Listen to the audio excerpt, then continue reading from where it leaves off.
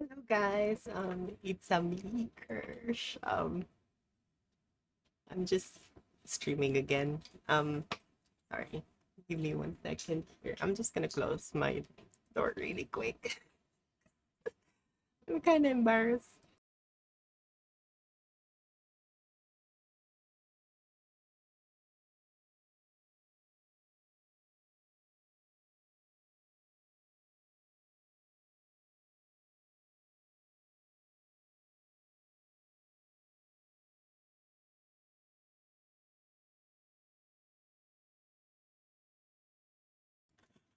I'm sorry about that. I'm just really suddenly shy, but um, yeah.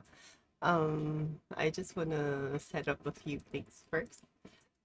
But first and foremost, I hope you're having a good day, and um, yeah, I'm I was just I just had a really good day today, and yeah, I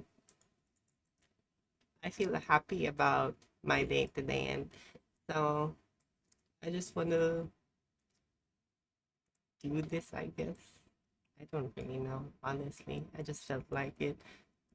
But yeah, I just had a list here of like a few things. Um, let me see here. I'm trying to commit to what I scheduled on the stream because yeah, um my boyfriend kept saying about consistency. And so I realized, yeah, why don't I try committing to it? Um so yeah, I'm gonna try doing that. At the same time I also realized something about YouTube again, and one of them is the amount of generated content. Like it's like yeah, it's like another something that is on drugs. But I think it was at this point where they couldn't control really how people generate creativity on the internet. And so I just think that yeah, I just think that there are some really good ones here from just because that's how they get people's attention now. The headline, like the title of each video on the thing. So just gonna look into that real quick.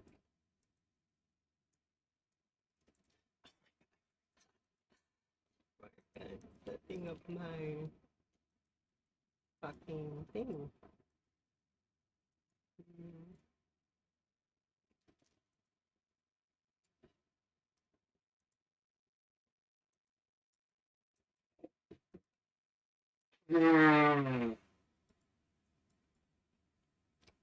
Oh my god.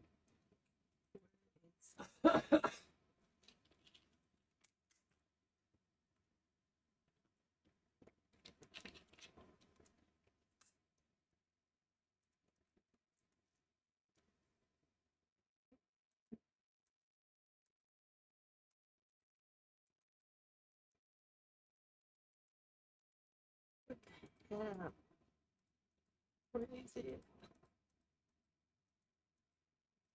Isn't it working? Okay, there we go.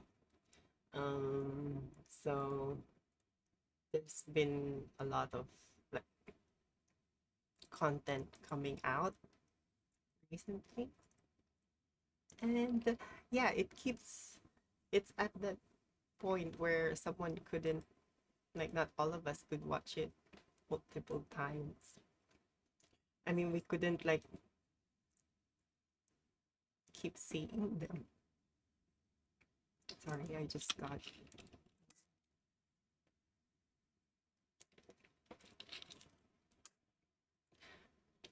anyway.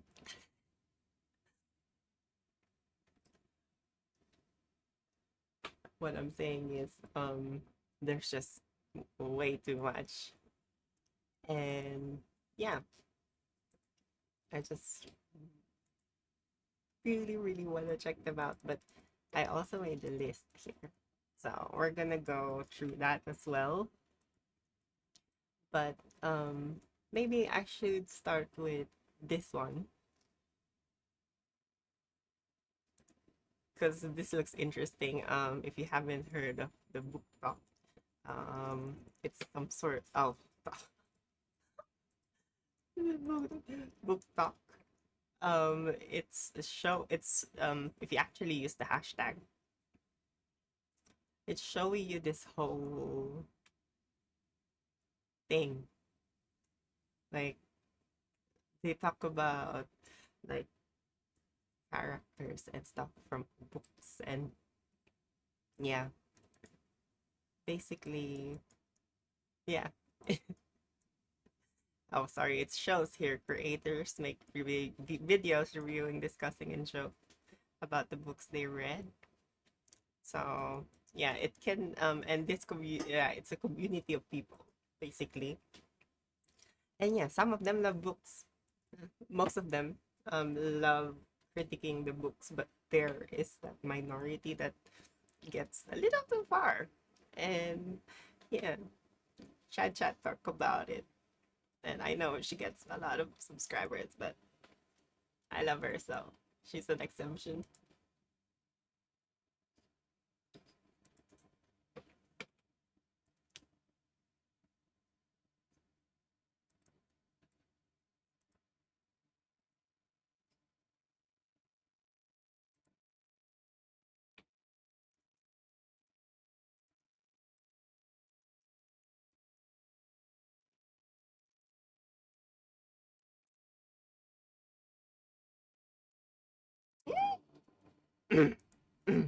Twilight.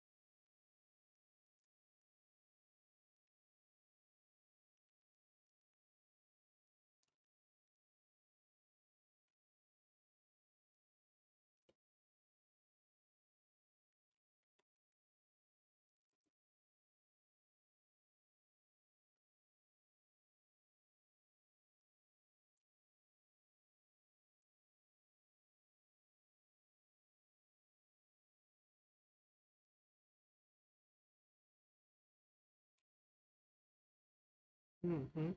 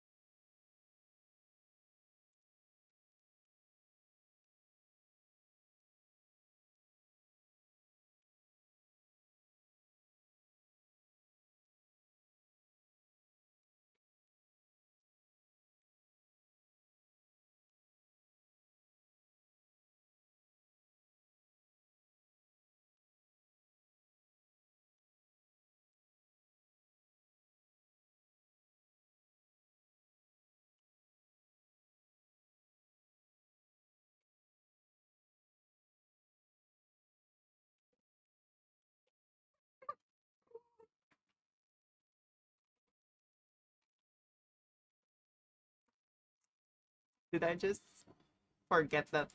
Oh my god, I was just looking at the audio mixer the whole time and it wasn't playing. This is so embarrassing. I gotta play it again. That sucks. Boo. Why are you not working?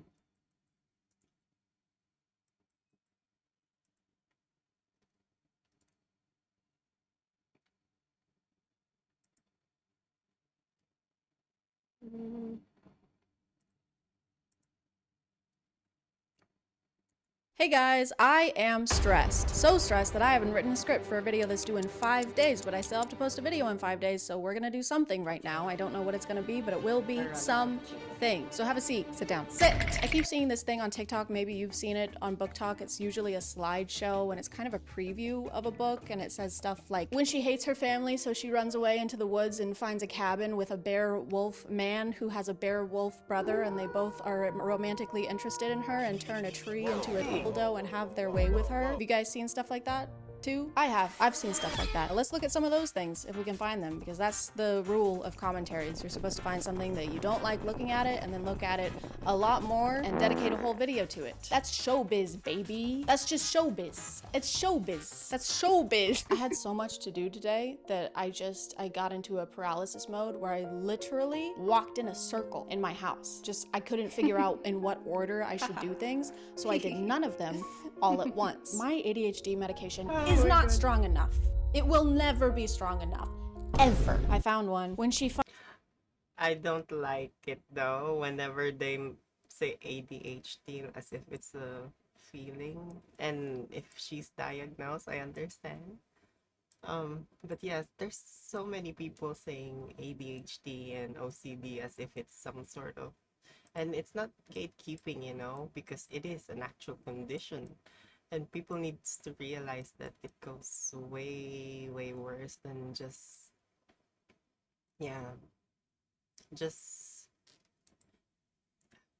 what people are saying on the internet. I'm sorry. finds out her online best friend isn't who he says he is. He's the same person she's been obsessed with for 8 months and has been trying to forget about. Turns out he's just as obsessed as she is. And he's her ex-boyfriend's dad. Oh, father. Oh, okay. All right. All right, girl. So she's been stalking her ex-boyfriend's dad, and her ex-boyfriend dad has been stalking her. You guys are made for each other. This one's not very spicy. That's not spicy. That's just an age thing. It's not that weird to fall in love with your ex-boyfriend's dad. I do it all the time. I just did that yesterday. He has so many red flags. He's 13 years older. He's possessive. He's obsessive. He spanks you. He ties you up. He likes to do you hard and rough. He unalives people. Was all of this just listed on his Hinge profile? Yeah, I'm a stalker. I'm old as hell. I like to spank people, and I like to murder people. And if you're not into that stuff, don't call the cops, please. Just scroll. No need to be a snitch. I want to read the comments on this. Green flags. Well, are they really that red? He's killing people. That's pretty red. As far as red goes, that's about as red as you can get. The only thing worse than that would be, let me see. I'm so good at improv. I'm so good at coming up with things on the fly. I'm so good at being on flies. Why nobody hating? This is me. This is my alt account. That was me. I said that. I thought it was a slide, but it was a screen recording that someone took of a slide. Don't do that. The shy, innocent girl being afraid to get a tattoo because she has low pain tolerance. The 6'5" tattooed hockey player smirking and saying, "You're a lot better with pain than you think." Boy, if you don't... Ooh, I found one. The shy, invisible girl is invited to play Drink or Dare with the hockey team, and she doesn't realize how dirty the dares are. What is with hockey? Why are we all talking about hockey? Is that a new thing? Do I need to start watching hockey? So when it's her turn, she gets a dare that puts her in a compromising situation. Either she can drink, or she can lick whipped cream off one of the players, anywhere below the neck. When she says it aloud, the Playboy hockey player volunteers himself, not wanting to see her with another guy. Her crush for him is growing, and she's afraid to get involved because of his history with women. But she does the dare, and before she knows it, he's taking his shirt off. She sprays the whipped cream down his abs and licks, and the whole team watches as she does it. She's the only one close enough to hear him moan. And then and that's the end. What the fuck? Why are you edging us? What happens next? Do they do it in front of the whole hockey team? I don't know. I keep seeing books that are about hockey players. That's just not a sexy thing. When I'm thinking of sexy things, which I do pretty often, hockey player has never shown up in my head. A single. Wait, I think that's from what game is that? I've always wanted to play that one. I With think no that was dishes in it? Absolutely. something with Going to bed Valley. by 11 Stardew p.m. Valley, I think. Yes. Yeah. Starting my period and only Harvest getting Moon, 2 something like giant that. cystic acne spots? That's sexy. That's what I want to hear about in the video. Ooh, I found another slideshow. Okay, it's actually showing me slideshows now. Oh shit. Okay, this is a lot. We're getting into the stuff now. We're in the deep of it. Holy shit. When she's riding her boy roommate's face and then someone knocks at his bedroom door. That's the shock emoji. Unable to stop myself, I sink my teeth into her thigh, loving the way she hisses down. Okay, this is just Cord. This is just Cord. Dude, you all right in there? My Page's eyes widened and all's good, but he has no idea. Okay, this is just Cord. and I'm going to skip this one. Oh my god, I don't want the Cord. I want the scenarios. I don't want to read that one either. Her sleeping through her alarm for 3 minutes straight. Her brother's best friend lying next to her, smirking as she sleeps through it. Wake her up, man. Help her. Now she's gonna be late for her meeting, and you could have done something. Oh, This is no that's smirking toxic. matter, Ah. sir. Also, no one sleeps with a lace bra on. This isn't cute. No one does this. Oh, time to go to bed. Let me put on the itchiest piece of clothing I own. When she never reached an so he. Okay, I don't want to read Cord. guys. I just want it to be silly. I don't want to hear about that stuff. That's gross. How is this allowed to be on here? I have seen the C word more times than I can count. 23, 24. What are you doing, TikTok? I'm so glad we actually found slideshows. I was worried we weren't going to find any. But now all the slideshows are just... So, when God opens one window, he closes a door. Whatever that... I don't remember. When your fake husband orders you to wait for him naked on the balcony, except there's another couple making out next to yours, so you go back inside. Your eyes lock with your half-naked husband who demands, "What did I tell you?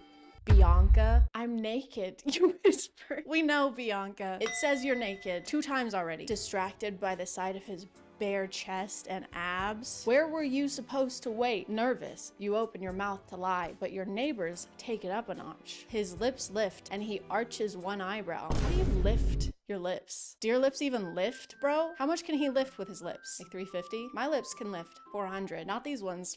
I've got the strongest lips this side of the Mississippi. This is a little I like more her explicit lipstick. than I was thinking. This is a little I like her lipstick. harder than I thought it would be. And I'm a little harder than I thought I would be. When there are 9 straight pages of him eating her out, no thank you. And you posted them all on TikTok? When he's meeting his boss's daughter for the first time and he says, "You must be what, 22, 23, 24, 25, 26, 27? I'm 28.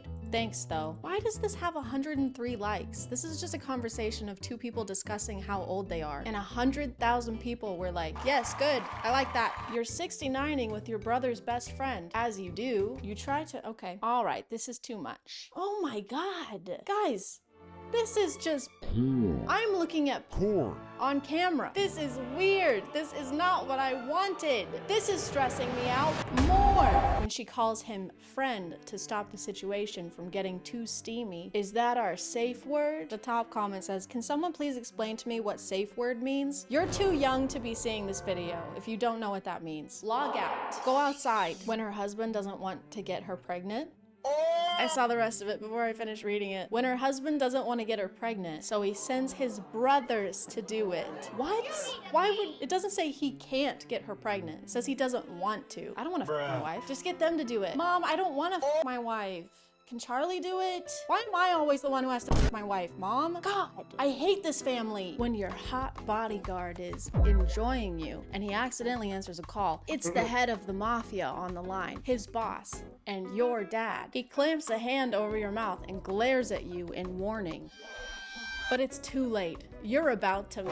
What does this mean? I'm about to flag? Oh my God, don't stop. I'm about to checkered flag. Busy. Talk later, he groans before he throws the phone. You just hung up on the boss of the mafia. I don't know much about the mafia, Yeah, but I'm that's pretty sure you're not curry. supposed to hang up on the guy who runs the mafia. Why did we romanticize the mafia in the first place? When no one ever sits next to him in meetings because they're scared they will get fired. Her pulling out the chair beside his and sitting in it. What? He'll fire people if they sit next to him? Hey boss, can I sit here? Of course you can. And you're fired. I just don't understand. Oh, it's called grumpy romance. That explains it. He's just a little grumpy. He hasn't had a snack. We either have boring or hardcore Corn. There is no in between. That's it. That's all you get. Let's go. She's staying at her enemy's house because only he has an open room, but she decides to fix the place to make use of her time. But while she's fixing the shower, he walks in with nothing on. That's okay, and that's it.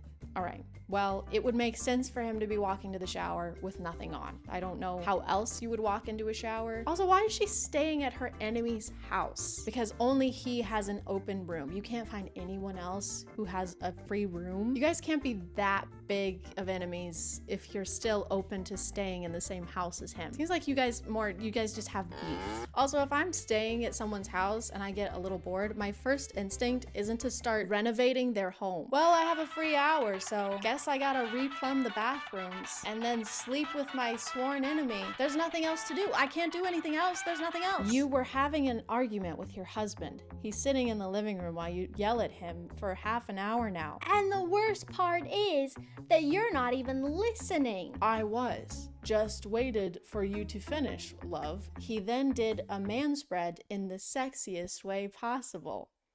What the fuck? How is that sexy? How is that sexy? I remember in the Philippines, in the jeepney, which is our public transport, oftentimes they'd have to like, make you sit close sit as close as your feet as possible, so you could all fit. So basically, it's like a modified L300 car. To have it's called a jeepney, but yeah, it's a modified L300, and each side, left and right, would have its seats, basically like a straight seats, no seat belts or something like that. And yeah, exit and entrance would be on the very side. And yeah, those are one of the industries that are about to, unfortunately, are about to disappear in the Philippines. Our jeepney culture, which is the median, like what the commoner experiences in the Philippines. So yeah, just about man spreading. Sorry. That was yeah, I hate man spreaders, just to let you know. Like, oof, please, if you're a dude, the least you can do is just close it a little bit, especially when you're in public transport. I'm all ears, babe. Babe, what's wrong? I'm listening. Go on, love. Yell at me. You weren't going to yell at him anymore because you could have seen the way he looked at you. Okay. You could tell he was turned on. I mean, did you see how he manspreaded? He's turned on, for sure. I know you too well. Oh, love. Just thinking about you yelling at me while I do the most unholy things while you scream my name. The recommended search is manspread scenarios. Don't encourage them. We're trying to nip this in the bud. We're trying to get rid of this. We've been complaining about this and now you guys are sexualizing it? Cut it out. It's not sexy. Yeah. Imagine you were in a Uber coming from a wow. club with your friends. There was no space left and you had to sit on E.N.'s lap. Okay, I did read some Wattpad when I was a kid. Not enough to know what E/N means, so I'm just gonna say Aaron. Kinda looks like Aaron. Let me put the seatbelt on, Aaron said. There was so much noise in the car from the loud music and your drunk friends, so no one was paying attention. While Aaron put the seatbelt on, he was barely touching your body. Are you afraid to touch me or what? Hey, are you afraid to touch me or what? What are you, a little bitch? What's the problem? No, of course not. It's just, he said as you cutted him off. Oh my God. She cutted him? Stop. Oh my God. You're hard, you said, with a smirk on your face. You guys are in an Uber with a bunch of other people. Keep it in your pants. Literally. Put it back in your pants. Why in? Okay, I do know what this one means. That's my name. And my name is Chad. Chad, he said, surprised.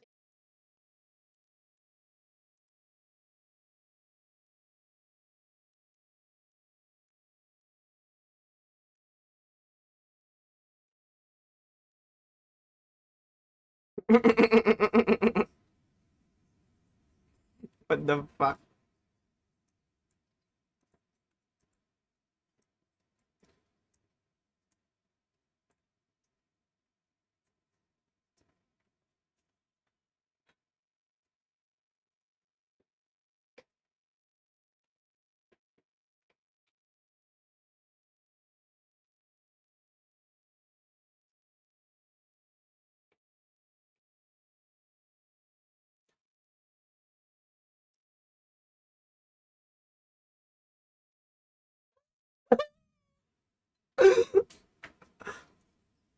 What the hell? Ew. What the hell was that? Oh my god, I don't think it was playing again. Wait. Ugh. Basically, it was talking about um that's weird. Isn't it work? Mhm. That's really annoying if that's working. Oh my god, the fucking dogs are at it again. Oh shit, but it's already 5, so I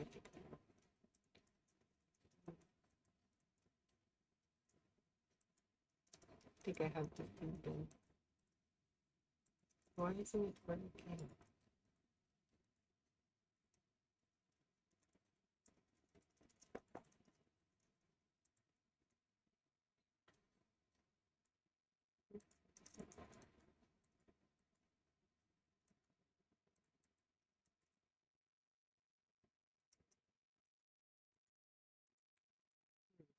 Maybe I need to use this one.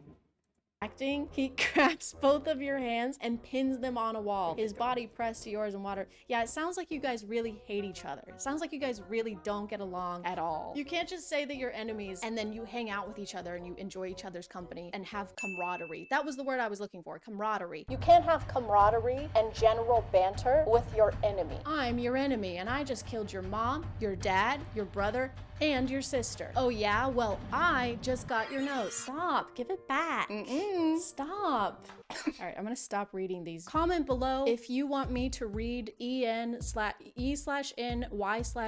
stories on imagine.talk. Comment below. Comment above if you want, if you can figure it out. He's 38. He thought she was 21. I don't like where this is going. He fell for her, but then he finds out her true age. Oh no. He sets her free to give her a life. Sets her free? Oh, was he keeping her in a fence? Why couldn't she leave? Months later, he receives a call. She's been taken to the hospital. What happened? Oh, in the caption it tells us, age gap, mafia, she's pregnant. These are like the spark notes of the story. Wait, how old is she? How old is she? Why are so many authors obsessed with making the female? Oh, she's 18? Ew. Ooh. He's what? He was 38? There's a 20-year age gap? When did they meet? Ew! What is 'Cause that wrong would with be- you guys? I thought that maybe would she be was legal older as than she hell. said she was, and that he was just gonna be mad that she lied. But no, she was actually younger. She's 18. He's 38. And he's in the mafia. He's probably the boss. Why are they? Mhm. Yeah, probably hide my face forever. What the hell? What about secretary? Can we have one where the guy is just a secretary for the mafia? He just answers emails for the mob boss. All right, I just rescheduled your 9 a.m. and your mom called to confirm your lunch with her today. Okay. All right. Still on. Okay, I'll let her know. I'm still feeling a little stressed, if not more stressed. I don't think this helped at all. Let me just find some other ways to calm down. How to relax. Try active relaxation. Focus on your breathing. Get creative. Spend time in nature. Picture yourself somewhere serene. I can try that. Waterfalls are serene. Creeks are serene. I'm picturing Serene Williams. This is perfect. I'm so calm. I'm gonna call it there, guys. Thank you for subscribing, and if you are still here, thank you so much for watching. I appreciate you clicking on my video out of all the videos that are on here, and I'll see you next time. Okay, bye. Okay, so as far as I've heard from her, there's a community of people on TikTok aimed at fantasizing this. Don't know. Don't really know at this point what they are. Like,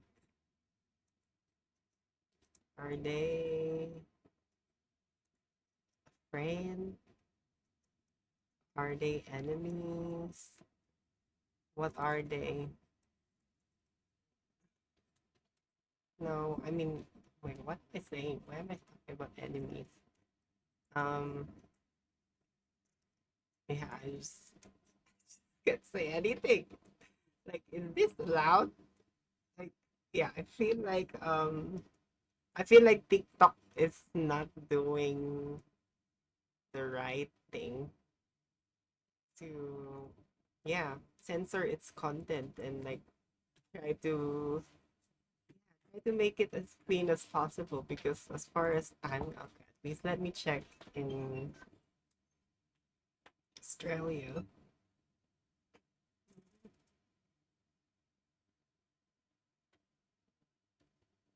See, you 12 years old. Okay, so now it's 17 plus. So you must be at least 17 in Australia to use TikTok. I see. Okay, so that's really good. But yeah, I think I don't know about other countries, but they need to take action. Like, and TikTok needs to take action about this sort of stuff because obviously, not like you can't really parent like a children who is, for example, let's say a children has parents who are unfortunately not technology literate.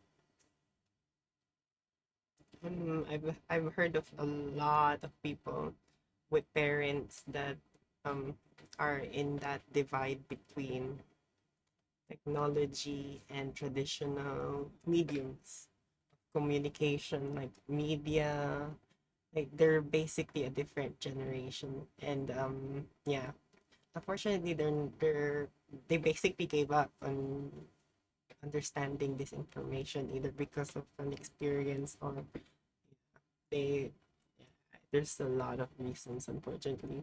But anyway, yeah, like how about those, like what is TikTok doing to those users basically? Like it's not as easy as saying you can ban them because how do you even identify those? It has something to do with the values and the standards they provide when it comes to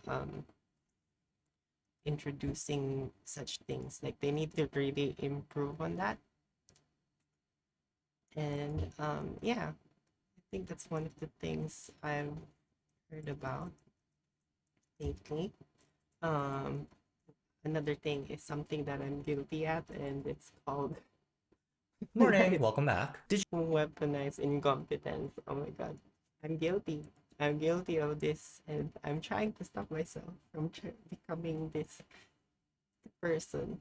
But yeah, um, also at the same time, I think I'm understanding how like I'm going through some sort of journey at the moment where I'm trying to I'm understanding why I am who I am. And yeah, I realized that I had some past that my subconsciousness had to like adapt in a certain way, like a fight or flight basically. Um it's a pretty rough time and I'm really glad I'm over that now. And so yeah, there are those cases, people who are actually refusing help. So we're not like giving them that sort of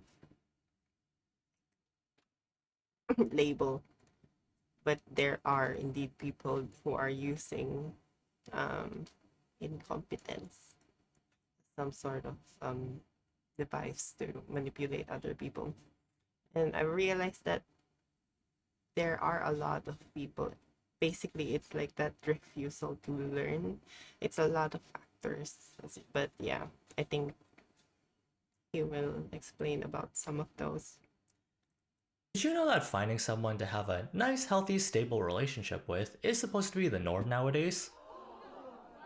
Who said that? According to our parents' parents, our parents' parents, parrot overlords, or whoever they used to listen to back in the day, our main purpose in life is to hit it off with someone, date for a few years, get married, and live happily ever after. And if you spend just a few hours doom scrolling, there's enough content out there to convince you maybe the single life isn't so bad. We're starting to realize there's a type of behavior called weaponized incompetence, where someone will deliberately do a poor job of something that they're asked of as a way to avoid ever getting asked again, which tends to work to the detriment of the other party involved. Why ask someone who would just make things worse when you can just do it right yourself? University group projects, you are the bane of my existence. Put a finger down if you are the introvert that got forced to do everything because your group was too randomized. Nothing bad will happen if you keep taking the burden of everyone else's responsibilities, other than you building a slow and steady, silent resentment over the years, which will manifest itself on a Tuesday afternoon where you snap and go Super Saiyan. Seeing couples post the worst parts about their relationship online is putting people off from dating. It all started when the Fire Nation attacked the kitchen. I say in a joking manner, but seriously, Oh what my the hell God. happened here? It's been 7 days since I cleaned my kitchen. In fact, it's been that long since I stepped foot in it. My son and I got COVID while my husband somehow managed to avoid it. So we isolated on the top floor. The kitchen is so much worse than I could have imagined. I don't even want to look in the sink. A huge part of me knows how bad it's going to be, because the entire kitchen smells like vinegar. That means there's rotting food hidden somewhere. I don't want to know what these sticky substances are, because the second that Oh, I do, wow, I just that's want a to quit. really I throw away this messy- cup because there's Ew, that's a really messy kitchen. Like, oh my God. Ooh. I mean, sometimes I do get to those point where I just stop doing things. I think it's something with my condition. I don't want to use it as an excuse, but yeah, I'm trying to get out of it. But wow, I don't get it to that point because I like when I realize it, I still try to do something. Like I try my best to either organize it or like sometimes some sort of illusion of cleaning up, like trying to organize it so it looks much more neater to look at. That way your brain wouldn't think it's exhausting to do. I mean, that's for example, dishes. no saving it. And a huge part of me wants to feel shame over how the kitchen looks. It'd be rude of me to assume anything about their lives based on a 1-minute TikTok. Maybe her husband suddenly developed an allergy to cleanliness? Maybe growing your own toxic living organism in a cup is a new trend? Her husband avoided COVID just as well as he avoided cleaning the kitchen. The entire bottom of the sink is filled with old food. Every time that I think I've seen the worst of it, I'm proven wrong. This is a smoothie that I made before I got COVID. I can't believe how disgusting things are, and I don't know how I'm gonna get rid of the smell. Oh my God, I think I've mentioned an experience similar where I had that smell of like something you didn't clean for a while. I've smelled those sort of shit before, and like back in the Philippines, that's where I smelled them. Like, oh, and I don't know, like I think that's something with society as well. Um, especially single mothers, I find. The most, I think they're vulnerable people too.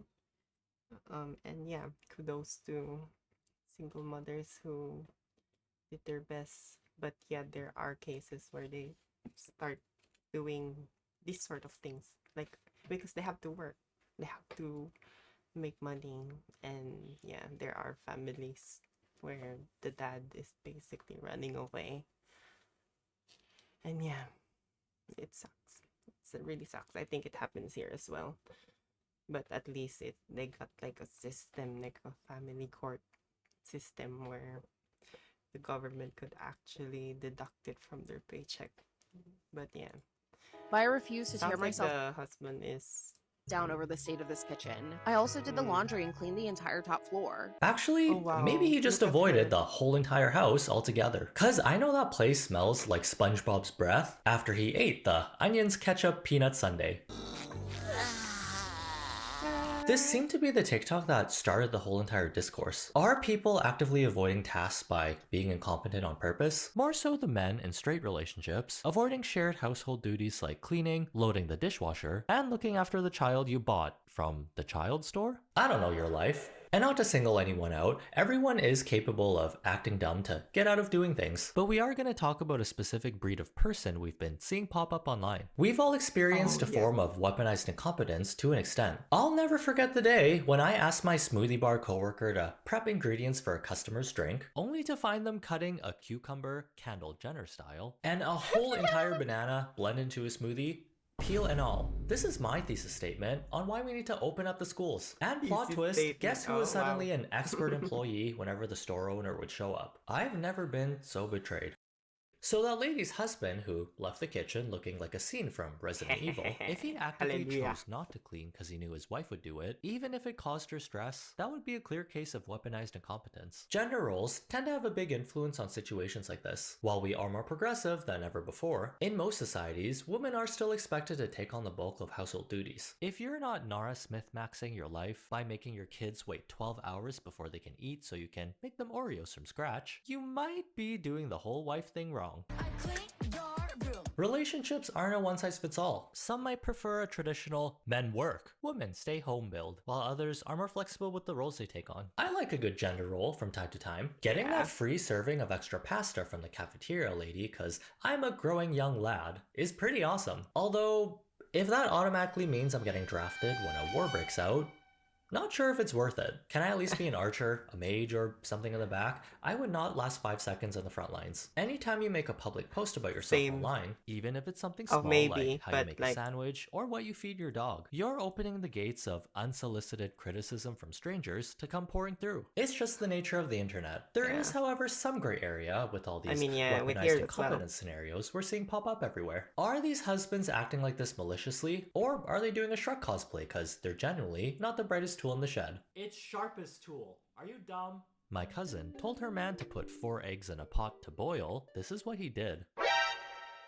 Are we making a poached egg cake? I would say this is a case of someone missing a few basic life Yeah. skills. Cooking isn't the easiest, I'll admit it. I've made Maybe the mistake of baking education. an entire plastic container in the oven At the before, same 'cause time, it yeah, they didn't have had- step-by-step crystal clear instructions. Yep. Don't judge me. Maybe I wanted microplastic seasonings in my food. It depends on your upbringing. If you grew up in a household where you didn't have to lift a single finger and all your needs were taken care of by your parents or siblings, then you going Yeah. to the grocery store and calling limes green lemons, that's sort of forgivable, like borderline. But if you're normally the yes I do the cooking, yes I do the cleaning person in the relationship, and you ask your partner to take over these tasks one time, but this happens,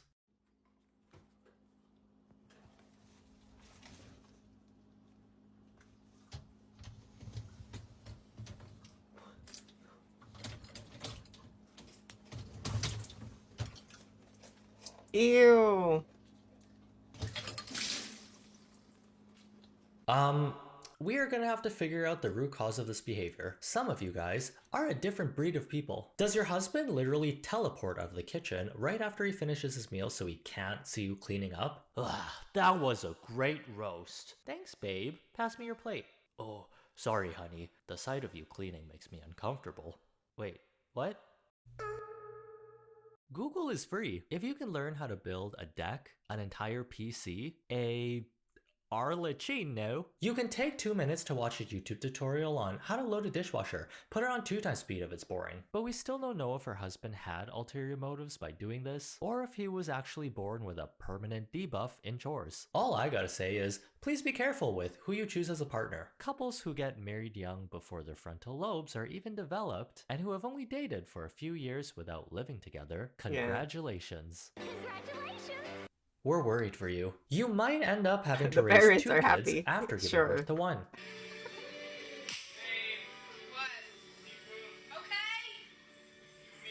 Yeah, dude. Oh my god. And they bought children. Oh my. This is what I'm saying. Why isn't the fucking ones who doesn't have like. Oh my god. Maybe it's them who needs to get a vasect. I don't want to say it. I'm joking. No. I don't want to.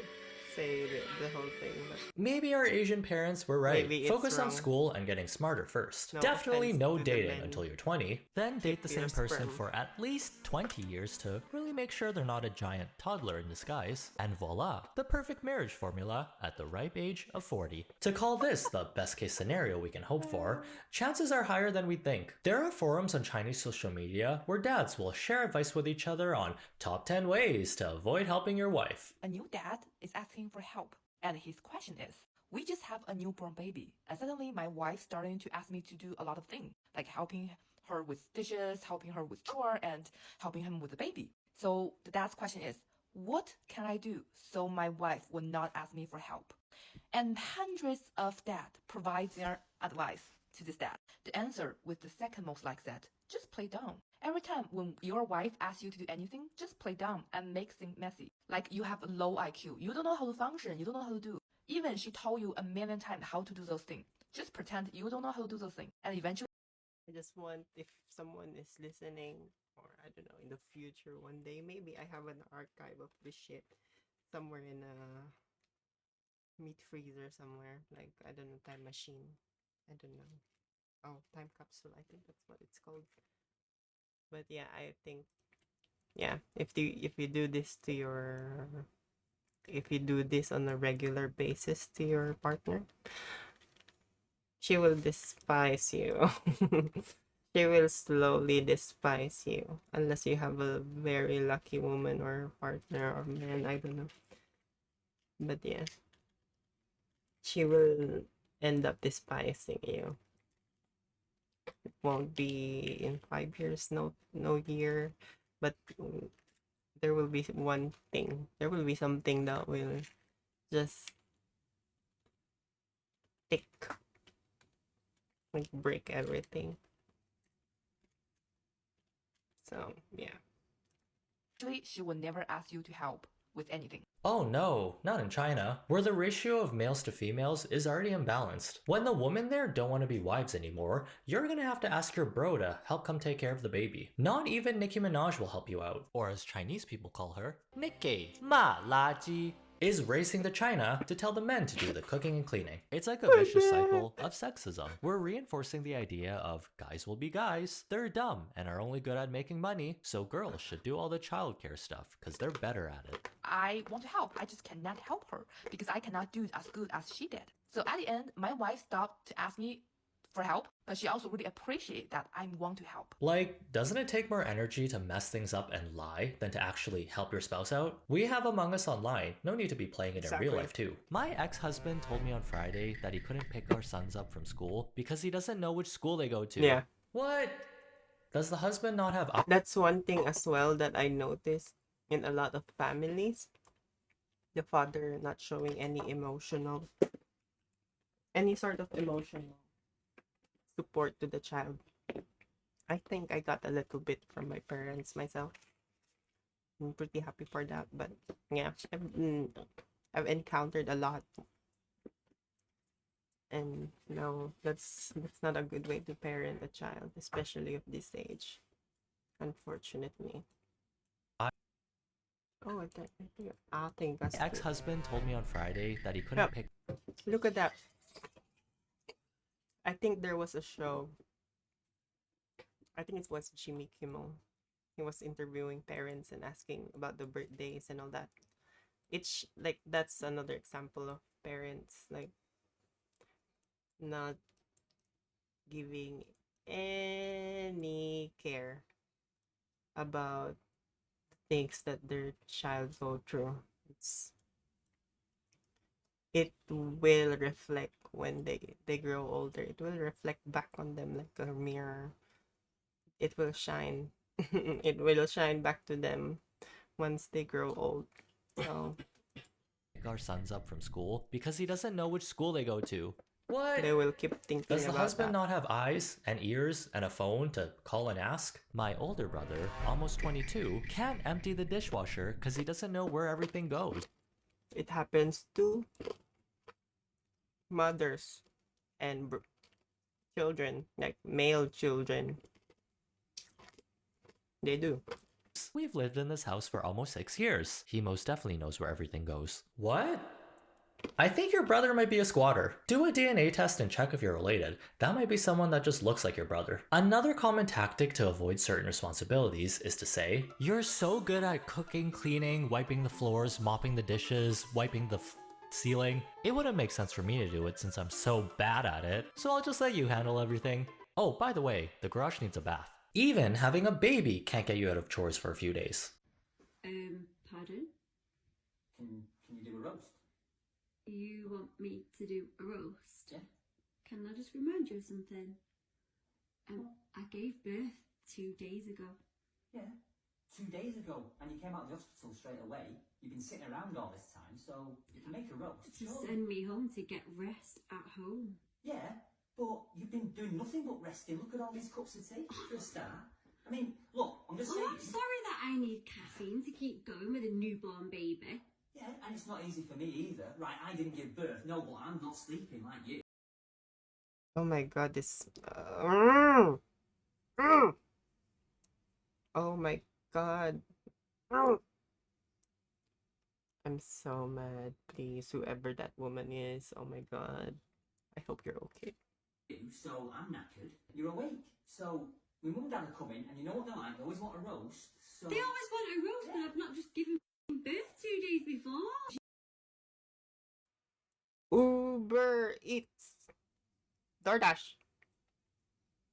Fucking hell. Oh my god. You can get up and make it yourself. look, you do it much better Good girl. than I do. We know that. I've tried. It's a waste of time. Why are you gaslighting me? Boom. You're Nice. right, I'm gaslighting you. I'm not. As much as I joke about our world being a sim simulation, House. I'm pretty sure you Nice. don't automatically snap back to normal when the baby you've been Wow. growing for 9 months What a leaves your thick-headed body. mother He might F. have seen me force my sim to go on a Sorry. snowboarding vacation right after she birthed the I'm baby sorry. an hour ago. But that's a video game, man. Bro, at this point, take our shoes off in the house and order takeout roast. We're finally getting closer to understanding the wise words of that famous philosopher who once said, Divorce, babe, divorce. I saw a post of someone talking about how her husband never Divorce. cooked or did any of the grocery shopping, which bothered her. He also never offered to help and made excuses I love Adele. I love Adele. for why he couldn't. But after he left her and the kids for a younger woman, she had an unpleasant Trader Joe's jump scare when she ran into him doing the grocery shopping for his new Leonardo DiCaprio age-approved girlfriend. Aww. Maybe the real weaponized incompetence are the friends we made along the way. He had the ability all along. It was always within you. He just chose not to do it. Some guys are even going as far to not complete a task as a way to teach their spouse a lesson they didn't ask for. Never did I think the world would be so divided about pumpkin bars. My wife sent me to the store to buy the ingredients for pumpkin bars. I'm walking the aisles and realize canned pumpkin not on the list. Is this a mistake? Do we already have it? Let's call the wife to find out. She sends me straight to voicemail, shoots a text, can't talk. I respond with my dilemma and continue shopping. 10 minutes later, I'm ready to go. Still don't have a response. Call her again. Straight to voicemail, can't talk. Text her again, need an answer. Wait 5 minutes, leave. Now, could I have bought canned pumpkin? Yes, but if we already have it, it's gonna sit on the shelf for a year. You only use it at Thanksgiving. All this over a $3 can of pumpkin? Doesn't canned food usually have a shelf life of at least a year or longer? Like, that's the food we eat year 5 into the nuclear fallout. Halfway home, I get a text, we need canned pumpkin. I tell her I'm gone. She asks, can you go back? No, I called you twice. That was with purpose. You think I'm calling to chit chat? Hey, haven't talked to you since breakfast. What's up? No. Now my wife is mad at me because she has to go to the store herself. From the looks of it, your house isn't filled to the brim with stuff. I'm sure you have the space in your house for a single 500 milliliter can. This is not my relationship, no idea what their dynamic is like, but reading the comments made me realize some of y'all are your spouse's biggest hater. Hopefully when you go home and she tried talking to you, your response was, can't talk. Take it anyway. If she doesn't need it, assume the buy. She'll manage to find something else to blame you for anyway. Are you guys Wow, that's also wrong for the record. Like, it's wrong for your wife to be doing that, like to be blaming me for everything, but wow, to that dude, wow. I wonder why, I always wonder about the why. is okay, why do 589 people dislike someone they literally married? Agree with your standpoint, my lady would have just dashed the missing ingredient. Get a problem solver as a partner, fellas.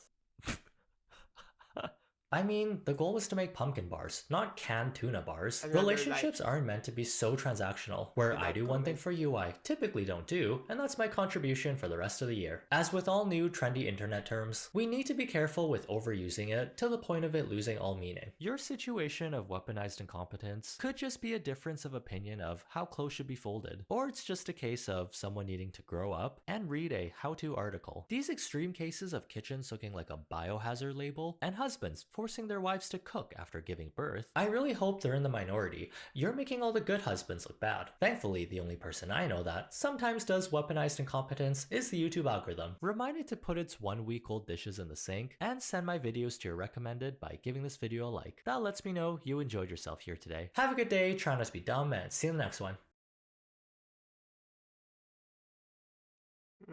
Boys and girls, don't be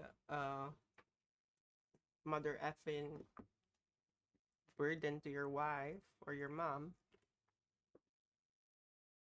I'm watching you. I'm gonna make you clean. I make my boyfriend clean.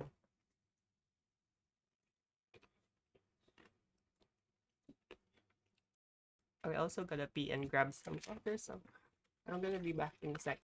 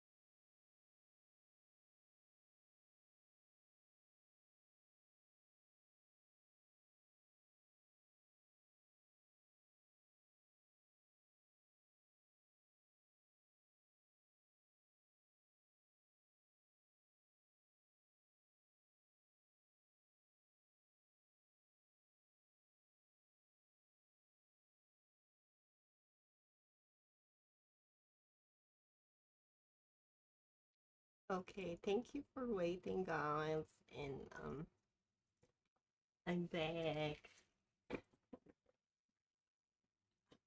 Let me just sit down. Put this oak stuff on my straw. And ooh, there we go. Okay.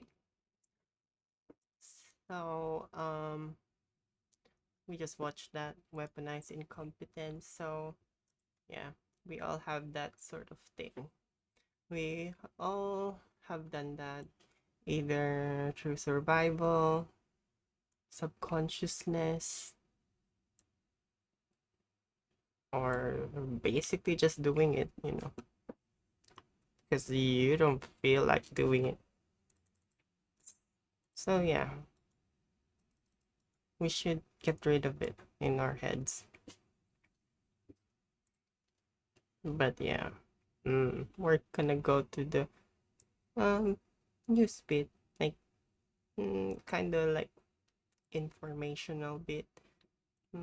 So there was a car park stabbing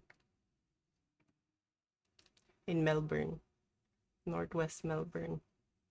So yeah, we're gonna listen to this.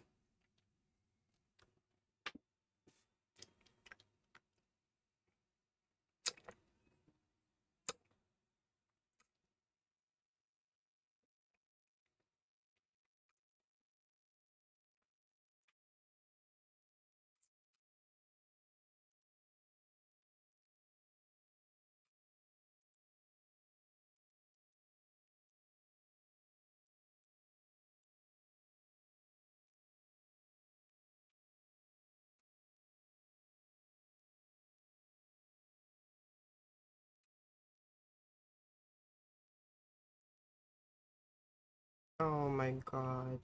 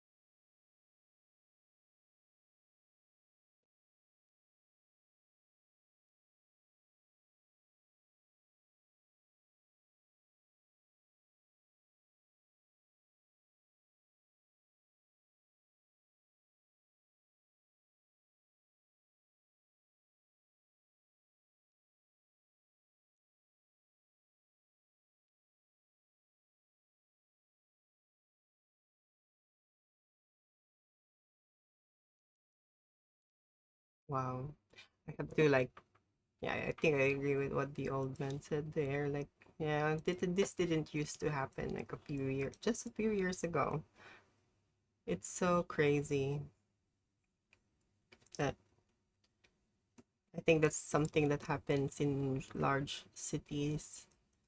And yeah, I guess that's something to be expected, but yeah, imagine how it is to the denser cities like United States. I think it's those sort of shit is normal, unfortunately. But yeah, each and every one of those were like lives. Very crazy how the world works. Okay, so unfortunately we're gonna, yeah, I hope that I hope he recovers. And upon seeing here, something happened in Sydney.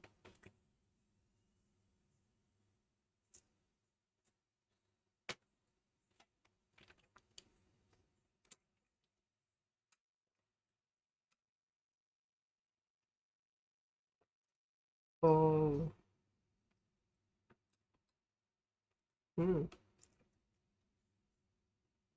Wait.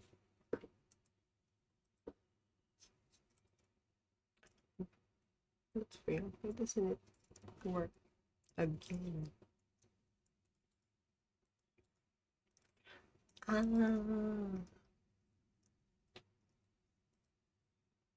I was supposed.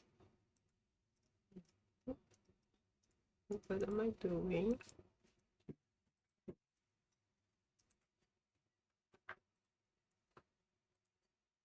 What the? Mm. Mm.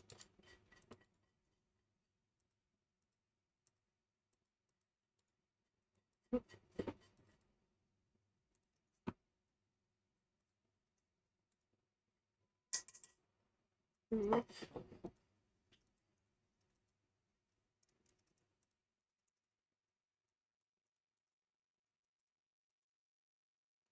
Oh.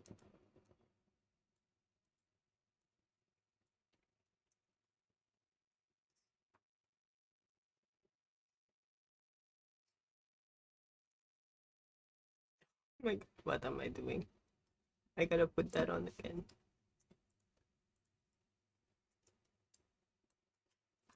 Mm.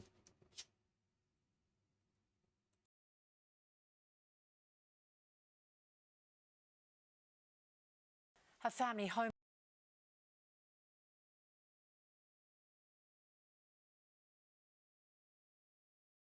in Western Sydney has been peppered with bullets. Her family home in Western Sydney has been peppered with bullets in a drive-by shooting. Liam Tapper reports from Marylands.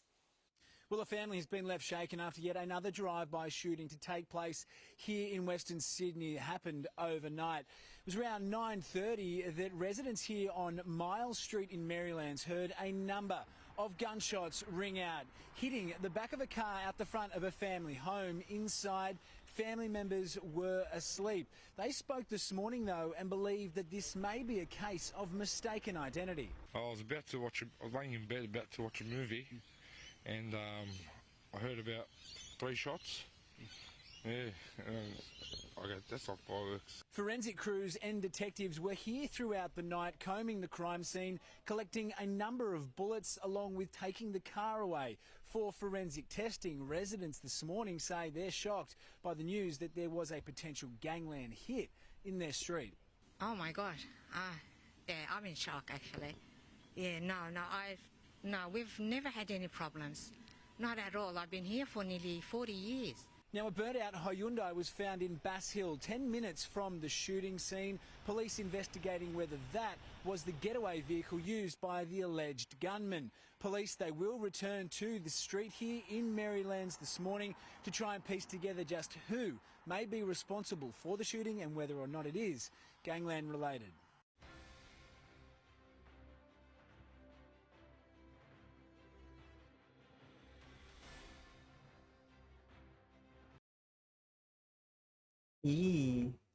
Like, I'm just shocked. It's scary.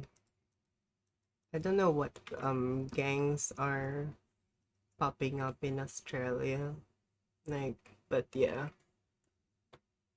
That's insane. I'm assuming those are normal stuff in it. Normal stuff for some people. I mean, it's so crazy how, I guess for me myself, like, I used to back when I wasn't in Australia. I mean, honestly, it used to be this sort of shit was normal once upon a time to me in the Philippines, because yeah, we see a lot of deaths. It's like a normal thing. But yeah, when I came here a few years ago, you wouldn't like usually the things you see in news are like funny stuff, like things they are doing out of time, like just interesting things or good news sort of content. But yeah, just seeing this shows how it's changing.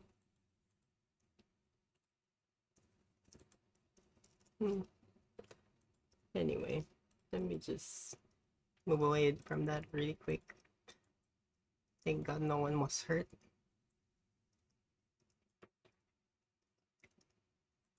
Oh, I want to check some drama from Robert. I don't know. I love Robert. Sorry, I burped. Nothing is more permanent in life than a tattoo, or herpes is another thing. And even actually a tattoo can be removed. So I guess herpes is the most permanent thing in life. But this video isn't about herpes. It's never been about herpes, What is? actually. Just kidding. Getting I know a what herpes tattoo is, please. is nerve-wracking, right? I What know. if it goes wrong? What if a tattoo artist is shit? What if it goes really wrong and you're stuck with this incorrect tattoo for the rest of your life? What if it's a no regrets situation? Or even worse, what if it gets all nasty and infected and gross?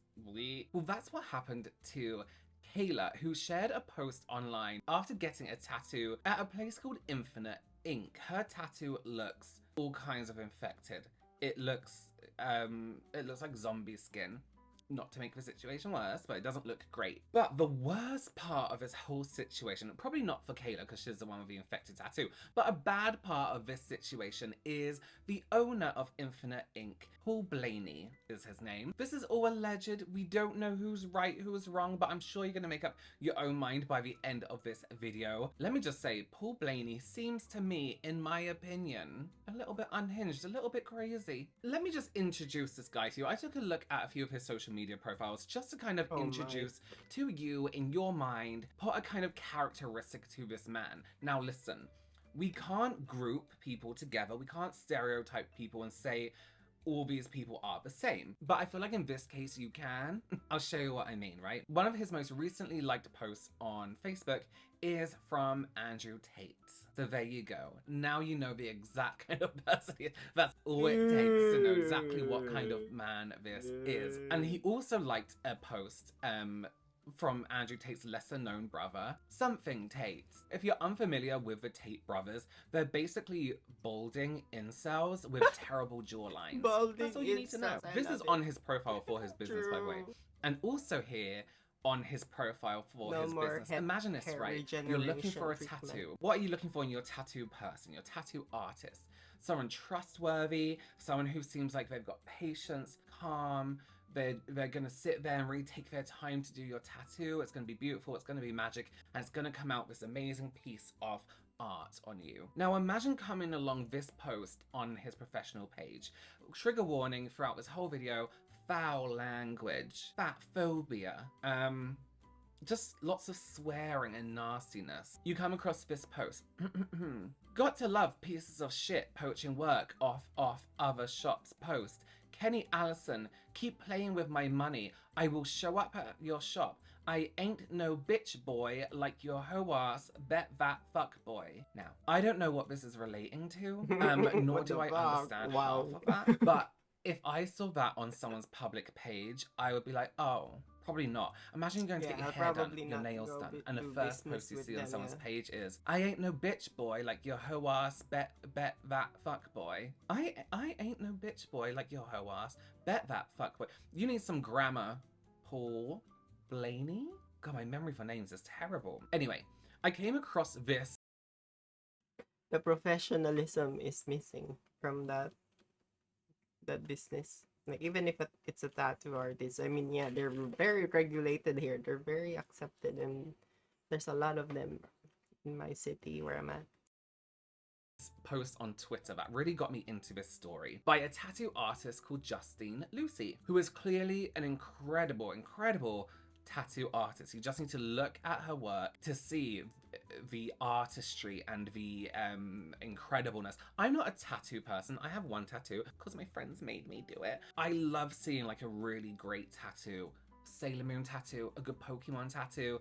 You can tell that this person values their work, values their job, and knows a thing or two about what it takes to be a professional. They posted this saying, y'all want to see your... Oh my god, I can't do that in English accent. Do you want to read the absolutely worst messages I've... You can't read that. It said, purchase back. I believe that was only to keep me from going any further with the issue. I went to the urgent care right beside the tattoo shop where they told me I was the second person to get an infection from Infinite Ink. After hearing that, I have to say something. I cannot be for sure that this infection was their fault, nor will I say that it was. But I will give a fair warning to anyone looking for a tattoo. Take this however you please. This post is still not blaming any shop or artist, simply informing my experience with the shop. Also, since he wanted to make it worse and message me the nature of his comments, and then yeah, I don't know, it's saying it's like a messenger text, or actually it looks like a screenshot from Messenger taken on another screenshot from Facebook, and it's saying other shit ass tattoos for $350. You have a $50 tip with top. Oh, tartar sauce. But now you wanted money back and wouldn't STF you till you got something like a stupid little. So I took $100 out of my pocket, and that got, well, it's just a whole lot of foul language, I guess.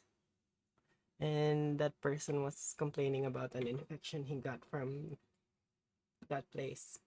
So, Ever seen a shop owner send a client? My goodness. Let's read through this situation because it is shocking. So this is the image from Kayla, who posted this tattoo and was like, obviously there's something wrong with that, correct? Like, it doesn't look like, oh, trigger warnings, infected tattoos.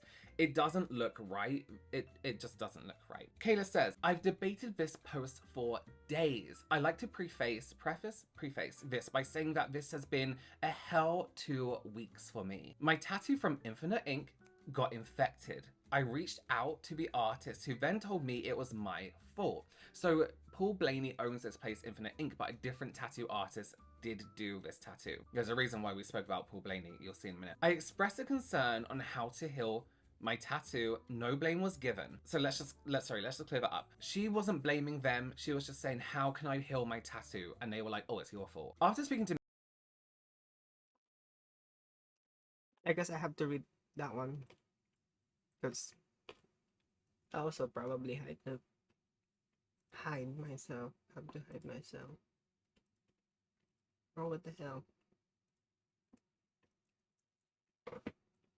So it said there, many people, including I've debated this post for this. I'd like to preface this by saying that this has been a hell 2 weeks for me. My tattoo from Infinite Ink got infected. I reached out to the artist, who then told me it was my fault, etc. I've expressed a concern on how to heal my tattoo. No blame was given. After speaking to many people, including other artists, I reached out to the owner, tried to gaslight me and blame me again. Not to mention, I was told repeatedly that the tattoo wasn't infected. Lies. I was given $100 out of my $400 purchase back. I believe that was only to keep me from going back any further with the issue. Wait, I need some water. Oh, sorry. I'm gonna try to whisper. hearing that I have to say something, I cannot be for sure that this infection was their fault. Nor will I say that it was, but I will give a fair warning to people. That was what I said a while ago. Including other artists, I reached out to the owner who tried to gaslight the situation and blame me again. Oh wow, the bitch Not just to read mention, it I was again. told repeatedly I'm the sorry, tattoo guys. wasn't infected. Lies. I mean, we can see, right? I was given $100 wanted out of to my be $400 inclusive. purchase back. I believe that was only to keep me from going any further with the issue. I went to urgent care right beside the tattoo shop, where they told me I was the second person to that's get an also- infection from Infinite Ink. After hearing that, I have sorry, to sorry, say I have to something. hide myself I again. cannot be for sure that this infection was their fault, nor will I say it was. But I will give a fair warning to anyone looking for a tattoo. Take this however you please. This post is still not blaming any shop or artist, simply informing my experience with the shop. Also, since he wanted to make it worse and message me, and we're going to look at those messages because they are unusual to say the least. The pictures are also his comments. Since he wanted to block me before I could reply, half of what is said is not even close to the truth. She puts out this post saying quite clearly, I got a tattoo done here. She called the place, spoke to the artist, wasn't saying it was their fault. She just wanted to know how to care for what was going on with this tattoo. It's pretty grim. To which they responded, oh, it's your fault. Here's the deal, right? I'll talk on this a bit later, but if that was my tattoo shop, if I was the tattoo person and someone was walking around with a tattoo I did and it was getting infected, I would be like, you come and see me right now and let's get this fixed. For them and for my reputation.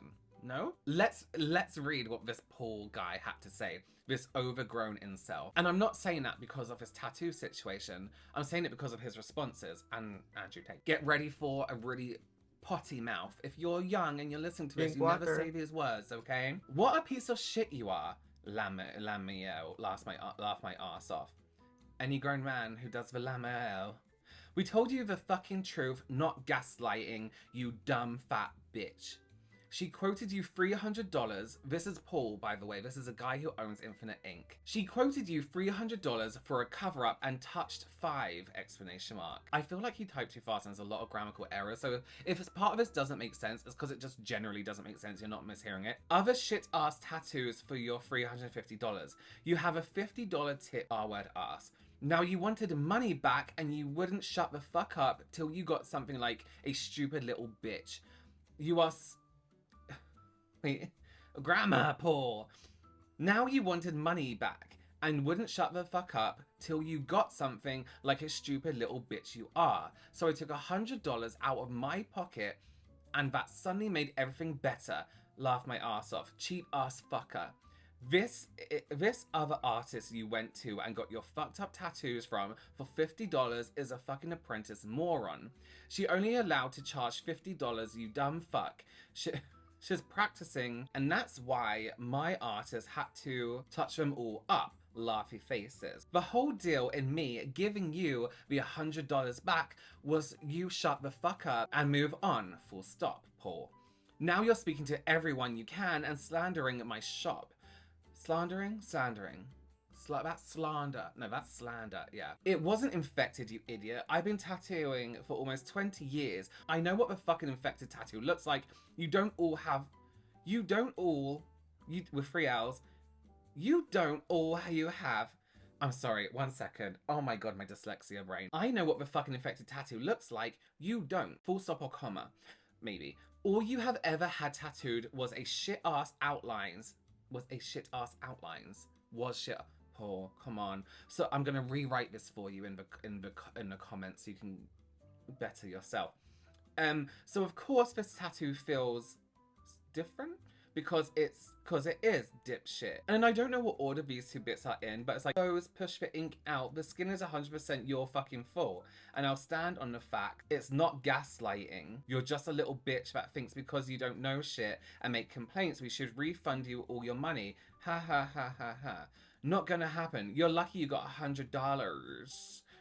And we had a fucking deal, and that's where the message ends. But I think I think that's all you really need to know from our poll, right? And this was interesting. There's a mugshot of him arrested for child neglect. Wow. Wow, that got into, I think that's an 80% to me. 80%, that got to maybe 180, actually 180% for me. Wow, that's really shocking. Child neglect. What the, oh my god. Oh wow. Wow. You're gonna be a really shitty parent to be doing that. That's crazy. I do find it interesting as well that he says has been... Now, I'm not a tattooist. I am a kind of artist, but I'm not a tattooist. And I know art is subjective, but I feel like your skill should develop over time. If you have been tattooing for this long, I would say in my personal opinion that I see otherwise, that it's still like, you know, my first tattoo, but it's fine. I also found this post from Paul Blaney. Got a new tattoo at the WV Tattoo Expo. Stands for Breaking Out. Couldn't be happier with it and how it turned out. Now this picture really confused me because this tattoo was so shit and his face is so red, but I was like, this man's English. But he is American. I did also find it interesting that he called her a dumb fat bitch. Paul, I would say, since we're going to be petty, Paul, I would say that just because you visited the gym a few times, I wouldn't go around calling people a dumb fat bitch. You know what? I'm not gonna talk anymore. Bitch, call him out, bitch. Like, anyone? Hit me that up ain't, to book Infinite that Ink. ain't fit, The only bitch, thing that ain't real fit. about this picture is the skin. Realism where? He also has like these really terrible, sorry, back to his thingy, like these like, oh, don't ask me about it, kind of like like Facebook quotes. Out of all the lessons, betrayal was the worst. You okay, hun? Message me, hun. Like those kind of responses. Would have stayed in the nutsack if I knew it was going to be like this. And the artist who actually did this did respond online, not directly to Kayla, but they tagged themselves at Infinite Ink. I'm just going to clear the air a little on this. The infected tattoo that's circling everyone's Facebooks right now was one that I did on this individual. I love it when people try and clear the air and they say unnecessary words. You're like, I did this tattoo. I kept in touch with her, was messaged about the second skin coming off, and informed me she was putting Neosporin on it, sorry. I immediately advised her to wash the Neosporin off and use something safe on her tattoo that would also help fight any infection as well if need be. She messaged me telling me that it helped that evening. That's the last I heard about it for several days until she sent me yet another picture telling me it was still infected. And she went to a doctor to get antibiotics. Antibiotics can and will prolong the healing process. Also, doctors automatically suggest antibiotics for any tattoo due to being unaware of how the healing process works. A doctor being okay. We also have only had one. Sorry, okay, what the fuck?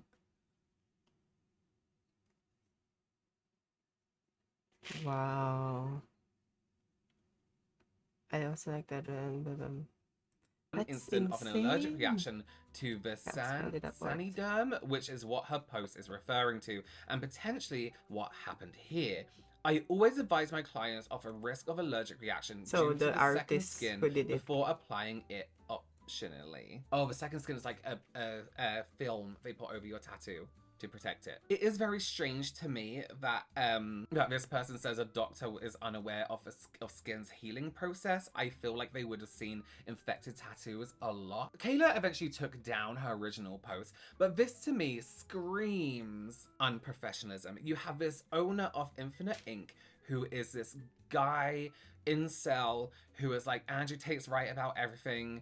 My tattoos are the worst, but I think they're great. And has no idea how to be a professional. Does it not go through your mind that this situation going viral on Facebook would have been so much easier and probably less of a hit financially to you had you apologized, refunded the full amount, and helped your client see through the process of a tattoo healing. This has overall hurt your business, right? If I was doing a makeup client, let's say, and I accidentally got something in their eye, like glue in their eye or something, and they got an eye infection, and it was very damaging in the long run, you know, to their eye, I would, that's on me, you know? It's an accident, yes, but it's on me. That's my reputation, whether you like it or not. So now Infinite Ink is in everyone's mind this place that gives you infections and also is owned by this really like baby man who can't handle anything in a professional manner. Let me know your opinions down below as always. These are the people who shouldn't do business, you know. That's what, like, people shouldn't, like, oh, it's so insane, like service jobs, like managers must like be created from the service level jobs, like all the way. So wow, that dude is insane. Like yeah, as far as I know, yeah, some of them work like that. Like there are some that work together with other artists, but from the looks of it, it seems like this this dude, the dude that they're working at, the dude where the place is at, doesn't seem to be hygienic from the looks, from the what I'm hearing from all of this. And yeah, that sort of attitude is how you lose people. And it's really good that creatives, the creative industry, like artists, tattoo artists for instance, has that ability to basically work as an entire entity by itself, a sole trader, that's how they call them. And yeah, just leave when cases like that happens. Yeah, that guy shouldn't be running a business, or at least he should have given that someone to handle that, because that dude wouldn't, like, no, he's gonna have people hating him now. This man is just, I don't know, the strangest situation. The way people go off brand owners and just ruin themselves is insane. Okay, do consider subscribing, and I will see you very, very soon. Bye!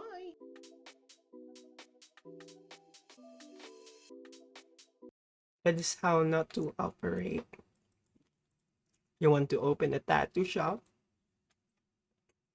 Hygiene number 1.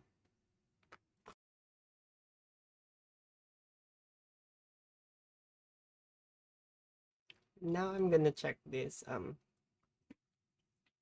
thing from Fern. It's a really famous, really big. Take a look at this really beer good. glass. I mean, It doesn't look particularly robust. If anything, it feels almost flimsy in your hand. It's lightweight and the walls are thin. Let's drop it.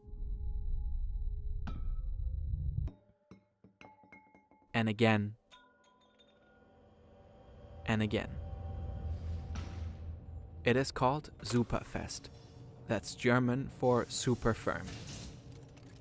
When it was invented in 1977, it was estimated to be about 5 times as durable as ordinary glassware. In practice, it turned out to be nearly 15 times as durable. This glass is basically unbreakable. It's heat resistant, stackable, and lightweight. But despite Superfest's undeniable quality, these glasses haven't been produced in over 4 decades. The company that produced them no longer exists. In fact, the country that produced them no longer exists. What was their secret? And perhaps more importantly, why aren't we all drinking from these unbreakable glasses today?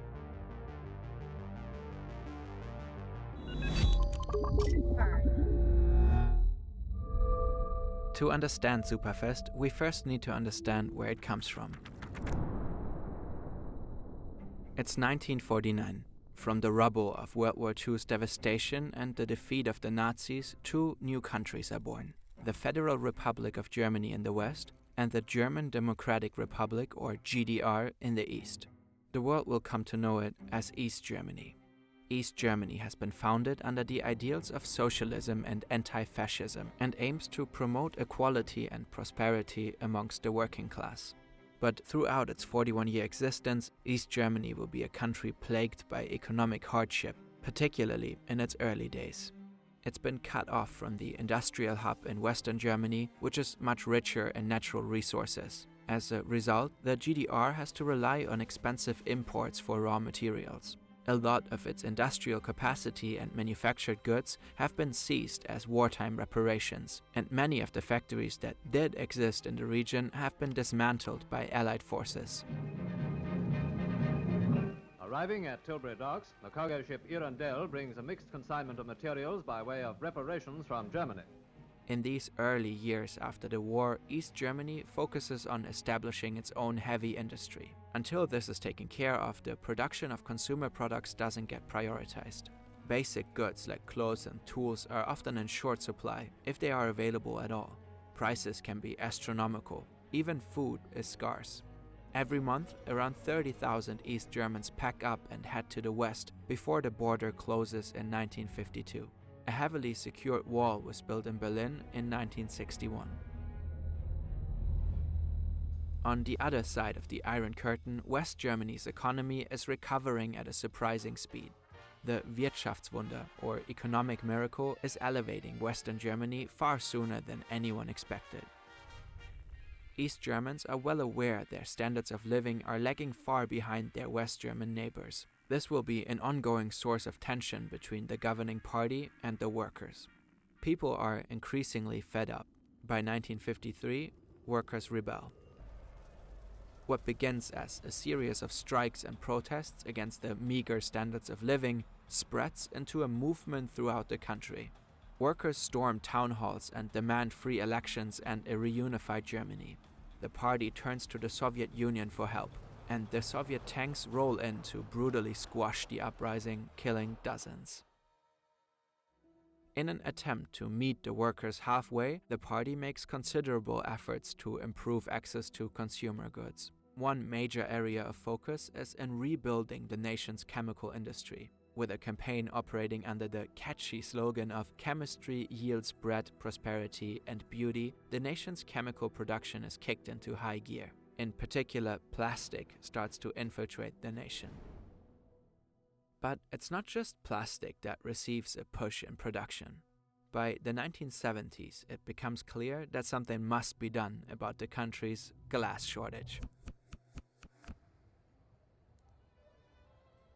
At a festival, someone makes the unthinkable faux pas of serving a high-ranking GDR minister beer in a paper cup. Drinking it from a paper cup is naturally utterly unacceptable. In 1975, GDR officials task a research lab with figuring out how to improve glass. It should be tougher and more resistant to sudden changes in temperature so that glasses don't need to be replaced as often. As a bonus, they also hope to create a successful export product, an innovation that will gain worldwide respect for East Germany. East German products are often ridiculed by West Germans. East German cars, for example, are slow, sputtering, and cramped, and GDR citizens would have to wait around 9 years to get one.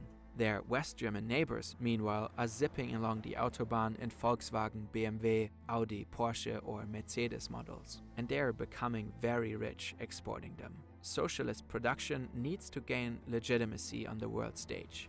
Could unbreakable glass be the big win East Germany needs? The task is classified as a project of particular urgency, and the chemists get to work. Glass is all around us, so much so that we don't even notice it, except of course when it breaks. Glass has been with us for a very long time. It's found in nature, like the volcanic glass obsidian, but we've been developing it ourselves for around 4,000 years. Glass is made from sand. Sand's primary constituent is silica. which, when melted and cooled rapidly, creates an amorphous solid. This means that its atoms have a disorderly arrangement. Most solids are composed of orderly crystalline structures, but these atoms are all over the place. It's this random, irregular arrangement of atoms that makes glass so breakable. Glass doesn't break because it's, as commonly believed, inherently weak. Glass is actually quite strong. It can sometimes demonstrate strength greater than steel. Glass breaks because of stress. It may be strong, but it's a very brittle material. This means that it can withstand pressure over time, but it breaks easily with stress like a sudden impact or temperature change. When stress is applied to glass, such as bending or striking, the irregular arrangement of its particles doesn't allow it to deform or stretch like a material with a regular crystalline structure would. Instead, the particles are jostled about randomly, which creates space for flaws to develop and propagate. The rapid spread of cracks causes the glass to shatter into sharp fragments. This tendency to shatter is the biggest drawback to glass. Humans have been experimenting with ways to make glass tougher for thousands of years. In the Bronze Age, ancient glass makers discovered that mixing the ash of desert plants with sand could make glass more stable and workable. We now know this is because of the calcium oxide, also known as lime, found in the desert ash. Lime is also sourced in limestone, which is abundant in many places on Earth, making it a relatively inexpensive additive. As a result, soda lime glass is still the most prevalent glass worldwide. By the 1970s, other methods had been developed to strengthen glass, tempering it with heat or laminating it between sheets of plastic, for example. But these methods are energy intensive or not good at keeping glassware thin and transparent. The East German scientists are looking to produce glass stronger than your standard, still rather breakable soda lime glass, but on the cheap. After a couple years of studying glass, they experiment with ion exchanging, a process that had been discovered in the mid-19th century. Until this point, it was used mostly for military applications.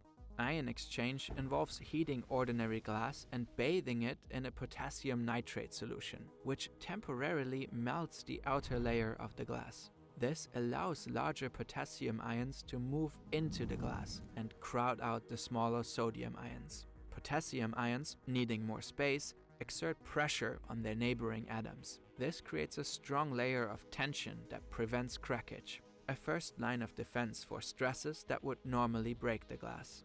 With the ions having less space to be jostled about, there's less space for flaws to develop. The ion exchange method works beautifully. The scientists modestly predict this new glassware will be 5 times more durable than ordinary soda lime glass. In practice, it's up to 15 times less breakable.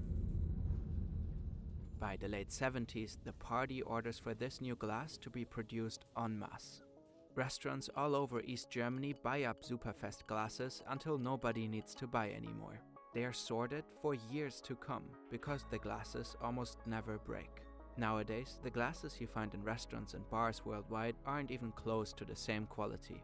Due to breakage, the typical bar replaces anywhere from 50 to 100% of its glassware every single year. Replacing glassware is a significant expense for any gastro business. By the 80s, East Germany is in glass overproduction and there's a surplus of Superfest. The company patents it, hoping to sell it on the European market. The Council of Ministers is counting on Superfest to bring in 3.7 million Deutsche Marks per year. But there's just one problem. They can't find any buyers. They commission West German sales representative Eberhard Pog to spread the gospel of their superior new product. Pog is blown away by Superfest's quality. He's convinced he'll sell Superfest super fast. East Germany arms him with more than a dozen models, from beer to shot glasses, and sends him off to international trade shows. Pog has got connections to the biggest names in glass production, including Coca-Cola. He eagerly demonstrates Superfest's quality with the zeal of a true believer. But nobody cares. He doesn't sell a single cup. As he recalls it, Coca-Cola reps say, "Why should we use glass that won't break? We earn money with our glasses." Other glass dealers tell him, why should we saw off the branch we're sitting on? The problem with Superfest glasses is that they are just too good. The values that guided its production are not the values that guide most manufacturing. They are entering a market where disposability often trumps durability. A profit motive can incentivize businesses to create products with planned obsolescence. Planned obsolescence is the design of products with an intentionally limited shelf life so that consumers will buy the product over and over again. It's a controversial but very effective business practice. For example, light bulbs that never break have existed for more than 100 years. But in the 1920s, a cartel of light bulb producers made sure to never produce anything lasting more than 1,000 hours. They Once lost the money, Berlin that's Wall why. fell and the GDR dissolved, Superfest 2 ended. In 1991, it shut its factory for good. Collectors still hoard crates of the glasses or sell them on eBay. There are restaurants and bars throughout Eastern Germany that use the same Superfest glasses they bought 40 years ago to this day. Though planned obsolescence is not the whole story for Superfest's disappearance. It was also just ahead of its time. Major US manufacturer Corning Glass experimented with hardening glass with ion exchange in the 60s, independently from what was happening in the Smartphones. GDR a bit later. And when they realized how Exploration. strong it was, Oh, sorry. they thought, like the East Germans, that they had hit the jackpot. They pitched their glass to companies that make phone booths, car windshields, and prism windows. At first, there was interest, but sales were slow.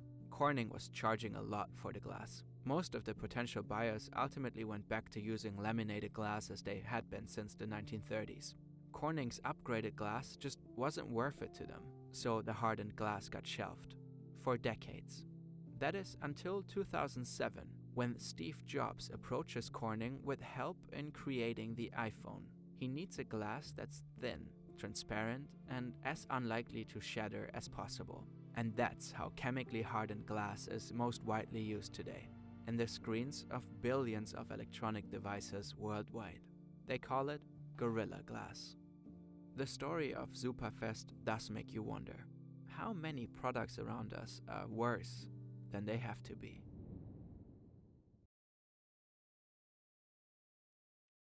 Wow.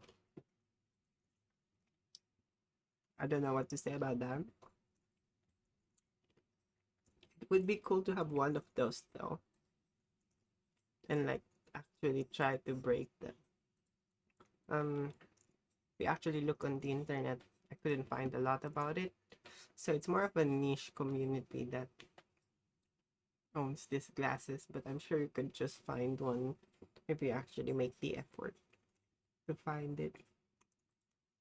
Or to find one, sorry. This next one is about a cult, and apparently it took over Japan. So their neighbor, South Korea, unfortunately has a number of Christian-linked cults, or basically cults, like small cults of all sizes. And yeah, I wonder how it got there.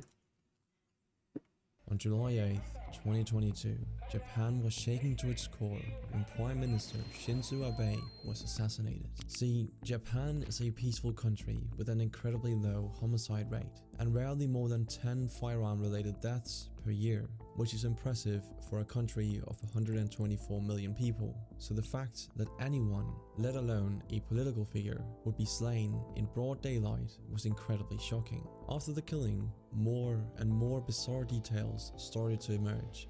Has blamed the religious cult for bankrupting his family. From homemade weapons to a religious cult and corruption at the highest levels of politics. Nearly 2 years later, it almost seems now that the killer actually got what he wanted. A deep investigation into the religious group that destroyed his family and infiltrated Japanese politics. What happened here is one of the craziest things I've ever had to look into, and the fact that this was even possible is the most unbelievable part, as you'll soon learn. However, understanding how the cult took over Japan starts with the understanding and assassination of Abe. Shinzo Abe was a polarizing figure, known for his nationalist views and deep desire to rebuild Japan's military. Abe came from a political family. His father was a lawmaker and held minister-level positions, and his grandfather was prime minister in the 1950s. Abe briefly became prime minister in 2006 and then staged a comeback in 2012, ending up the longest-serving prime minister in Japan's post-war history. Even after his resignation in 2020 due to his ill health, Abe remained undeniably influential, continuing as president of the Liberal Democratic Party that dominates Japanese politics. He continued to give speeches and other sporadic appearances to aid his party, but mostly retired from political life until suddenly he was assassinated. But first, the former Japanese Prime Minister Shinzo Abe has died after being shot while giving a speech at a campaign event. This is Tetsuya Yamagami. At first glance, he hardly has the portrait of a killer. He was born to an affluent family with a construction business, but the important part of this story is that the control of the family business fell to his mother after his father died. His mother joined a religious sect infamous for manipulative fundraising practices. She fell for their tactics and proceeded to donate all of the family's funds to the church, leaving them in complete ruin to the point of bankruptcy. She continued donations after the bankruptcy, even when her children were going hungry. Yamagami's uncle tried to help support the family financially, but his mother gave this money to the church. The resulting financial situation was devastating to his family, preventing Yamagami from attending university and keeping his brother from badly needed medical care. In total, she gave over 100 million yen, or over $650,000 at current rates, to the cults. But the third element of the story to understand is the cult that ruined Yamagami's family. This is the Unification Church, whose followers are sometimes referred to as the Moonies, after its founder. It's a cult of personality centered around its founder, Korean national Sun Myung-moon. The religious group began in 1954, just after Korea was split in half by 3 years of brutal war, and less than a decade after Japan's 35-year tyrannical occupation came to an end. During these trying times, Moon created his own sect of Christianity, the Family Federation for World Peace and Unification, also known as the Unification Church. This church presented Moon as a messiah who came to earth to lead man to redemption, ridding followers of original sin through perfect families. Moon preached that arranged marriages blessed by him would be without sin and thus give birth to sinless children. 2,000 couples arriving at a stadium outside Seoul, South Korea for a mass wedding. To set an example, Sun Myung-moon and his wife Hak Ya-han had 14 children, but their plan for perfect children clashed with reality.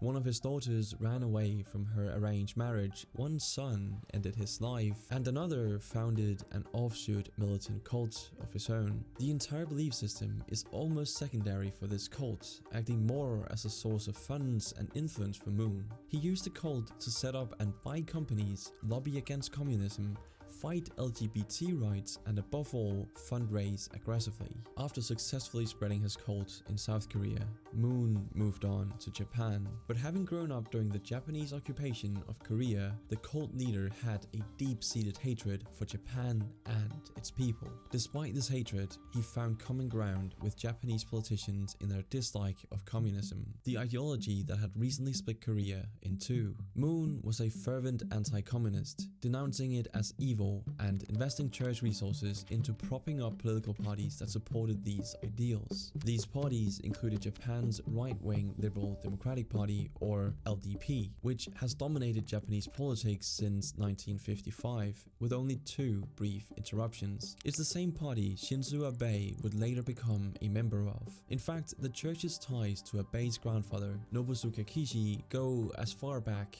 as the 1960s. The Unification Church started providing donations to the LDP and sending church members to work as secretaries for party officials, and the link slowly grew stronger. Eventually, the church gave large donations and mobilized its followers on behalf of the LDP. The ties between a conservative Japanese political party and a South Korean cult might seem odd at first, given that the nationalistic LDP denies many of Japan's World War II era war crimes, including those committed in Korea. But it didn't matter to Moon, because the connections with the LDP allowed the church to skirt oversight as they expanded in the country with aggressive tactics. They set up shop on college campuses under a fake name, and once believers were hooked, they aggressively extracted as many donations from them as possible. A routine tactic was to claim that a person's departed loved ones were in hell and sell a ticket to heaven for their soul, often in the form of overpriced trinkets. The media caught on to this tactic, and public pressure forced the church to abandon it. Still, they continued to use other methods to manipulate Japanese believers into donating as much as possible. This is the kind of manipulation that Yamagami's mother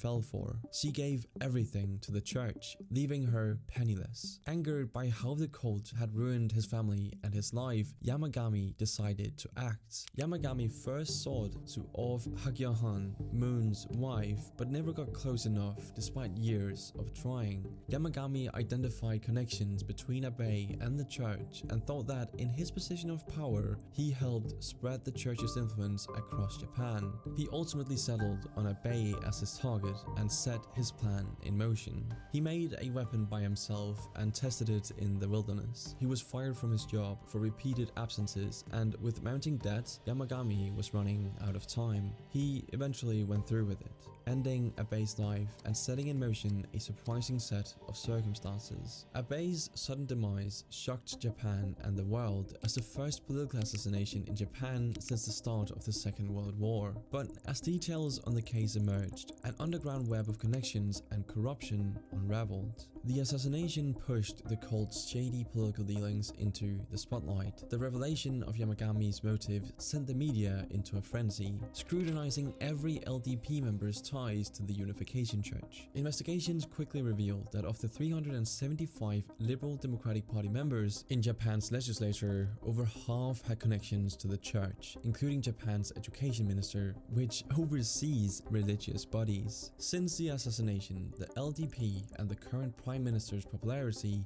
plummeted from 50% to just over 20%. The religious scandal is not the only reason, but it's certainly a major one. To what extent the church has influenced policy remains a mystery. Lawmakers and church representatives remain tight-lipped. However, outside observers believe the church has been in decline since Moon's passing in 2012, selling assets like Moon's luxury retreats and his businesses. After all, the story of a new messiah arriving to save humanity doesn't hold much water when the messiah is no longer alive, and the perfect family teachings ring hollow when Moon's own sons are bickering over their inheritance in court. In response to the investigation's discoveries, the Japanese government has moved to dissolve the Unification Church in Japan, citing their fundraising tactics. However, the trial is still ongoing, and the first hearing took place a few days before this was written. With the church likely ordered to dissolve in Japan, the group is said to have begun pressuring their US-based believers to donate more. We'll have to wait and see how things play out. As for the assassin himself, he was arrested at the scene and pleaded guilty. Many are sympathetic to Yamagami, seeing him as a, I'm gonna butcher this pronunciation, but Shukyu Nisai, or in English, a child of a cult member forced into a manipulative belief system. An online petition requesting his sentence be commuted got over 13,000 signatures. There were protests against holding an official state funeral for Abe, and some even showed up to the protest cosplaying as Yamagami. The whole situation leading to the assassination and its aftermath are just mind-boggling. I'd be curious to hear your take on all this in the comments, but that's it for this video. Thanks for watching, and I'll see you in the next one. Good. As for cults, they're everywhere. Yeah, I've unfortunately noticed there's a lot. There's that big influence in South Korea. I mean, North Korea alone is acting like a cult. Even China is acting like a cult at this point. But yeah, that's the very one factor that cults do, they try to like not disintegrate to society, but like control. It's that control of information and or dominance basically. If as far as I know, from what I heard on the internet as well, North Korean spies are often, yeah, they're, they're forced out of their will to conduct espionage against South Korea because their family is being held hostage. And yeah, this has Philippines as well. The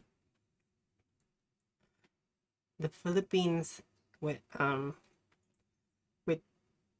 I don't want to mention anyone, but there's this big church. It's a really big church, and unfortunately, they're around the world at this point. They're hiding. Oh, hello. Thank you for following, by the way.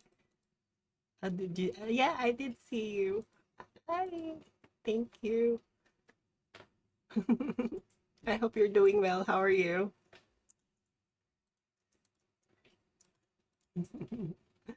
But anyway, there's this big cult. Like, he was able to make connections with the Philippine president, one of the Philippine presidents. I'm not gonna mention who, but yeah, he was.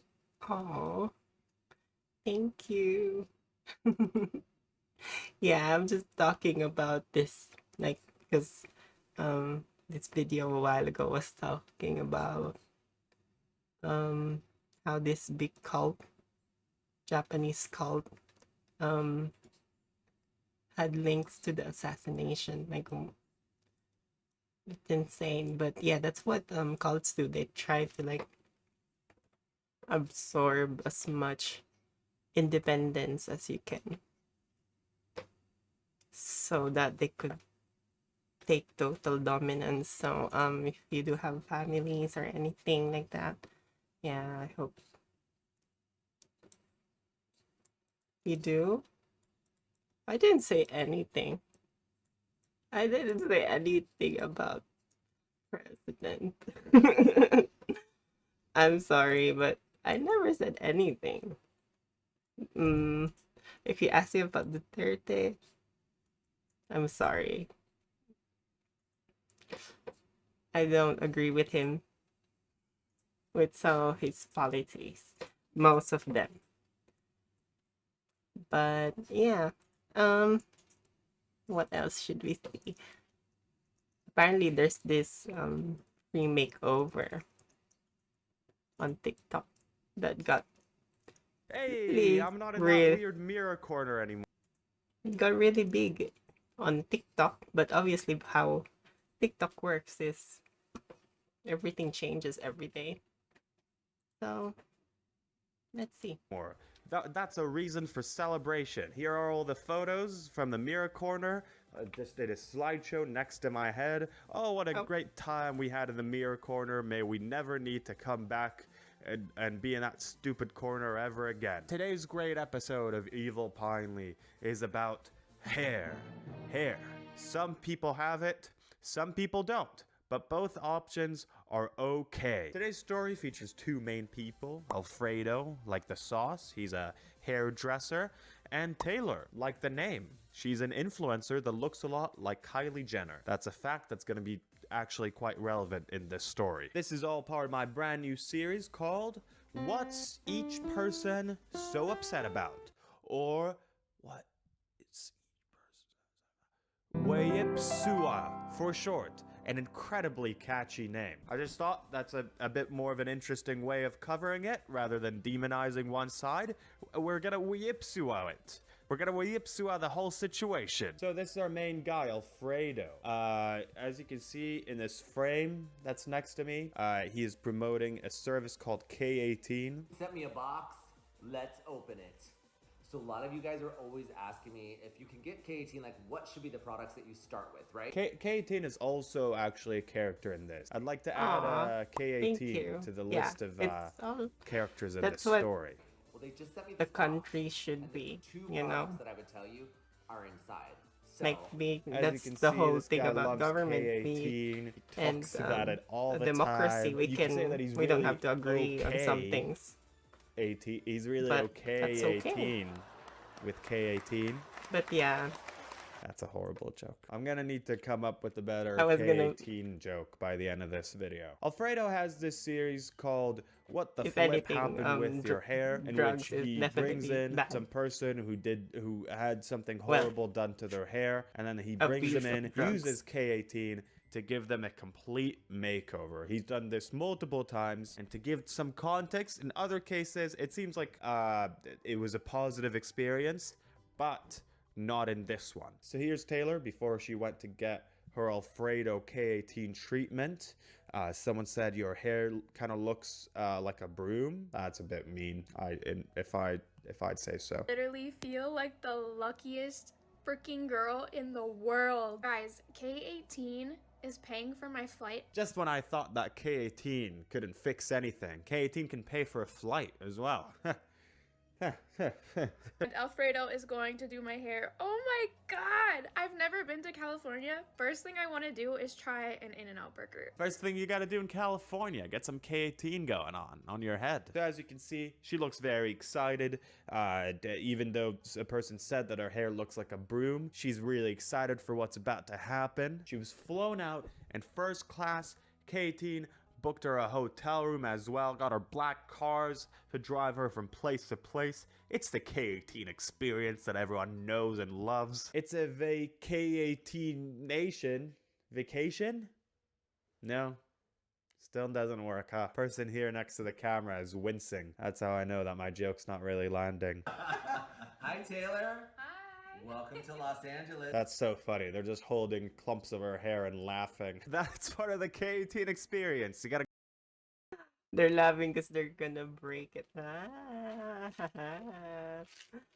go through a humiliation ritual first before K18 fixes your life. I just realized I didn't say what K18 is. It's a hair thing. All right, let's keep going. We're here. It's time for a major hair transformation. Tell us like what happened, and then let's get into what we're gonna do about it. Basically, I've bleached my hair 3 times now. I've used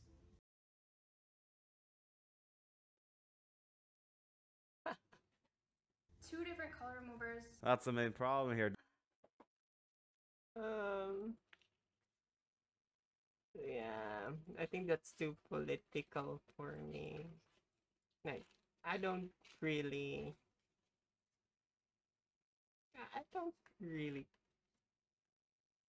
care about political stuff. And it sounds like you're giving off really weird vibes, so I might have to like give you a timeout for a second there. I didn't use K18. Rookie's mistake. I don't appreciate that. Like, yeah, look, I'm not here to listen to your opinion. You can freely leave if you want so. But yeah. If you want to talk something political, then I think you should go somewhere else. I'm sorry. It's K18 for everything. Thank you, TikTok, bringing people together, one head of hair at a time. But it's definitely a little crunchy. It's a little crunchy. Calling your hair crunchy, this is horrible. It's a horrible experience. This is kind of a part of the series, I guess, called What the Flip Happened to Your Hair. You know you're gonna get some roasting when you're on the What the Flip Happened to Your Hair chair. We are gonna do extensions, but like we love the length. So I'm gonna show you like this is kind of the color I'm thinking. What do you guys think? So he's saying we're gonna keep the length as is. We're gonna give you this beautiful brown hair. Remember these things. Remember her face. Let's have her face right here next to my head. Remember her face when he says we're gonna keep the length as is. This is gonna be important. So they end up fixing her hair. I've skipped just to the third video, and there's something that I found pretty funny about this video. I wanna play a little game where we count how many brands does Alfredo mention in this 1 2-minute long TikTok. Taylor did extensive damage to her hair at home, bleaching her hair multiple times using color removers. We got K18. K18. Classic. The K in K18 stands for classic. In Minneapolis, and they were so gracious to fly her to LA for this one to help us save her hair. They were so gracious. I love K18. They're so gracious. Ends, and then came in there and did some texturizing and shaping of her hair. It was such a joy. Oh. Look at this bottle that he's holding. Design Me. That is absolutely a brand that they're working with or sponsored by. All right, that's brand number 2. So a lot of you guys were asking me what I prescribed to Taylor. I wonder what he prescribed to Taylor. I wonder what brands were prescribed. I gave her Calisum. That's Calisum right there. That has an ingredient called PTT6. That's Calisum right there. It's one of the best things out there. Got TPT6349. It's one of the best ingredients in the game. It's gonna help her on a scalp level to help her hair grow back faster. Then I added Bellamy Hair Pro extensions there. Gotta use Bellamy Hair Pro extensions. Gotta use them. Best extensions in the game. What number is this? 4? I think that's number 4 so far. Color was a perfect color match. We didn't want to add length, actually. We liked the length. As a collective, they like the length. Remember that. Flip is using Design Me there. He's using their spray, and that's their Puff Me. I am obsessed with that. He's obsessed with that. Can't stop thinking about their Puff Me product. I think she looks exactly like a Kylie Jenner doppelganger. Okay, so that's the before, and that is the after. Okay. Now, I'll be honest, I don't know much about hair, besides the fact that I have one on my head. To me, I'm not a hair detective. It's hard for me to tell what is wrong here, but a lot of people in the comments did find something wrong with this hair. Top comment, I'm no professional, but I'm not a professional as well. So, she flew all the way for that, 27,000 likes. I thought she was Kylie Jenner. That's definitely underwhelming. She just aged 20 years. That could be the makeup though. That could be just that the makeup makes her look a bit more mature, I guess, or something. Amy's coming on in the defense. What do you expect? Her hair was damaged. I think the transformation is healthy and realistic. I mean, hey, if you compare it to the before and after, it's a big difference. A big difference. All right. So after that, Alfredo, the guy, not the sauce, he decided to respond to all the haters out there saying that this was shit. He responded to a comment saying, I wonder if she's as disappointed as we are. Like the 4,000 comments saying that you don't get it, that you love it, you think it looks gorgeous. Thank you. But to the many of you that came for this hair, this video is for you. This video is not for me. I didn't come for this hair. I'm fine. I'm fine. I'm out of the crossfires. I'm okay here. Don't worry about me. This video is about you guys. You haters. He's showing like a clip of her saying that she loves it. She loves the hair so much. Love it so much. Thank you guys so much. We love you. Thank you for trusting us. He shows that she sent him a message saying, good morning. I just want to say thank you so much for everything. I was kind of out of it yesterday because I only slept for a few hours the night before, but this was such an amazing experience and I'm in love with how this hair. I'm in love with this hair. So then he's saying that the reason the hair color is what it is on camera is because of the ring lights, which yeah, looks a lot more natural. Less orange, I guess, you know? I got into this because I wanted to help people who had been through extreme trauma. So the last thing I want to do is have Taylor not be happy. But clients, let us know what you want. So, okay. I know that this series is called What Is Everyone So Upset About? What is each person so upset about? But I do want to say something that I'm a bit upset about. I don't really like the attitude that some influencers who give people free stuff and then film it on camera have the attitude that like that means that they just did a kind thing. And I'm not particularly a big fan of ignoring the optics that the fact that you're filming the good deed that you're doing on camera makes you look good, especially considering you're partnering with like a billion different brands. Let us know what you want. Even though we did Taylor for free, K18 was so amazing. They gave her first class airfare, put her at the Mondrian. K18 was so amazing.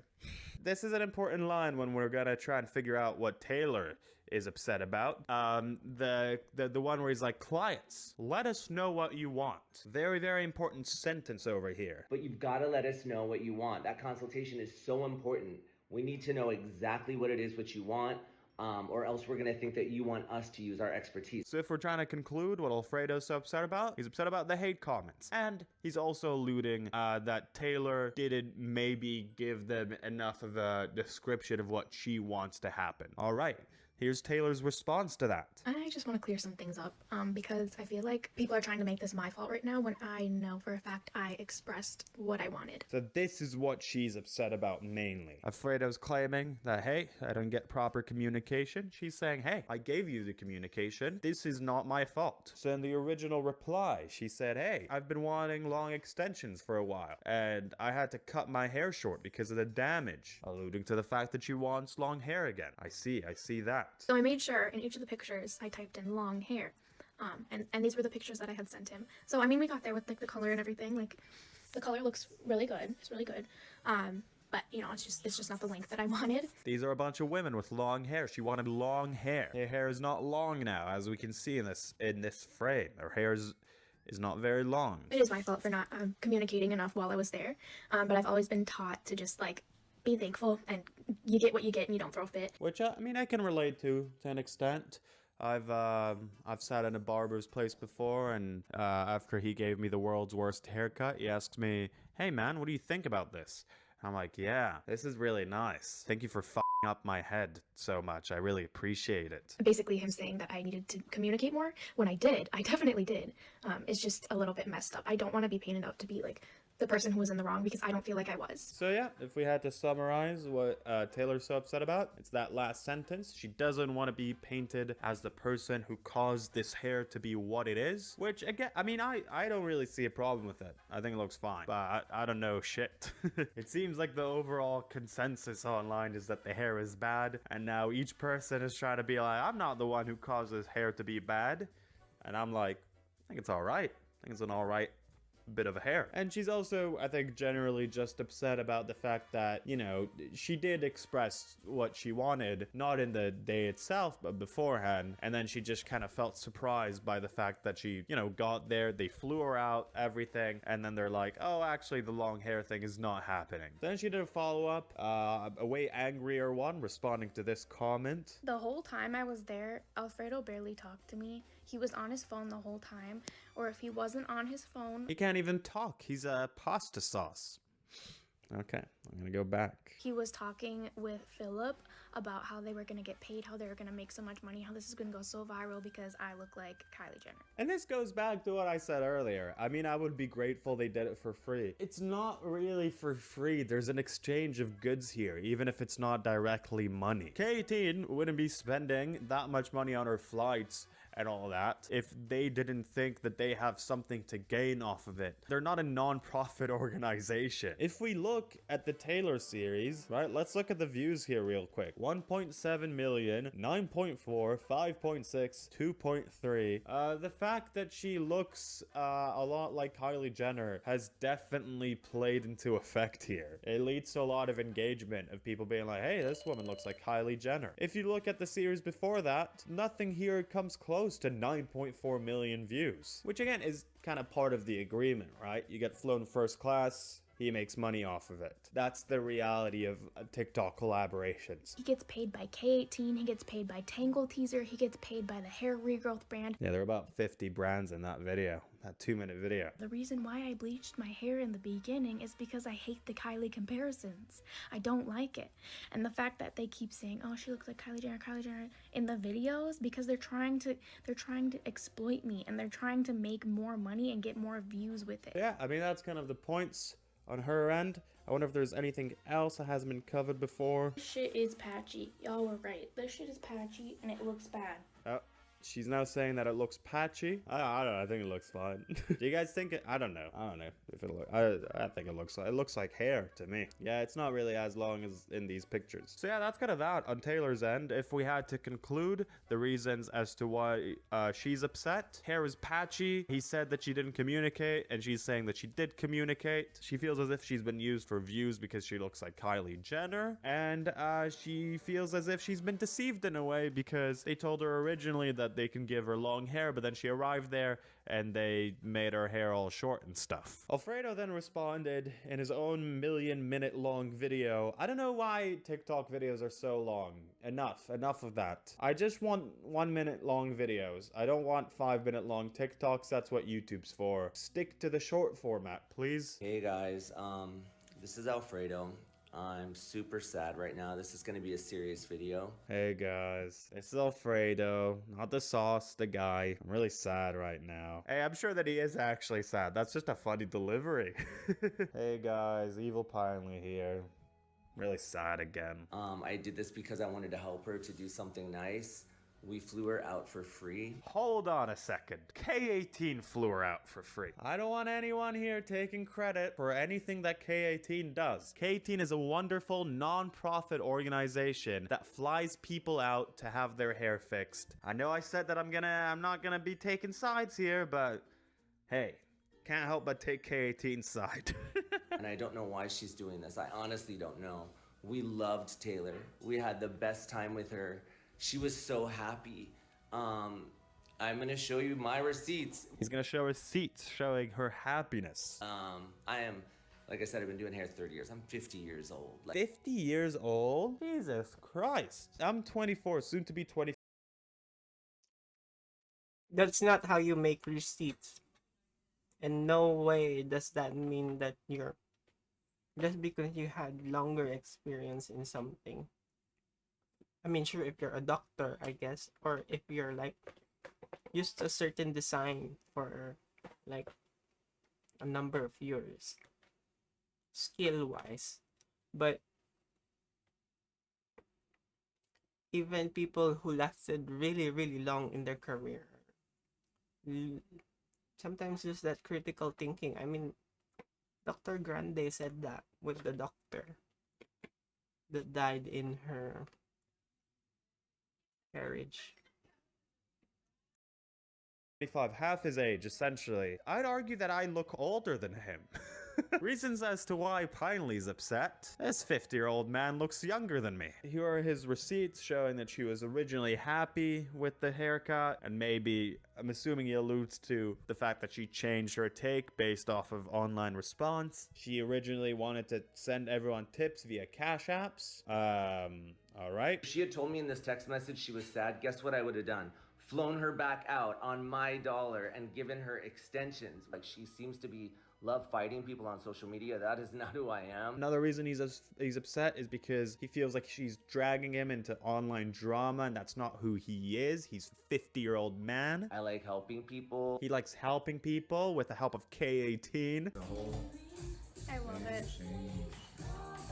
Absolutely love it. Copyright. He's showing another receipt showing that she loves it. Again, I think if I would not like to be held to what I say when I'm all awkward in a barber's chair.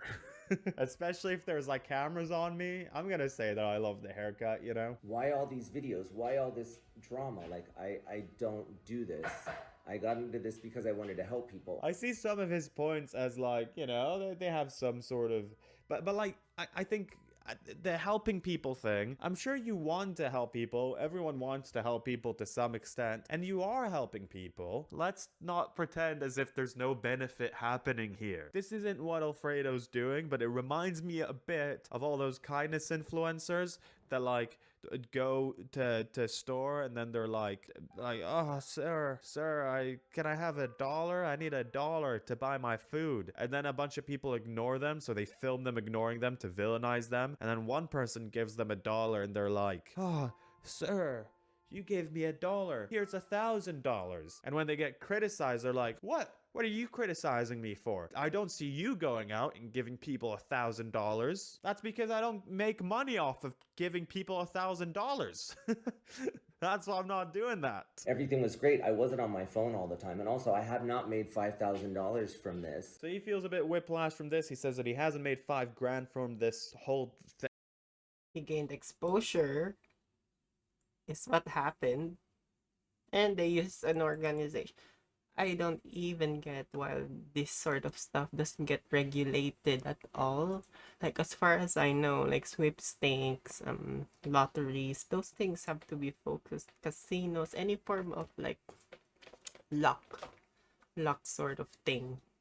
I mean, I find that even free ones, they should be, because sometimes, yeah, people like these take advantage of that whole idea without like, yeah, without that professionalism or ability. Thing. If you look in the video, I tagged them and we used extensions. I'd be happy to give her long hair. Not anymore. No way. He said that he would have been happy to give her long hair. I think that's it. I don't know. This video is so long. So I feel like it's really ungrateful and really unfortunate, and I don't know what to say, because I don't know who this person is that is making these videos. It's not the person that was at the salon. I think that's that. Both sides have their own opinions. Their last two videos got so long that I think I just kind of lost track of the situation. Feel free to leave your thoughts about this in the comments. To finish this video off, I'm gonna freestyle a song about K18, because when I'm really trying to think about this, I think that's what this story is all about, right? It's about K18. One of the best things on planet Earth. K18, all my life, where have you been? I love you, K18. You fly people out to places they've never been. Oh, K18, please subscribe to my channel. What is K18? What the hell? That's it. I gotta search that.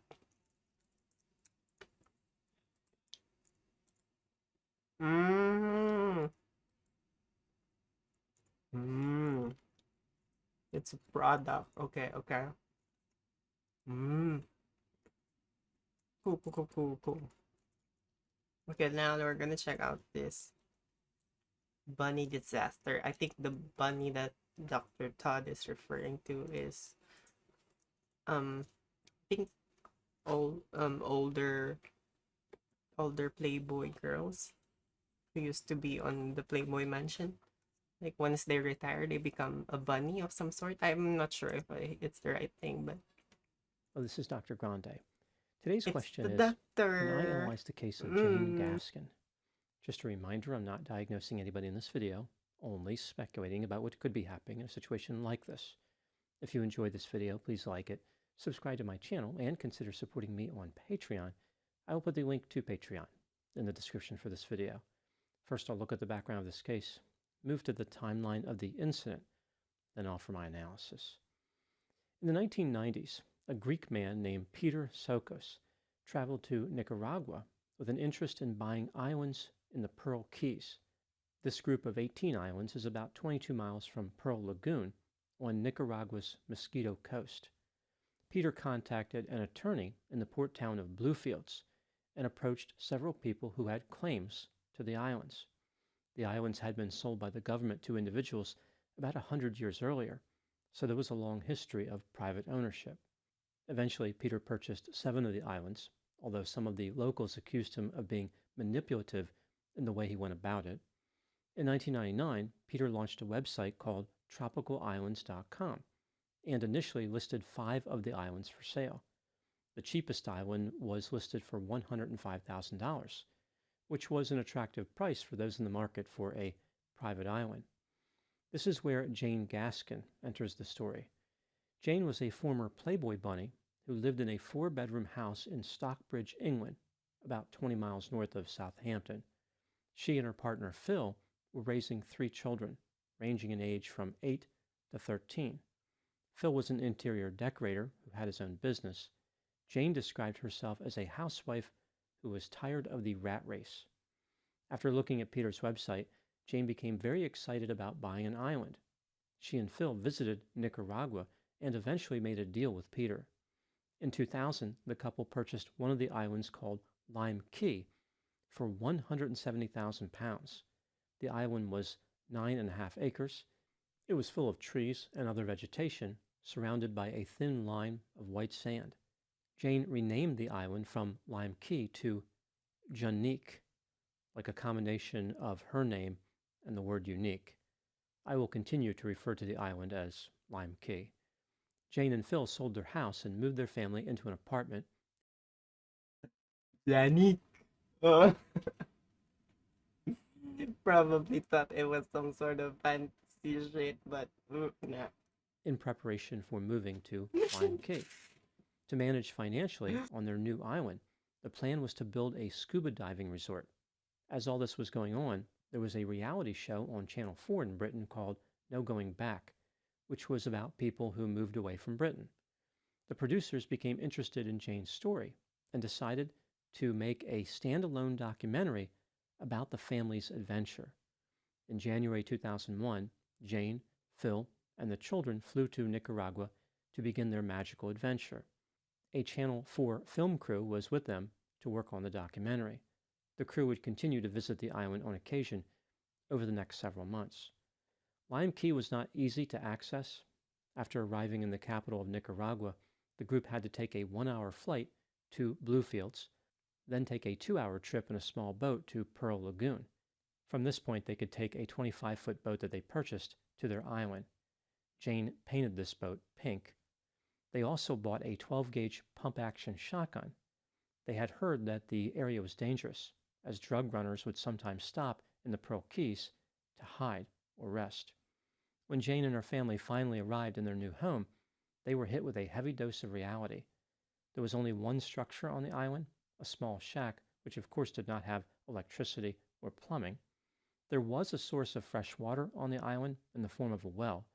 The family also had a generator, so they could run some electrical devices, including lights for the shack. The fresh food that the family purchased before their arrival quickly went bad, and they ran out of gas. For the most part, the family lived on rice and a large quantity of beans. Perhaps this was part of a plan to produce their own gas. Phil didn't really seem to know anything about construction, yet this adventure was essentially a construction Dr. Grande, so funny. Oh my god. Ha ha ha. project. He planned on building 6 cabanas and a restaurant on the island. Only £50,000 had been set aside for the project, so money was tight. Phil and Jane hired several construction workers and a couple of cooks with the intent of completing the scuba diving resort in a year. One of the workers was a former guerrilla fighter named Teodoro Tinoco. He not only performed construction work, he was the driver of the family's boat. Apparently, Teodoro was open to other types of activity as well. For example, he started having an affair with Jane. Apparently unsatisfied, he also became romantically involved with one of the cooks. In what appears to be a highly hypocritical move, Jane was displeased with Teodoro cheating on her and kicked him off the island. He came back a while later looking for his job, only to be rejected again. This would not be the last time that he visited the island. Now moving to the timeline of the incident. On September 23, 2001, Teodoro and 4 other perpetrators landed on Lime Key armed with AK-47 rifles. They confronted the family members and 2 of the workers and placed them in the family's boat, declaring that they were being kidnapped for ransom. The price was $1 million. Apparently, Teodoro believed that the family had this kind of money, but this assumption was inaccurate. The perpetrators tied their boat to the family's boat and set off from the island. The attackers were wearing masks, but the family members recognized the voice of Teodoro. Phil didn't say anything because he feared that it would guarantee his own murder.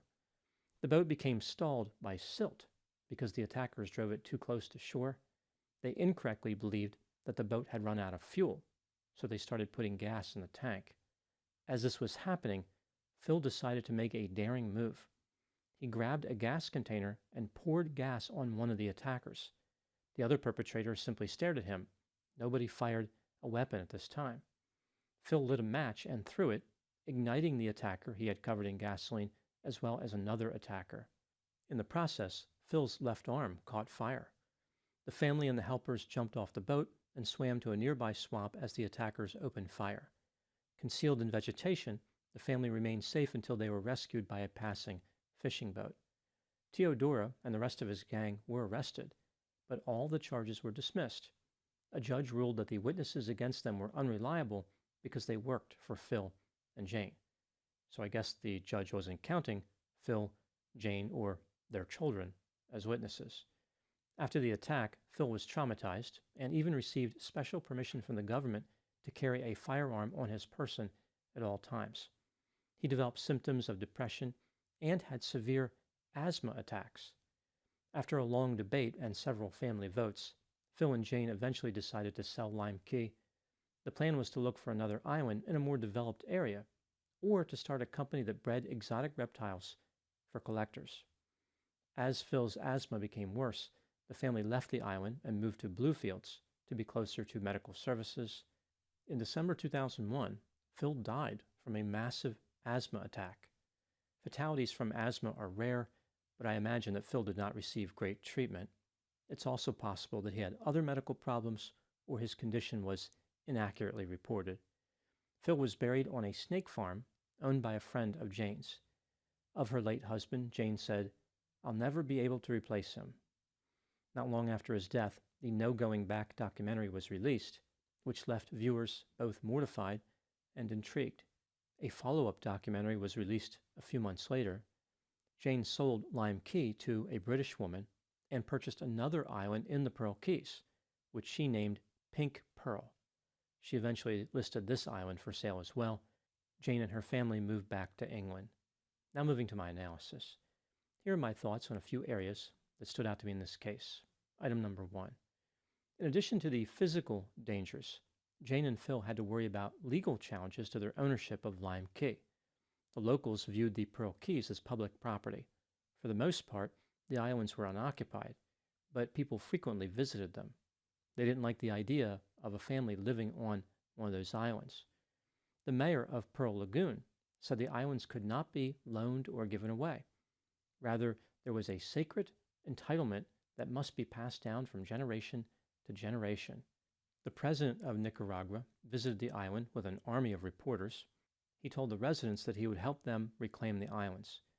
Jane and Phil did not seem to understand the level of corruption in Nicaragua. It is one of the most corrupt governments in the world.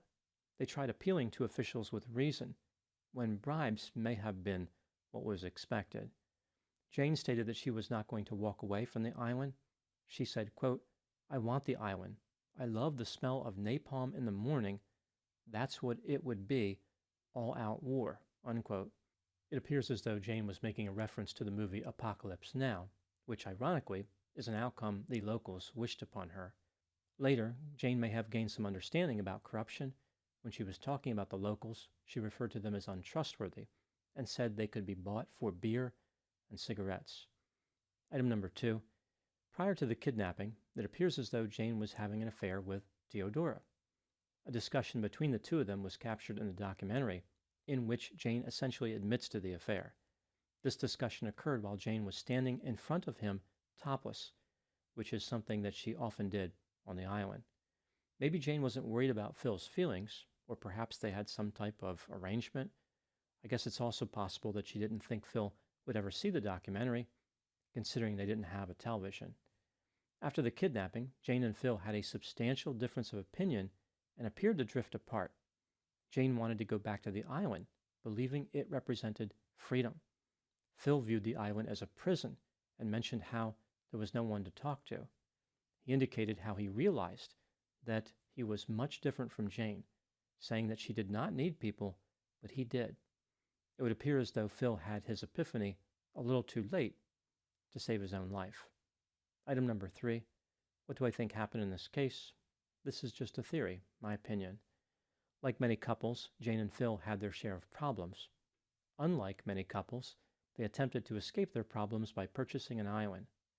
There were a few different motives behind this purchase. For example, disagreements the couple had with Jane's parents, a sizable mortgage on their house, and other debt. Their solution to having money problems was to spend £170,000 to buy an island and £50,000 to build a resort. Apparently, they chose to ignore the fact that their plan to make money on the island was half-baked at best. Even if they could have generated revenue, they didn't budget anywhere near enough for construction. There is the sense that Jane and Phil were truly clueless as to what was required to live on an island, much less to build and manage a resort. They left most of the comforts of the modern world behind and embarked on a construction project in an area with hostile locals, a monsoon season, armed gang members, excessive quantities of insects, and a corrupt government which jeopardized their ownership of the island and did not prosecute the people who kidnapped them and their workers. Jane and Phil jeopardized their own safety and the safety of their children in a ludicrous attempt to chase their dreams. Instead of traditional school, Jane was the children's tutor. Instead of traditional recreation, the children resorted to racing hermit crabs. It must have been a miserable existence. The probability of success that Jane and Phil had from the beginning was just about zero. The best they could hope for was to get out alive, which, unfortunately, one of them was not able to do. When looking at the danger this family was in all the time they were there, including the kidnapping, it's truly amazing that any of them survived. Those are my thoughts in the case of Jane Gaskin. Please put any opinions and thoughts in the comment section. They always generate an interesting dialogue. As always, I hope you found my analysis of this topic to be informative. Thanks for watching.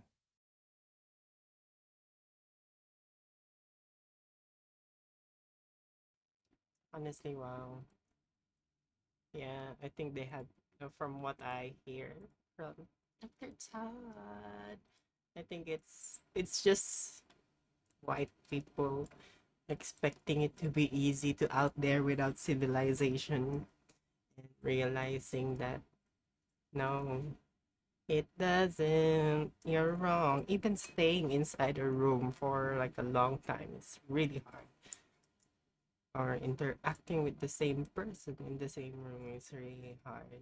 Like the same people in a routine that never stops. Like even a routine can get really, really exhausting. So, yeah. Oh, why do I have that K18 bullcrap?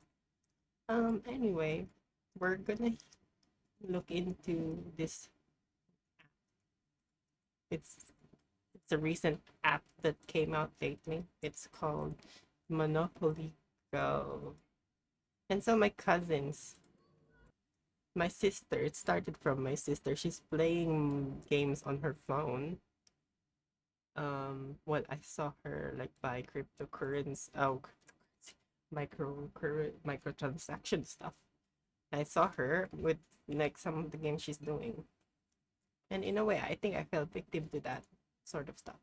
But anyway, yeah, she's gonna see how, well, take it as you will, what Miss Belinda Ercon says here. But yeah, my cousins, my sister, kept sending me this Monopoly Go crap. I mean, look, I don't give a fuck, but obviously expect me to get pissed if I keep seeing it on my fucking messenger shit. But on the other hand, I play Duolingo and I stay on that 400 days straight. So hallelujah. But I never share them though. I never share them to anyone. But I'm confident about my skills in first level Chinese, first level everything, because that's all I can handle for some reason. I think I'm a dumb bitch. But anyway, we can go into that. And yeah, let's just see what Belinda says.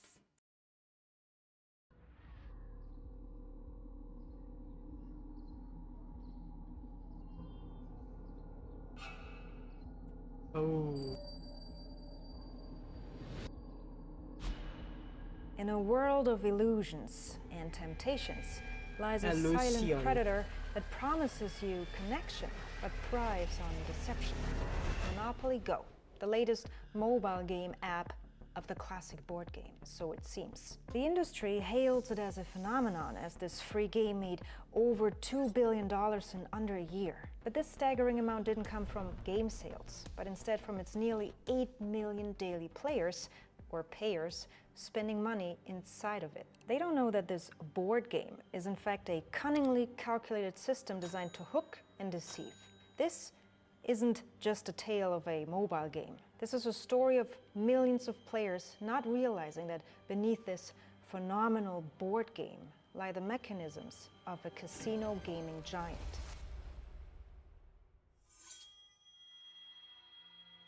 The studio behind Monopoly Go, Scopely, made its first headlines when it made $1 billion in lifetime revenue just 7 months after launch, a feat only matched by Pokemon Go. Now at $2 billion, the press celebrates it as a mobile game that made history, never mentioning any comparisons to casino game. Hasbro, the owner of the Monopoly brand, is sending congrats. And Scopely too congratulates the hard-working team of Scopelians in the typical corporate make-believe charade.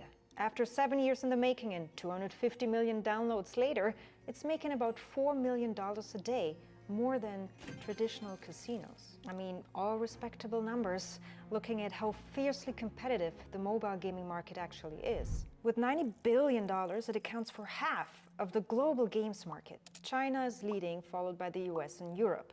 And with 60% of Americans playing mobile games, it's not surprising to learn that the US is publishing most of them. Fast forward and we're swimming in options. 500,000 games on Google Play and another 200,000 on the App Store. No wonder mobile gaming has the highest consumer spending in the world. And Monopoly Go is killing it, consistently ranking top 3 across the world. Surprisingly, those who are playing or paying are mostly the older demographics. You might think it's the familiar, nostalgic Monopoly brand that pulls these folks in, but digitizing Monopoly has been done many times before. From Tycoon to Solitaire and Sudoku, nothing hit like Monopoly Go. So what's its secret? How could a seemingly innocent mobile game make $2 billion in just 10 months? To find out, I had to roll the dice a little bit further back and understand what it is about this brand to begin with. She named it the Landlord's Game, the precursor to Monopoly. Stenographer Lizzie Magie invented and patented a simple board with rectangles, go to jail, and public park. With 2 sets of rules, players collect and spend money. Her mission with this game? To teach the 99% about income inequality. Because back in her day, the US was deep in the Gilded Age with capitalism as the economic system. It was marked by industrialization and the rise of monopolies, controlled by only a few. So Lizzie created the game to show the dangers of capitalist monopolies. Fast forward, and she eventually sold her patent to Parker Brothers for just $500. Renamed to Monopoly, the game sold 2 million copies in 2 years, each at $2. 30 years later, and Hasbro steps in. When they acquired Parker Brothers, they basically took over the entire board game world. By the late 90s, they owned 85% of the market. Twister, Scrabble, Risk, Clue, Dungeons & Dragons, all Hasbro. You could say that Hasbro was a monopoly itself, and that in a board game market that's still raking in cash. However, they paused creating new games. Why bother when you can just build on the existing Monopoly brand? After chess, Monopoly is the most played game, holding the Guinness World Record for being played by 500 million. So expanding on that flagship brand is a no-brainer. It's cheaper than building new games and just as lucrative. And that's why Monopoly has every theme you can think of. Even a Monopoly movie with Kevin Hart is in the talks. And that strategy of doubling down on that flagship brand pays off. Hasbro mastered brand extension so much so, mobile gaming was the inevitable next step. So, in 2015, Hasbro makes a really smart move. They partner up with Scopely, who was by then already really big in mobile gaming. Together, they first launched the only officially licensed Yahtzee game, which hit 1 million downloads in just 4 days. Obviously, Scopely is not new to this #1 game, because their track record of #1 mobile games is long and loaded. with hit after hit. So much so, it propelled them to number 9 on Inc.'s list of the fastest growing companies in America. And among their long list of investors, I also found names like Arnold Schwarzenegger and former CEO of Paramount Pictures. And even Ellen couldn't resist partnering with them. You can even play against me, and if you're good enough, you might win my lucky dice. By 2019, they smashed past $1 billion in revenue and expanded globally, acquiring studio after studio. And then in 2023, they hit a jackpot twice. A $5 billion acquisition by none other but Saudi Arabia's Sevi Games Group, and a week later, the launch of Monopoly Go. Hasbro therefore found in Scopely their ideal partner in crime. Here you go. 1, 2, 3, 4, 5. But how does this crime unfold? The classic board game is known as a family game that can last hours. To best translate this into a mobile game, Scopely simply looked at the #1 social casino game that got it all figured out. Coin Master.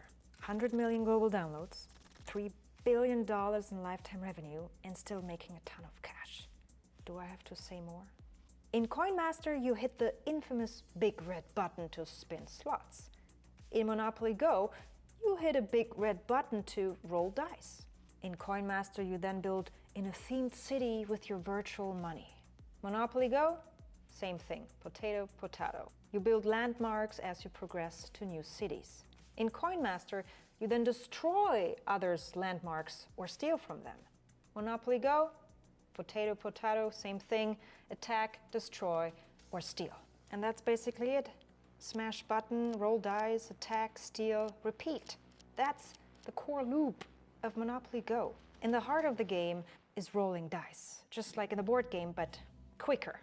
For God's sake, you don't even have to tap the big red juicy button. You can just hold for auto roll. You don't have to do keep rolling. Oh, keep rolling, but I'm out of dice. 5 rolls in 18 minutes. But if I don't want to wait, I can pay 13 bucks. No, thanks. You see the twist? Everything in this game is time-bound. Deals on the left, game modes on the right, daily events, the amount of dice, all attached to timers. The game is a race against the clock. First, it makes you feel all lucky nearly all the time. You get hooked to this dopamine loop, dice after dice, and then suddenly you're out of dice. Want more? Please pay. Or wait 12 hours. It's your call. But that's how the game hooks you, just like I hooked you with my YouTube intro. And this is far from the board game it advertises to be. This is a thoughtful reconstruction of a slot machine using all the dark patterns and stimulations you find only in casinos. This is a Skinner box in your phone, a dopamine simulator. Rolling dice, that's you pulling the arm of a slot machine. This addictive nature, however, is only one thing. What really makes this game so successful are all its social elements. It seamlessly integrates with Facebook so that you can nudge your friends to become fellow addicts, and together you can trade stickers for your sticker album, a feature that simulates progression. And people, believe you me, they do anything to complete their sticker albums, from rolling more dice to paying strangers real money. Facebook even has a dedicated official trading group where 8 million members are desperately losing it over stickers. Some people spend their entire day on multiple devices to chase the unchaseable. Oh, the game also tells you who attacked or stole from you, all to entice you to retaliate and roll more dice so you can attack back. This is a back and forth that can keep on for weeks, if not months. On the App Store, it masquerades as a board game, cleverly sidestepping any association with social casino apps. Its packaging sells you all the classic board game features, but once inside, none of these matter. As you progress, everything gets more expensive too. It takes more time to complete levels or replenish your dice. For very impatient players, this can be a massive wallet drain. On Reddit, I read how much people are spending on the game. It ranges from modest amounts to jaw-dropping sums, all the way to too much for sure. But some are straight up calling it what it is: a Ponzi scheme, pointless, garbage, a complete scam. And some are as baffled as I am. But yes, people are paying. In the industry, these payers are referred to as whales, a term applied to people who spend hundreds of dollars on in-app purchases. A while back, a video made the rounds exposing the predatory tactics mobile games use to milk these whales. In the video, the guy explains how monetization happens in 3 stages, from hook, habit to hobby. In a game, the hook is what gets you into the game to try out a free-to-play game. Then you build it into a habit that you play multiple sessions every day, and then at the end it's the hobby phase where people see it as one of their main hobbies, and they put lots of time and resources into it. Now, while the industry calls them whales, to Scopely they are regulars. The more regulars, the more it confirms that you have a very sticky game. After all, Scopely wants their games to become ingrained in your daily life and part of the routine. That was a tough pillow to swallow, knowing that the game's age rating is 9+ on the App Store and marked everyone on Google Play. Despite this, Scopely says none of our games are targeted to kids, they are for a general audience. You're right, general audience. Anyways, this general audience costs Scopely a lot. Around $500 million in marketing and user acquisition alone, as much as a AAA game development budget. Just saying. Their marketing approach is aggressive, but that's not surprising given how long it takes for people to install a game and then make a first purchase. 36% need several days of ad exposure to install the game and another month to make their first purchase. For their mobile game The Walking Dead, their marketing was so intense, they even flew out a makeup artist to zombify PewDiePie for a play session, hitting 4 million views. So when Scopely launches a game, their marketing strategy goes deep and broad. Deep with viral social campaigns and broad with TV and social media ads. Their ad campaigns usually come in 4 flavors. Ads based on IP to show the familiar board to target Monopoly fans. Ads based on wealth and upgrades, targeting those interested in progression. Ads on social interactions, targeting those looking for a social edge. And lastly, there are tons of paid influencer ads too. That I play after school, while I eat, on the toilet. Wait, what? These ad campaigns usually run for 1 to 2 years before they pay off. The idea is to really create a long-lasting flywheel effect, something that I mentioned in my Palworld video, where the end goal is to get players bring in more players, not ads. But until then, it's an aggressive ad campaign and they are effective. But this strategy isn't unique to Monopoly Go. Coinmaster really pushed that envelope when suddenly you could see J-Lo and Cardi B pressing that red juicy button. Is that Jennifer Lopez? Is that Coinmaster? Is that Jennifer Lopez playing Coinmaster? Download Coinmaster now. Come on, I'm waiting right here to whip your ass. Spending a ton of cash on celebrities fits right into the social casino world, a billion-dollar scene. Unlike real casinos, though, social casino games aren't really regulated. Real casinos, they have to watch out for players with problematic gambling behavior and are actually required to step in, otherwise they would face fines if they don't. That's how strictly regulated the traditional casino market is. Social casino games, however, they lack these strict regulations and safeguards against addiction. So there's no obligation for these games to actually monitor excessive gambling. And this lack of regulation means players, especially those prone to addiction, are less protected. Given that social casino apps are also up to 5 times more addictive than traditional games, it's also much harder for players to just delete the app. And so, Monopoly Go is the perfect example of a social casino app done right, but for all the wrong reasons. It mixes casual play and board game nostalgia, but cleverly conceals any casino undertones. It's packed with social features and hits every dark gambling trick in the book. On darkpattern.games, a website reviewing addictive mobile games, Monopoly Go, falsely labeled as a family board game, is on the naughty list. It ticks off every box for manipulative design, from temporal and monetary to social and psychological. Governments are starting to notice how these free-to-play games make their money, and they're not happy. Belgium has already banned loot boxes that rely on chance, and the UK is looking into it as well. Over in the US, where Scopely sells really big, there is talk of tightening the rules on buying things in games, especially for kids. But the real toll, though, is on the players, who get caught up and now regret it. They talk about their struggle to quit, or the time they will never get back. The facade of Monopoly Go might be crumbling as more players catch on to the game's true nature. But there's still fresh meat coming in every single day. Fresh meat that is unaware of the hidden dark cycle they are entering. And so, isn't it ironic? The original Monopoly, designed to warn against capitalism, has now a $1 billion mobile version that's thriving on the very capitalism it meant to critique. How have we come to embrace or even celebrate these monopolistic practices once warned against? On Scopely's website, they are boasting big. #1 mobile board game. 6 billion jail visits, 13 quintillion earned.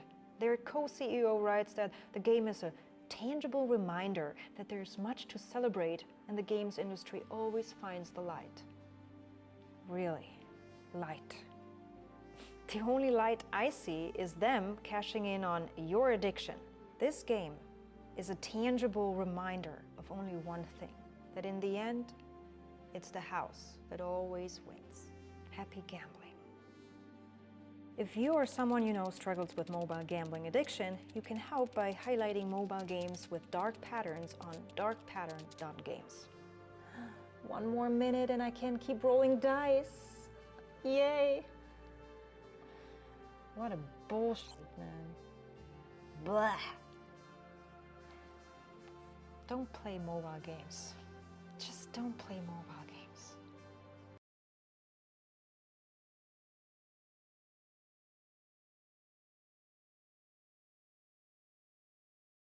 So I did a look at the amount of applications. I did look at the top free games on iTunes Store, and from looking at it, out of 10 games, 8 of them have in-app purchases. That's what they call them, microtransactions that are built to that are built to convince people to spend their money. And for someone without the income, without some sort of money flowing in, like a job, it will seem to be it will seem easier for them to control themselves because they don't have the capacity. But when it comes to other people, unfortunately, some people don't notice themselves getting into that addiction. So to generalize more about the addiction thing.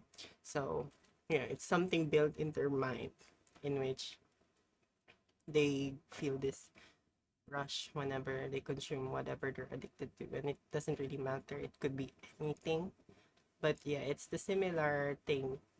It's what's happening in Monopoly Go. If you notice, I've had my cousin. I think my cousins, because I got pissed at one point. I got I think I was making a mean emoji at all of their Monopoly Go bullshit because I always receive them on Messenger.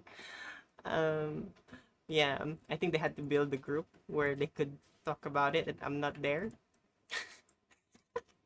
But I didn't really mean it as some sort of it wasn't really a mean way to I was just reacting. I think I was just reacting about it. I was just joking around them, but they kind of hid it away from me, which is kind of funny. But that's the thing about this, at mobile phone addiction, being addicted to spending money on microtransactions, is that it's a very new thing within software, applications that governments are not even used to them yet. they're not able to navigate it. Unfortunately, that is vulnerable.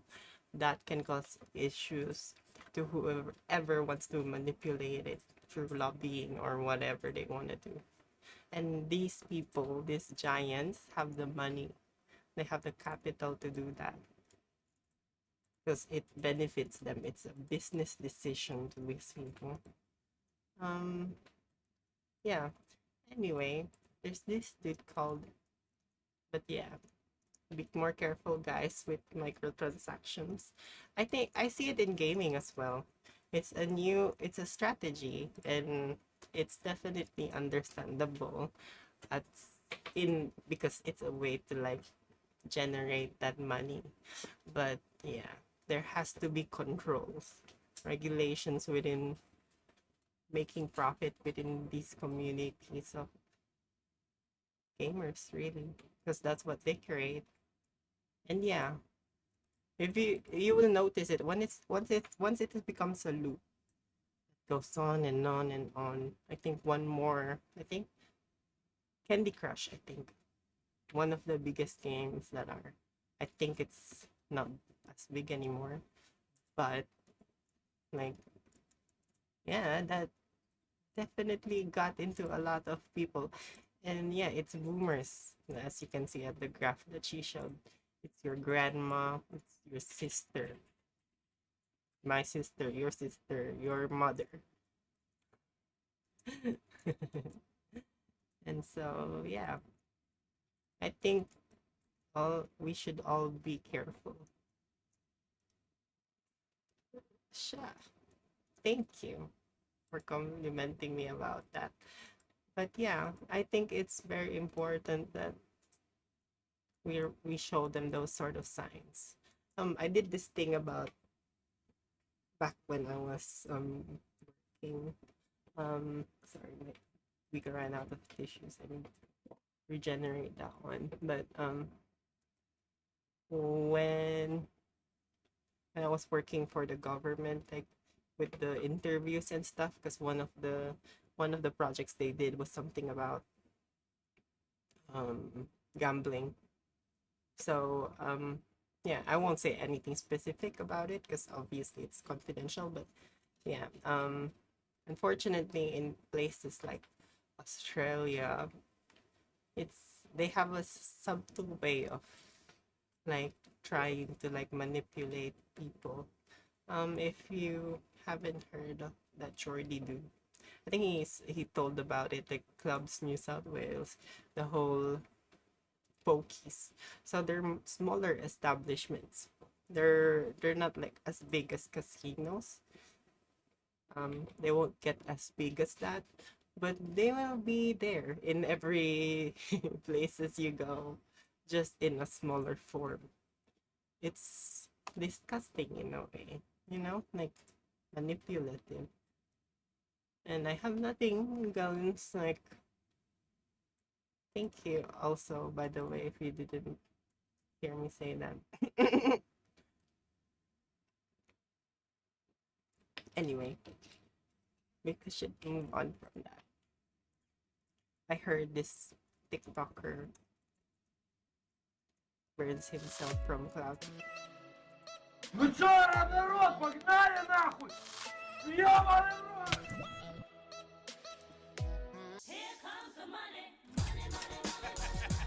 Oh, I love money.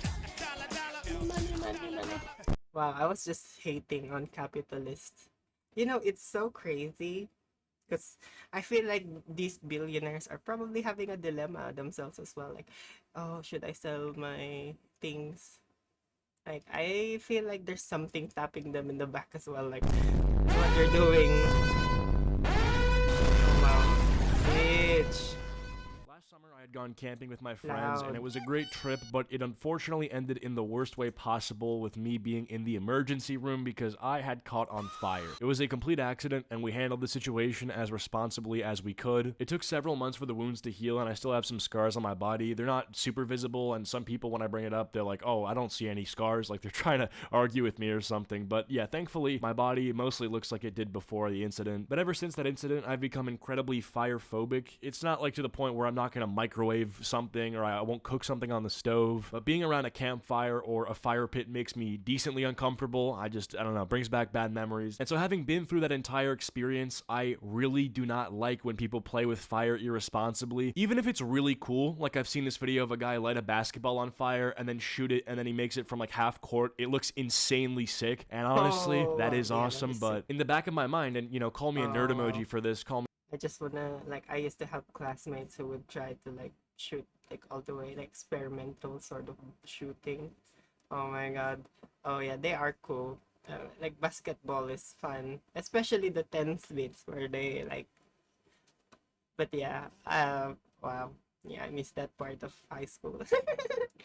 Me an overprotective parent. Dude, I just was worried, you know, one false move and the entire person catches on fire. Their shirt catches on fire, then they catch on fire. It's just really dangerous to play with fire, okay? This is super obvious, but there's a TikTok trend happening right now which is resulting in people being in the hospital because of how dangerous it is. Now, this is called the TikTok Fireball Challenge. Now, it doesn't sound good, and that's because it isn't good, okay? It probably sounds as bad as you're thinking. Now, I don't use TikTok, so I don't know how big of a challenge this really even is. Like, I don't know if it's a super viral one or if it's more niche one, but either way, it is a challenge. So kids are now using either an aerosol can or rubbing alcohol to create a fireball and are filming it to capture their reactions on film and then posting them on TikTok. Okay, full stop. This is already the sort of challenge where the risk-reward ratio is absolutely not worth it in any case at all. Like, okay, best case scenario, you light the thing on fire, it looks cool, you're able to extinguish it safely and quickly, and you get your reaction on video. Maybe you're making like a shocked face and it goes viral, right? And you get your likes and you get a few more followers. That's best case scenario. Worst case scenario, you literally die. You die. You lose everything ever. Actually, that might not even be the worst case scenario. I mean, imagine you make a mistake and you catch on fire, but you end up surviving. Now you have to pay thousands of dollars of medical bills. Your body is permanently scarred. Maybe your face is permanently scarred. You look unrecognizable. You have to go through weeks, maybe months of rehab and physical therapy. It is miserable. And even after all of that, you will never be the person you were physically or mentally before that even took place. It is never worth it. That seems to be a general trend with these TikTok trends, is that they all are sort of following the principle of like, it's all fun and games until somebody gets hurt. This was the same case with another TikTok challenge that I covered a while ago on this channel. Like back 3 years ago, I covered a challenge where people were basically pulling all-nighters for as long as possible so they could get eye bags, because TikTok basically convinced people that having eye bags was aesthetically pleasing and sexy. So people would literally just stay up. What the hell? What the hell? Yes, I have eye bags. I think I have big eye bags. I don't know if you notice it on camera, but I think, yeah, I do. So, what the hell? I'm trying to get rid of it. Up for like days straight, either using like coffee or stimulants to basically just give themselves eye bags. Another example of this, and one that in my opinion is kind of worse, where people were using nail filer on their teeth in order to clean their teeth. That was the trend that put dentists all across America on suicide watch. It was so bad. I remember seeing this go down, and then unsurprisingly the consequences were as bad as you would imagine. You had people like age 16 with severe tooth decay. Congratulations, you played yourself. I'm not upset with y'all because I know you're mentally ill, which is why one day I'm going to open up a hospital. Well, this TikTok Fireball Challenge has unfortunately led to, you know, like I said earlier, people being hospitalized. And I want to specifically talk about one of the worst outcomes from this challenge that I've ever seen. And it is involving a 12-year-old boy who had been hospitalized and in a coma as a result of this challenge. Now, this poor kid, his injuries are far worse than anything I had when I was on fire. I mean, this kid's injuries are severe. So I want to read some excerpts from this article by the New York Post talking about this situation. I thought on TikTok they started like requiring some sort of warning to this sort of like stunts, like dangerous shit. That's crazy. And yeah, actually, surprisingly, there is an article underneath all these advertisements. There's about, what's this, 5 ads on the screen right now. You can barely make out any text relating to this article. I'm not even joking. I would pay $50 for an ad blocker before I paid $10 to whatever publication is putting these ads on here in the first place. New York Times be like, it's $10 to read this article ad-free. Fuck off! No, it's not actually. It's $50 to ad blocker, and you shut your mouth. Eventually, after closing all the ads, you actually get the article, and I just want to read some excerpts here. So, he had reportedly been filming himself attempting the viral Fireball Challenge, a harebrained stunt where youngsters try to ignite rubbing alcohol to create a makeshift Molotov cocktail. Quote, they told me Corey had held a bottle of rubbing alcohol in one hand and lit it with the other, not realizing how quickly rubbing alcohol burns off, said Roper. Corey was in extreme shock, but kept saying, I saw it in a video. She added, I looked up the video on my phone and saw hundreds of them about children who had attempted similar stunts as part of a TikTok challenge, many of which had gone wrong. Now, the challenge itself is inherently risky and stupid, and obviously most people would not attempt this, but when you're 12 years old and you're young and stupid and you see this happen on TikTok and it looks cool, and the person in the video who does it pulls it off somehow, it is very possible you make the decision to attempt to recreate this, which I think is one of the most dangerous parts of having young kids on social media, which is that they'll literally see things being attempted by either professionals or people much older than them, or idiots who just somehow get lucky and don't get hurt performing something, and they'll try to recreate it because the person in the video was able to do it. The youngster was subsequently transported to the Banner Diamonds Children's Medical Center, where he was admitted to the ICU and was placed into an induced coma with a ventilator to help him breathe. A subsequent assessment revealed that Corey had sustained second and third degree burns over 45 to 50% of his body, including his face, neck, chin, ears, back, arms, and left leg. During his stay, the patient endured 4 debridement surgeries in which surgeons cleaned his wounds, and 5 skin grafts where doctors transplanted skins from his thigh to the scalded regions. When he awoke from his coma 2 weeks later, the youngster had to relearn how to walk. Corey was discharged from the hospital in December, a full month after being admitted, but still has to undergo weekly physiotherapy sessions and other procedures to help with his mobility and recovery. Corey is doing Oh wow, I feel bad to the kid. Like, I know he is stupid and all that, but that's insane.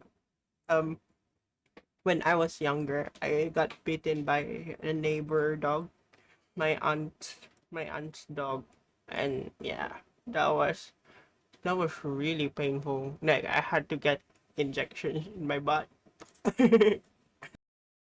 doing great and is back at school, said his relieved mother. He's due to begin laser therapy on his arm soon. I've spoken to him about the challenge, but he can't remember what happened, added Roper, who says she's ultimately just grateful that Corey is alive. I mean, besides this being a totally heartbreaking situation, and I honestly hope the best for this kid, and I hope this never happens again, it's also not the first time something like this has happened because of a TikTok challenge. And I'm not saying like, oh, something dangerous. I mean, specifically with fire. Back 2 years ago, or even 3 years ago at this point, I made a video called TikToker Burns Herself for Views. Now, this video has almost 800,000 views, and I discussed a situation where this TikToker, I think, sprayed some Febreze on her mirror and then like lit the mirror on fire, and then she caught on fire as a result of it. But yeah, man, I see enough short form content to know that you don't need to do anything in order to go viral. There are people who literally just green screen themselves over other people's content and get a million views. There are people who just read tweets and get millions of views. Exactly. Nothing about lighting yourself on fire for views is necessary. You just do the bare minimum and you'll go viral, okay? If you're a girl, if you're attractive enough, just stand there and watch the views come in. If you're a guy... Oh my god, why would you have to say that? I'm doing the exact same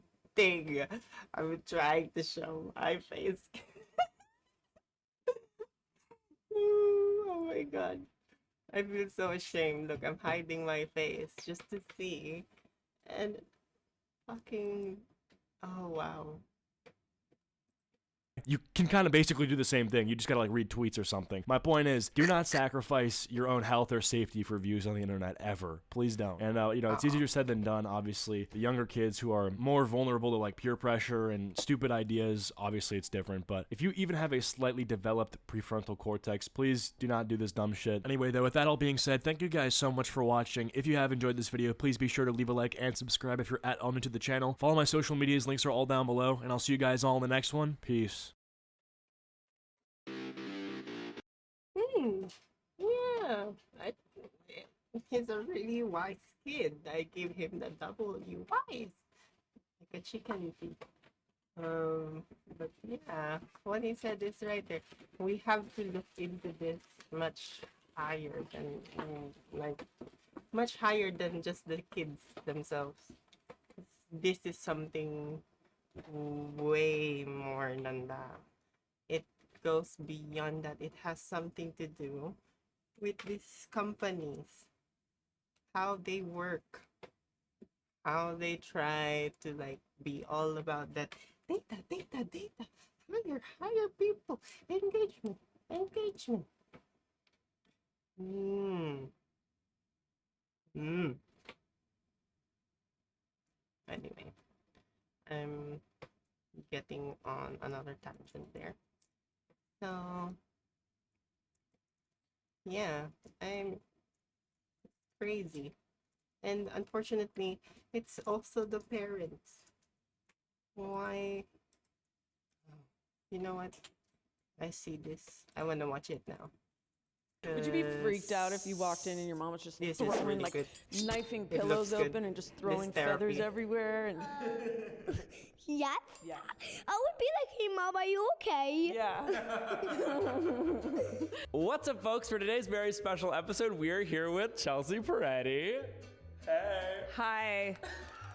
And we're going to be talking to kids in anticipation of her new film, first time female director. And we're going to be talking to kids about being in charge and Yes. treasure Yeah. and all sorts of fun and silly things. Hope you enjoy. Have you ever made I love her. something and you're worried about if people will like it or not? Guys, please tell me that you're not going to freak out, but I started making my own books in pre-K. That's kind I can't take it. Oh, wow. How'd He's you an do it? author now. I just follow my brain. What, pray tell, were your books about? Baby stuff like monsters, ghosties, other dogs, cats, bunnies. The range. New Never York. be afraid. New York bestseller, I'm telling you. New York bestseller, this child. I'm seeing it now. To share other stuff. Why not? You Sorry, never I'm biased. know if someone might like it or not. You just have to try it. Do you know, speaking of Melville, Moby Dick was panned and he sunk into depression and died, and then it became a classic. So bear that in mind. Obviously, I Wow. Wow. Wow. Amazing. did not know that. Sorry, I'm being a Are you a Herman Melville fan? Yes. Me too. High five. Chelsea, have you ever found any buried treasure? No, but I really, really, really want to. I did too. Where do you think people even find treasure these days? In the ocean? Yeah, in the ocean. Do you think it's in the midnight zone? Not the night zone. Just the bottom. That's just of like me the and my sea, sister. But not in the like hole where the anglerfish and dragonfish live. I love anglerfish. Do you? It's my favorite. Me too. They have the glowing phosphorescent bulb, right? Oh yeah. Did you know about this? Yeah. My mom and dad and we have a lot of books. You guys are like buddies now. Vibing. We are vibing. I love deep sea creatures. You want to know why? Why? Because my son does. How old are you? 6. That's like my son. That's crazy. Well, I'll adopt you if you want. He's like, no, I won't. You seem like you have good parents already. Maybe we should have some play date. Yes. Hello. See if it's a match. Yeah. What do you think the future will be like? Good things that happened. That kid didn't wanna say anything to this. That was so sweet of him. I think he was being nice. He didn't want to, obviously, from the looks of it, but he didn't want to really say no. And just so cute. Seem like you have good parents already. Maybe we should have some play date. Yes. I Hello. love play See if it's a dates. match. Oh my god, play dates! I love it. Yeah. What do you think the future will be like? Good things that happened, and not to do the bad things. Act what was good in the past and don't act the bad in the past. Do you think a parent is a leader, a type of leader? They're the leader of their kids, if they have them. No one tells you how hard parenting is. No, I'm kidding, they do. Leaders have different opinions too. Do you think you'd be a good parent? One way to find it. This is the only way to find out if you're a good parent and you're a kid. Future. Time will tell. I'm joining whatever cult this is. What? So cute. Oh, what a wisdom. I love it. Intrigued. I want Yeah. to know more. But I had a good weekend. Oh, that's also when I lost my tooth down here. Do you miss it? Yes, I am also still wondering where it is. What's something fun? What's something exciting? Riding my bike. I feel like ULA types don't have to. What type of show is this? No, have you ever ridden in a car? Yes. Me too. So our friend Chelsea made a movie that's about to come out, which is pretty huge and super cool. Right? Is your movie for kids? I don't know. What's a movie you like, Zoe? Then you Willy Wonka. The Chalamet's Wonka? Are you a big Chalamet head? What? What makes a movie a good movie? The white sounds in it. I think sounds are crucial to comedy. I probably also should have had Timothy Chalamet in my movie. What else does a movie need, Zoe, to be good? Play in it. A play? I literally... Come on, Mom. There's a play in my movie. Okay. Okay. Today I was making something for my friend. I was like, she might not like it, but she might. But she might not, but she might. I was like, my brain was getting all mixed up. What were you making? It was a picture of a rainbow. And I was like, she might not like it. She might not. She might. Commercial success is hard to find. Yeah. It can be evasive. Never feel afraid to share something else with another person. You've inspired me to keep creating. What are you thinking over here? That's so true. Mom and Dad says I can play in the playground tomorrow. I really hope that works out. If I say an emotion, can you make your face look that way? Happy. Okay, sad. Wow, this is more subtle work here. This is naturalistic, and this is more slapstick. This is angry. I don't want to go to bed. Have you ever said that though before? Yeah. When my mom and dad tried to put me to bed. Jersey Mike's, I'm just on the road. Wait. the subs? I literally just ordered one. Do you? What? So it's basically my thing. Your thing is Jersey Mike's? Well, the Italians are great. And I got it with... I also like turkey and cheese sandwiches. Yeah, that's what I got. Turkey and cheese. I added banana peppers, and I added a spicy hot mustard. I love banana peppers You now. do? You are so precocious. You give me a food, I try it, say yes or no, maybe. Please, I do this on my podcast. I do food tests. Anchovies, good or bad? What the person thinks you're asking. Olives. I would say they're good. You're right. However, it's a commentary on the idea of objectivity. Just because of what you say doesn't mean the whole world agrees. Do you know what that's called? Subjective. Okay, It's a so big fancy word. like subjects. Yeah. Actually, I've been waiting for my whole life, but I thought it would never happen. He's been waiting his entire life to meet you. No, he said to be on. I mean, actually, to think about it, like in a school, a teacher really is someone who is older than you with like a lot of work life experiences. That is, yeah, to think of the very general bit. Like from like the very beginning, like if you think about the general idea of how school should work, it's just about, yeah, because they are able to teach about how life works, but more in their specifications, like how they experience this planet on camera. And to also meet all of you guys. Have you ever been in charge before? I have. Do you like it? Sometimes, but sometimes being in charge is hard, as any parent can tell you, because you're like supposed to set the rules and sometimes you don't know what to do. I would make good rules. Like fun rules, like always have fun, but don't have too much fun. Oh. He can't have too much fun. Hey kids, let's play a game of Destroy the House. I would like to do that. That sounds good. Would you I be built freaked out forts if you walked before in and your mom was just and got throwing, this- like, knifing pillows open and just throwing feathers everywhere? And That is naughty. Yes. Big naughty. I would be like, hey, Mom, are you okay? Yeah. Mom, is that gonna happen? Yeah, how close? I did not know that she would say that. I've brought in some coaches who are going to help you refine your work. Okay, this is an ad.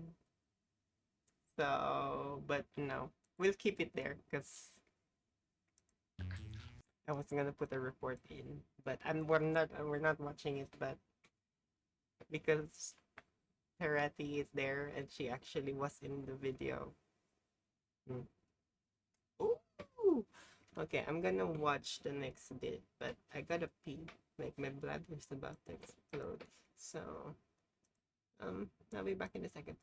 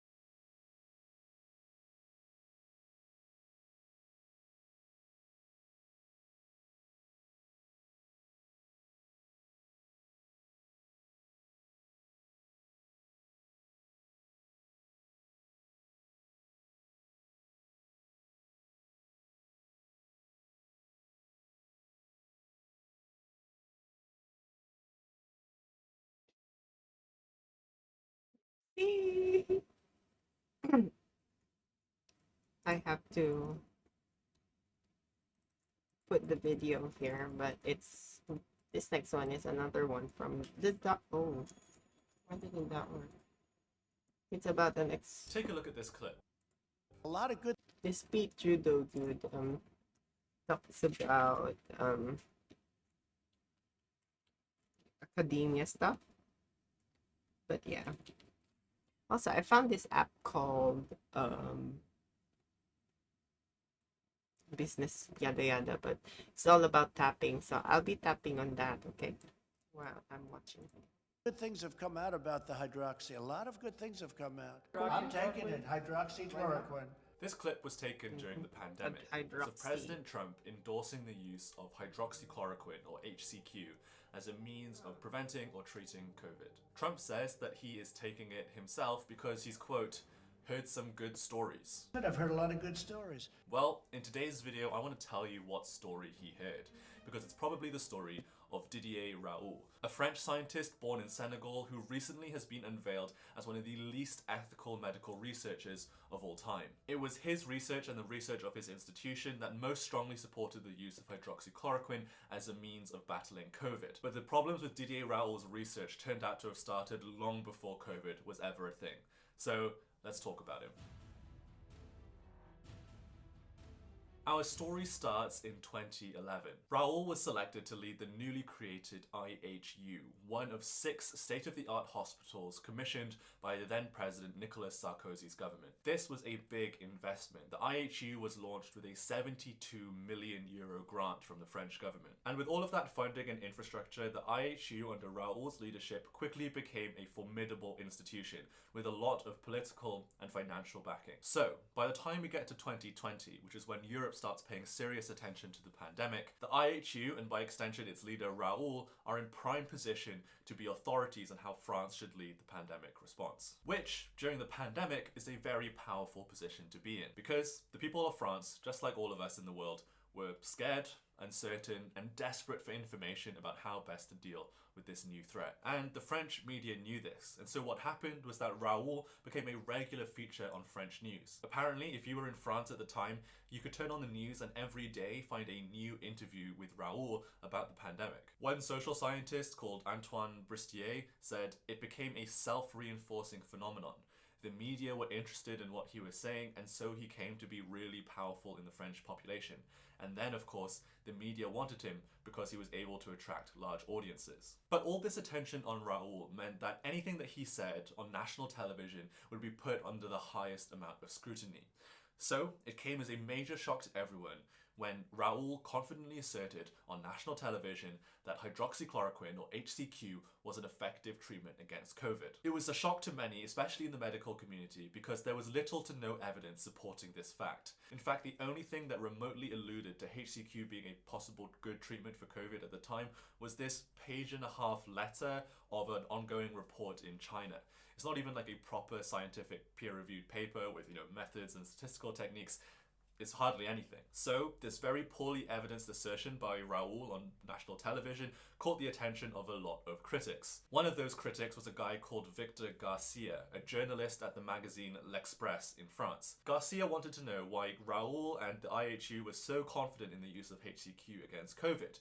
So, as a journalist, he decided to find out and called up the IHU to get more details. But when he called up the IHU, he was met with a strange response. His request for details was met by a message from a scientist called Jean-Marc Rolin. And Rolin, rather than give details to Garcia about an ongoing trial they had or about evidence that was, going to be published soon, instead Rolin simply told Garcia, "I am a scientist. If I tell you to take chloroquine, you'll listen to me."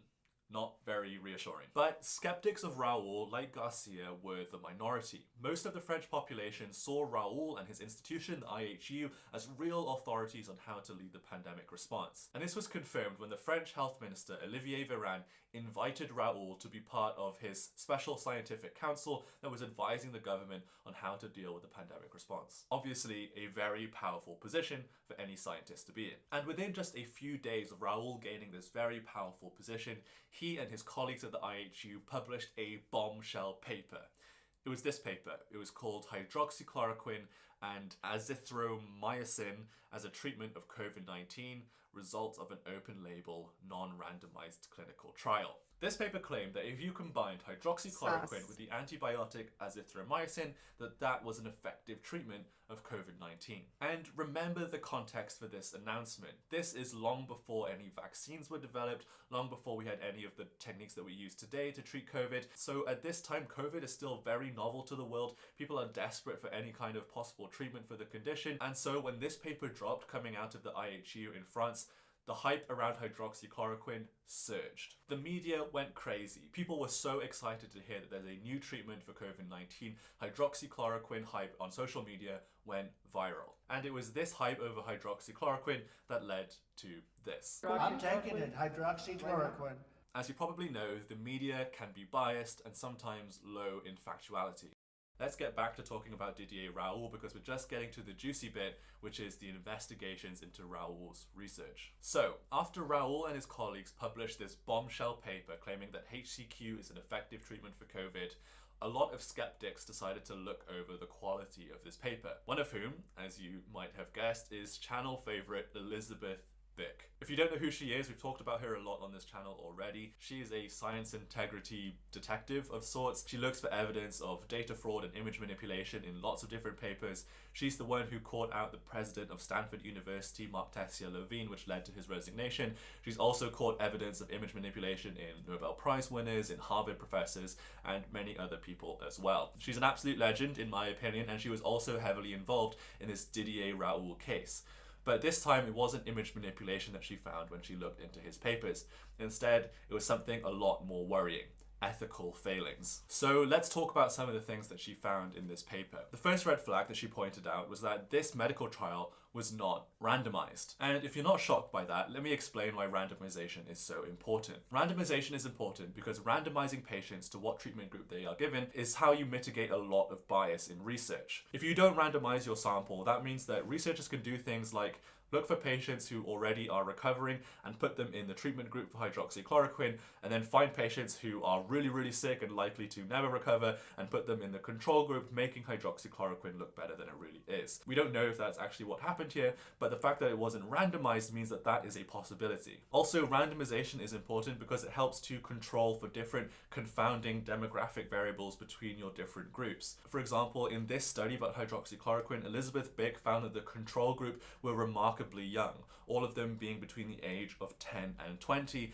whereas the people who were receiving hydroxychloroquine were all aged 25 and up. That means that age could be a confounding variable here, making the results not trustworthy. Additionally, some of the patients in this study, as I said, were as young as 10 years old. But the paper said that patients who were under the age of 12 were supposed to be excluded from this sample. So this was clearly an ethical violation. And perhaps worst of all, Elizabeth Bick found 6 patients who received hydroxychloroquine who were not included in the final data. It was later discovered that 3 of those 6 missing patients actually went to an intensive care unit, and so that's why they weren't included. But they presumably went to an intensive care unit because, well, their condition got worse despite receiving hydroxychloroquine. And one of them actually died. So guess what? If you don't include the people who receive your drug and die, then it makes your drug look a lot more effective than it really is. But Bick wasn't the only skeptic who looked into this paper. Another person was a guy called Besançon, and what Besançon found was that one of the co-authors on the paper was actually the editor-in-chief of the journal that the paper was published in, which is clearly a red flag when it comes to the trustworthiness of this research, especially when Besançon noticed how short the peer review time was. But despite this early criticism, over the following weeks, Raoult and his team of researchers at the IHU would publish 2 more papers supporting the use of HCQ to treat COVID. One of these was a study on 80 COVID patients who all received HCQ, and according to their results, all showed clinically improved results after receiving the treatment. When skeptics looked into that study, they found that this study had not been approved by any of France's ethical committees, which is a legal requirement when anyone in France is to do biomedical research. Instead, this study was only approved by IHU's internal ethical committee, which is not independent of the IHU. When questioned about this, Raoult and the other authors of the study defended this internal ethics approval by saying that it was not necessary for them to get a normal ethical approval from one of France's ethics boards, because this was apparently a retrospective study where they were only looking back at patient files after they had received normal care. But in my opinion, it seems a bit weird that normal care at the IHU involves administrating HCQ, a drug which has very poor evidence of working, to patients suffering from COVID. So this practice of operating in an ethical grey area on this study put a target on Raoul's back for skeptics, and they decided to look into Raoul's research not just for his COVID work, but for his entire publication history. And boy did they find a lot. But while there were a few skeptics who were really suspicious of Raoul's work, in general, France's opinion of Raoul was overwhelmingly positive. Apparently during the pandemic, there were over 90 Facebook groups supporting Raoul with over 1.1 million members. He was so popular, in fact, that apparently at Christmas, you could buy a Santon of Raoul, which apparently is a tradition in Provence where you decorate your nativity scene with local heroes and characters. Well, those Christmas photos are not gonna age well, because it turns out Raoul's ethical issues started long before COVID. Do you remember Garcia, the journalist at L'Express, who called up the IHU and received that strange response, "I am a scientist, if I tell you to take chloroquine, you'll take it"? Well, in July 2021, Garcia published his investigation into the IHU in L'Express, where he found 17 different studies between the years 2011 and 2020 that all used the same ethical approval number. These studies weren't similar at all. They were all looking at different research questions with different methodologies, and each time that a different research question and a different methodology is being used,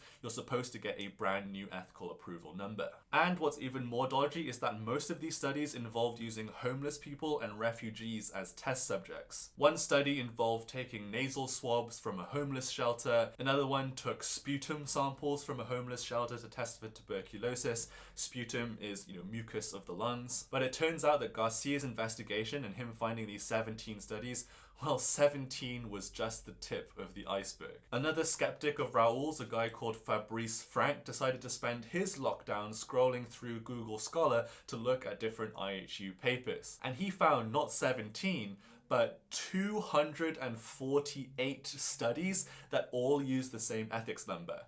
It was 09022, which means that one application to the IHU Internal Ethics Committee was used to do 248 studies. Now, Raoul responded to this accusation by saying that this was above board because all of these studies involve the same kind of research: analysis of human feces collected during standard care or from waste, which is a kind of research that apparently does not fall under French bioethics law. But according to a lawyer who specializes in human experimentation, a guy called Emile said that this was simply not true. Many of the studies involved things that were completely unrelated to feces and human waste. They were collecting samples like urine, like blood, like vaginal samples, and even breast milk, all of which should have triggered a brand new application for new ethical approval. But again, that's not even the most dodgy part of all of this. The most dodgy part, once again, is who these studies are being done on.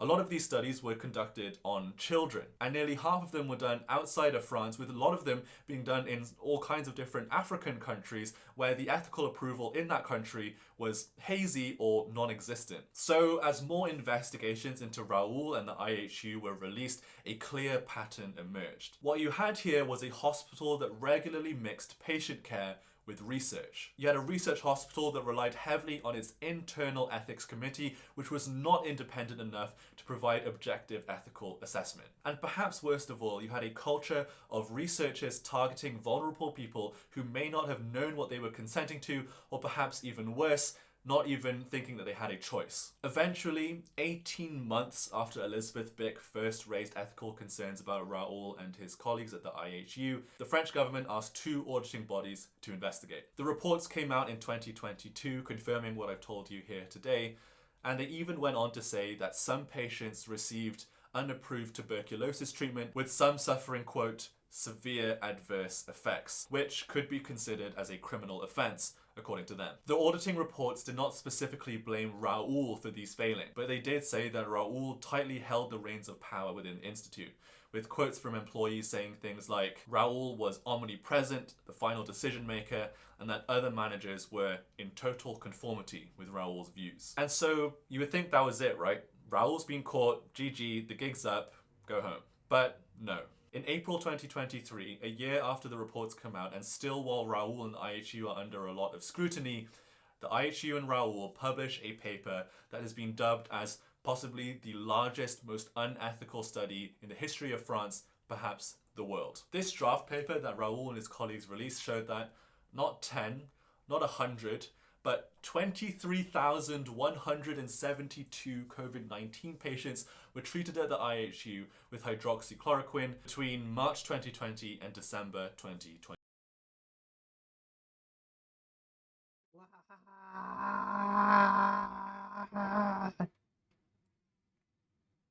It shows that manipulative, evil people still exist on the highest part of medical science research. 21, which is absolutely insane thing to publish because Crazy. it was well known that France banned the use of HCQ as a treatment for COVID-19 in May 2020. And why was HCQ banned? Because more reliable research came out showing that HCQ had no effect on COVID whatsoever, but did increase people's risk of many different side effects. It was an absolute disaster. So, where is Raoul now? Well, so far, Raoul has earned himself 10 different retractions and over 100 expressions of concern on his research papers. But he's retired, so he can't lose his job. The French medicines agency, the ANSM, said that it would file criminal charges against the IHU, and how that will affect Didier Raoul is so far unclear. As for the people who criticized him, well, they have received a lot of abuse from Raoul and his supporters. And Elizabeth Bick, who you'll remember was one of the first people to express concern over Raoul's papers, well, Raoul actually filed charges against Bick in April 2021 for harassment and blackmail. But Raoul ended up losing his case in April 2022. Thank goodness. So, what do you make of Raoul and the IHU? Let me know in the comments below. Thank you guys so much for watching. I want to say a big thank you to this article from Science, which was my main source for this video, and a big thank you to you guys for watching. Subscribe if you haven't already, and I will see you in the next one. Bye-bye. That is really, really, really, really insane. Like, people in this world, there are people in this world who doesn't give a fuck about anything that they're doing. Unfortunately. And yeah, it creates that cycle of hate, pain, hate, pain, hate, pain. Yeah.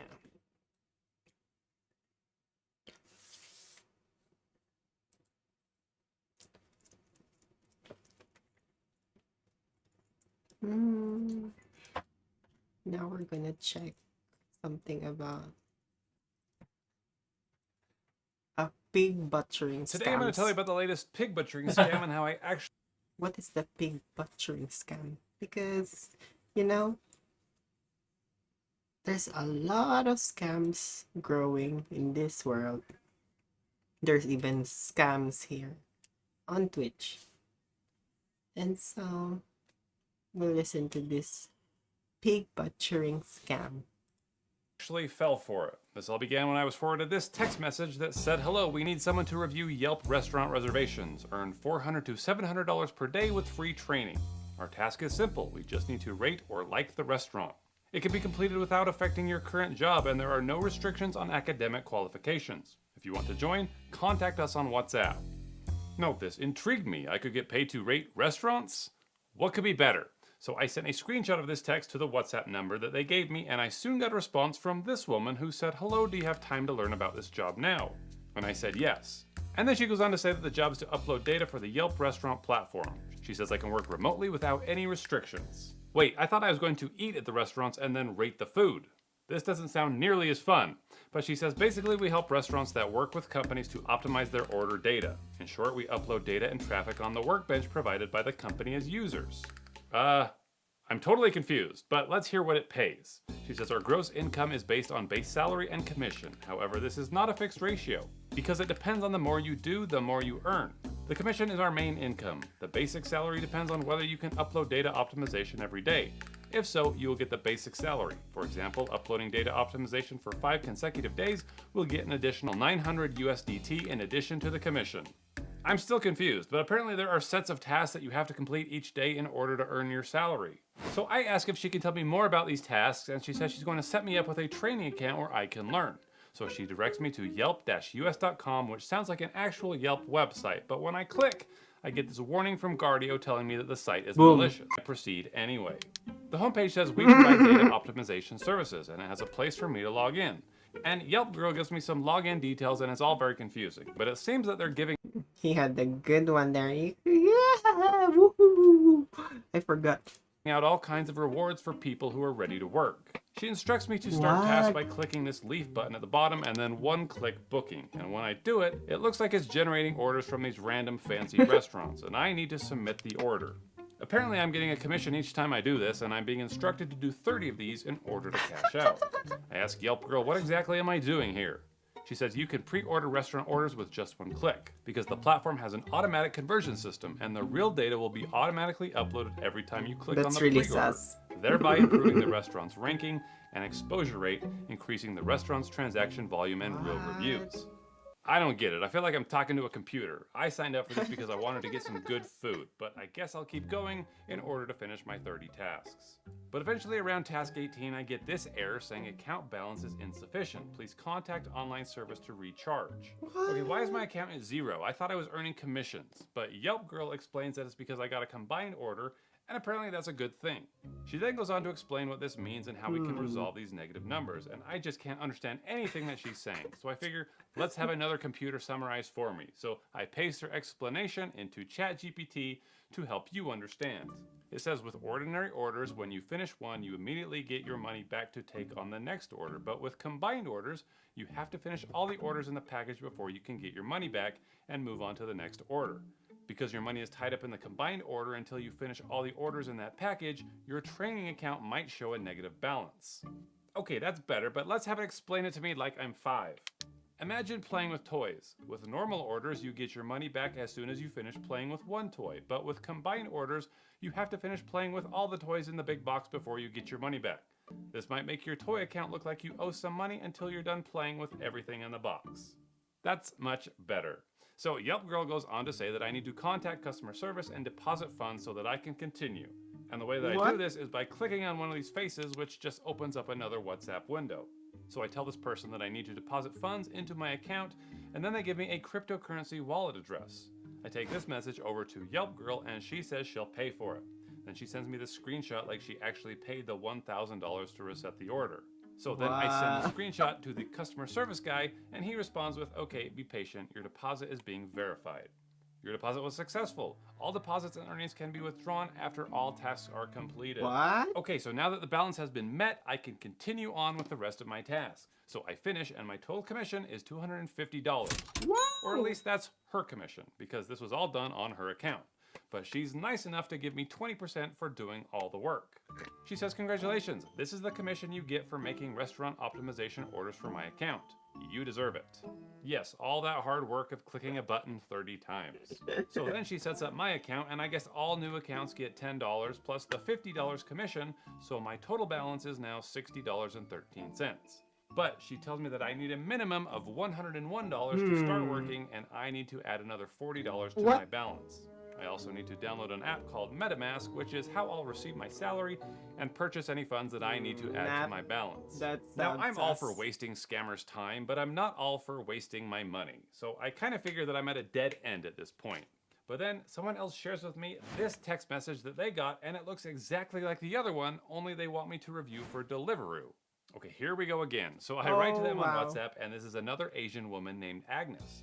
And she gives me the same spiel saying that I'm going to help restaurants optimize their order data. And her website looks exactly the same. In fact, it's registered by the same organization in Laos. Well, Agnes gives me the login to her training account, and she guides me to do the exact same thing that Yelp Girl What the hell? There's 2 ads? That's wanted crazy. me to do, which is completely stupid tasks. But remember, around task 18, I'm going to hit a combined order where I have to pay the balance to Hallelujah, continue. though, for the But I don't fucking- waste time doing any of these tasks, so instead I just say, okay, I'm done. And of course, Agnes is confused because I'm supposed to show her that I'm stuck and I need her to pay the balance. But I show her a screenshot from the other site showing that all 30 tasks have been completed. So she's all flustered and says that she needs to log in and check it out herself, and that's where she can see that I'm lying and I actually haven't completed any tasks. She said, if you don't want this job, you can just say so. This is your dishonest performance. Wow. And that's when I say, have you ever heard Manipulation. of pig butchering? And she does not respond. And if you're new here, pig butchering is when a scammer befriends someone and introduces them to crypto. It's a growing scam online, known as pig butchering. The victim slowly starts to invest money over time, thinking that they're earning big returns. And just when they're about to cash out, the scammer ghosts them and runs off with everything. And the creepiest part about this is that the scammers doing this are often victims themselves who have been human trafficked in Southeast Asia. And I have no idea if Agnes is one of them, but she did not deny it. So I go back to Yelp Girl and I decide that I'm going to get to know her. She says her name is May and I ask where she lives. She says Los Angeles and she even goes on to tell me her story about how she found this job. She was in the beauty industry with her husband, but the business went bankrupt during the pandemic and they divorced. She said that was the darkest time in my life. I even thought about giving up my life until I saw my cousin at a family party. He was doing this job. I started trying to do this job. In the beginning, I did 100 jobs, like you, but after a month I realized my cousin was doing this job. He was doing this job. He was doing this job. I realized my cousin was doing this job. Is she having a stroke or is she just copying and pasting too many times? Most pig butcher scammers don't even speak English, or they're just relying on Google Translate. But she goes on to say how this job has turned her life around. She says, when I look at any item, I don't consider its price, but buy it if I like it. As long as I have enough money, I can do anything I like. Here she is shopping for stuffed cats of all things. So I cut right to the chase and I say, have you ever heard of pig butchering before? And she says, no. I say, it means you are being forced to trick people into investing into cryptocurrency. Are you being forced to scam other people? And she says this is not established. If this is a scam, how can there be such a stupid liar? I said, who's the stupid liar? You. I say, if you were in Los Angeles, then prove it. Take a selfie of you giving me a thumbs up. And then she sends me a picture of her thumb.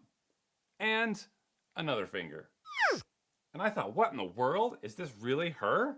So me deciding to get to the bottom of this, I decide to play her little game. So I buy $40 worth of Ethereum and this resets my account and it lets me finish the 30 tasks. And I make a commission of $68.85 and then May tells me to withdraw the cash. And you're not gonna believe this, but it actually worked and I end up with $100 in my MetaMask wallet. Like I could seriously walk away right now having made money. But May tells me to do 30 more tasks and I'll make another commission. But to do this, I need to reset the account again by putting in $101. And it worked before, so I might as well do it again. So I send the $101 in my wallet to this strange Ethereum address and then I start reviewing 30 more restaurants. This time, I actually make a commission of $114, which I withdraw to my MetaMask wallet. I'm seriously making money. So I decide to keep going because apparently if I hit my daily and weekly goals, I'll get my big salary payments. So I reinvest $100 to reset the account and start reviewing more restaurants, but right around number 18, I get another one of those darn combination orders, which means I need to invest another $58.66 of my own money to continue. And that's when I realized how they get you. People are just gonna dump more and more money into this because they think it's gonna come back to them tenfold. And I realize that this has just happened to me when I look up the Ethereum address on Blockchain Explorer and I can see literally hundreds of payments going in. Most of them around $100, but some of them for much, much more. There are a lot of piggies headed to the slaughter, and it's no wonder law enforcement is calling these pig butchering scams one of the most destructive ones out there right now. So I think I've got to find out who this girl is. So I spent a lot of time on a lot of different sites searching for her, and I can see that her face is being used on dozens of different dating profiles all around the world. I find one image that looks like it's a painting of her, and I can see that it was done by an artist in the Netherlands who wrote the name Susan at the bottom. So I end up getting in touch with the artist who only speaks Dutch, but by using Google Translate, I ask if he painted it. And he says, yes, that's right, it's been a while, do you know Susan? And then he shows me the real Susan that he based this painting off of. I told him that that same woman went by the name May and was trying to get me to buy cryptocurrency. And then he basically said the same thing happened to him. She befriended him and got him to draw her, and then she shifted to crypto investing. Jack, I want you to draw me like one of your French girls. He then went on to say that he discovered that there may even be an organization wanting to seduce people with beautiful, seductive photos of mostly women. Just as I suspected. So I call out May and I ask why her pictures are on a Russian dating site under the name Amber. But this link is a special redirect link that will grab her IP address when she clicks on it. And from that I can see that she's not in Los Angeles, she's in Hong Kong. I said, I think you stole that girl's pictures. And she said, this is my picture, okay? And I said, can you prove it? She said, that's me, I don't need proof. I don't want to talk to you about boring questions. But I was firm. I said, you are in Hong Kong. Is somebody forcing you to do this? She said, I don't have time to talk to you about boring questions. And then she sends this. You'll be locked up in a dark room now. My bodyguard is on his way to your house. Who in the world is that? And why is he gonna shoot me through a phone? She said, you have too many questions. This doesn't seem like normal behavior from this sweet young woman. And neither is what she said next. I am your father. I am your father. I am your father. I am your father. I said, I thought you were a woman. Once again, I am your father. I am your father. And that was the last I heard from her. Or him. I couldn't get them to open up beyond that. This scam sounds so goofy, but I've heard horror stories from inside these pig butchering scams that absolutely haunt me. I think this is probably one of the creepiest and cruelest scams out there, and the data is clear that a lot of people are being really hurt by it. I was lucky to catch on when I did. I'm going to drop some links in the description to other videos about pig butchering that I think you ought to check out, but thanks for watching this one, and if someone wants you to review their restaurant, you better make sure they feed you first. I'll talk to you later. Okay, I'm gonna follow that one. It's kind of good. Wow, that's similar to the that romance scam thing. And yeah, it came from this thing definitely came from something, because people back then used to scam people from Western countries by like pretending that they're gonna buy stocks from this, that. So yeah, it came from somewhere. I want to see this from Emily next. Hello, my name is Emily, as you may or may not know, and today we are going to be talking about influencers versus real celebrities. The real big dogs, okay? Yeah. But before we get into that, I want to thank Misplay for sponsoring today's video. Now, there's no doubt that influencers are in the public eye. Many of them have dedicated fans and, you know, they have value and, of course, influence in the entertainment industry. But still, people tend to make a certain distinction between influencers and real celebrities, right? There seems to be a sort of hierarchy to fame, and baby, influencers are at the bottom. Okay, at the bottom. I'm not talking top or verse. Now, something that inspired me to make this video was the reactions that I see of people online when they witness, God forbid, influencers attending different events like the Met Gala, the Oscars, different movie premieres, things like that. There seems to be this idea of, why are they here? They're not real celebrities. For example, I'm gonna show a TikTok demonstrating what I mean.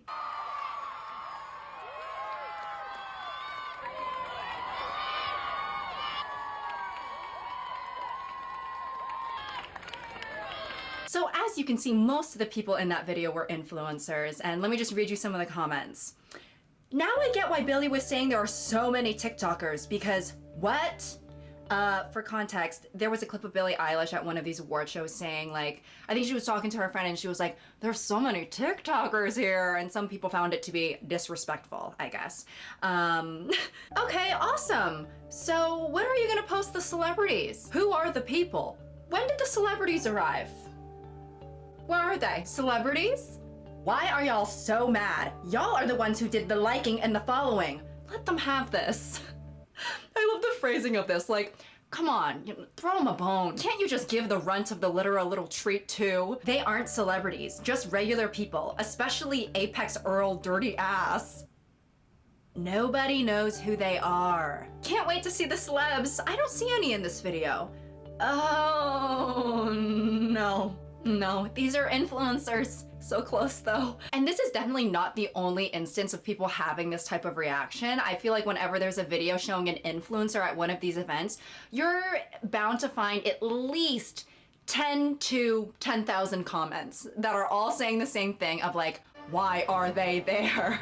It seems like for some people, if you invite too many influencers to these fancy events, it makes your distinguished gathering seem a lot less important. It seems as if, like, you know, you're hosting an event for a Michelin star restaurant and then you invite a couple people who like just play Cooking Mama sometimes. So for many, you know, those outside and inside of the industry, the presence of influencers, their aura, if you will, seems to cheapen the glitz and glamour of these Hollywood events. Hi, sorry, I'm such a big fan. I just want to say, you know, your work was amazing and your win was so deserved. Oh, thank you, thank you. You know, I finally feel like all of my hard work has paid off. Yes, yes, yeah. You know, it's so weird seeing an Oscar in person. They look so different on TV.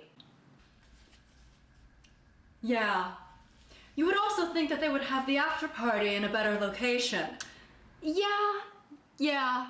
Right. But, you know, it's really awesome to see your dedication to the craft and... Oh, yes, Going Method was so worth it. It was a great experience. Well, for me, not for those around me, because I was playing a narcissistic sociopath with a high-pitched British accent, so it was very irritating for my friends and family, and it did cost me my marriage.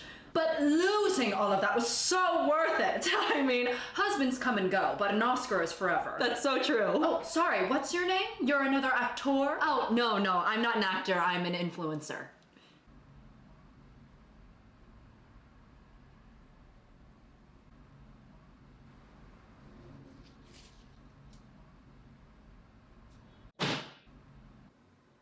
Oh, I think you dropped your, I have to get out of here! What? Why? What's wrong? You did not tell me that influencers were going to be here, okay? Tell my driver that I need to be picked up immediately. I'm scared, Michael. I don't care if my driver is at a funeral. Who has a funeral at 10 p.m.? That's fucking absurd, okay? I need to be in my hotel room in the next 10 minutes or I swear to God I am going to have a conniption, okay? I have no idea what these people are capable of, all right? For all I know, they could try and make me do a TikTok trend that has a shelf life of 3 days at most. I would never make you do that. Miss Wang, your driver is outside. Oh, thank God. I need to get out of this cheap event. It's the Oscars. That title doesn't mean anything to me now that I know that they're giving influencers Getty images to post on Instagram. That used to be a thing just for us real famous people. Well, wait, don't forget your award. I don't want that thing now, it's tacky. Wait, I do have to ask you something. What? Do you like playing mobile games? See, it's not so bad. Yes. I suppose your kind is not that revolting after all. Thanks, thank you, I guess. So there seems to be a very stark difference between real fame and internet fame. And by the way, I'm not making this video to be like, I think influencers should be considered real celebrities. Join our fight. We ride at dawn for our rights. You know, I don't care. Getting worked up about whether, you know, you're perceived as a celebrity or not is like, who gives a shit? Do you know what I mean? Like, I actually think A-list fame is extremely unappealing to me. I never want to be that, like, famous or whatever. But yeah, I don't know. I think labels just, you know, like for status, like celebrity or being verified or whatever, it's just like, who cares? Like, people are dying. The world is going to end any day now. But nonetheless, I just think that the distinction is interesting, especially as someone who is a content creator and is, you know, trying their hand at the traditional entertainment industry as well. I do think that one of the reasons why people don't really understand why, or they don't like the fact that influencers are at these types of events, is because influencers are seemingly there for content, right? While the real celebrities are there for the actual accolades because of their talent. Having the title of an influencer is heavily associated with, you know, virality and getting numbers online, of course, because that is obviously a very large part of the job. So whenever these influencers are seen interacting with these real celebrities, it can be seen as a sort of clout chasing moment, and it can rub people the wrong way. Gay son or thought daughter? Gay son or thought daughter? Gay son. Yeah. Oh my God, both? I don't Period. know. Really? Not you. Girl, we have been. We go way back, sis. No, girl, no, I don't.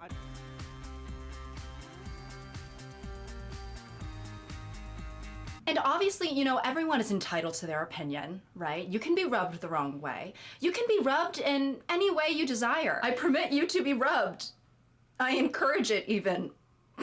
But also at the end of the day, that is their job. You know, that's why they were invited. And I think that's why I'm kind of bad at a lot of those types of events, because not that I've been to like a ton, but you know, whenever I do go to those types of events, I will take a picture here and there because I have to, and I feel a sort of obligation because they invited me and that's so nice of them, so I should take a picture or something, you know? But yeah, I don't know. I'm not gonna, you know, go up to a celebrity and ask to make a TikTok. That is personally uncomfortable for me, and I would rather just have a conversation. And I know that sounds kind of like, I'm not trying to be pompous or pretentious of like, oh, put that goddamn phone down. Your generation in these phones, put the phone down, phone off, real life on. Real lies, real eyes. But I swear it's not, you know, that I want to seem more grounded than my peers. So I'm just like, oh yeah, this thing, never heard of it, not touching it tonight. It's just that I am simply introverted and often feel awkward. And there are a lot of other influencers who resonate with what I'm saying. You know, I'm sure a lot of other TikTokers would feel super uncomfortable, you know, going up to Millie Bobby Brown and being like, let's do the renegade, you know, like what? Because, you know, not to be that type of person, because maybe this is even more annoying that I'm like not gonna say what actually happened, but you know, there have been times where I could have used certain situations with bigger, you know, celebrities, you know, A-list actor, whatever, to my advantage for likes. But it just feels weird to me. You know what I mean? It's like when someone screenshots the dating profile of a celebrity and then they post it on Twitter, and then they're like, I found so-and-so on, and it's like, why did you do that? You know what I mean? So listen, even as someone in that world, I understand, you know, the clout chasing of it all. But also as someone in that world, I also understand that that is literally a part of the job sometimes, and it's kind of expected of you in a way because they invited you. It's like we're inviting you here as a so-called content creator, so create the content, babes. You didn't take any pictures or videos? Are you serious? I'm sorry. I mean, not even an Instagram story? Give me something to work with here. I said I was sorry. Well, let me ask you this, all right, why on God's green earth are we inviting content creators to our events if they are not getting content? Okay, well, I made some great memories, so... Girl, those can't be monetized, okay? Who gives a shit? Right. Right, okay. Well, I did get some pictures. All right, great. Hallelujah. Let me see them.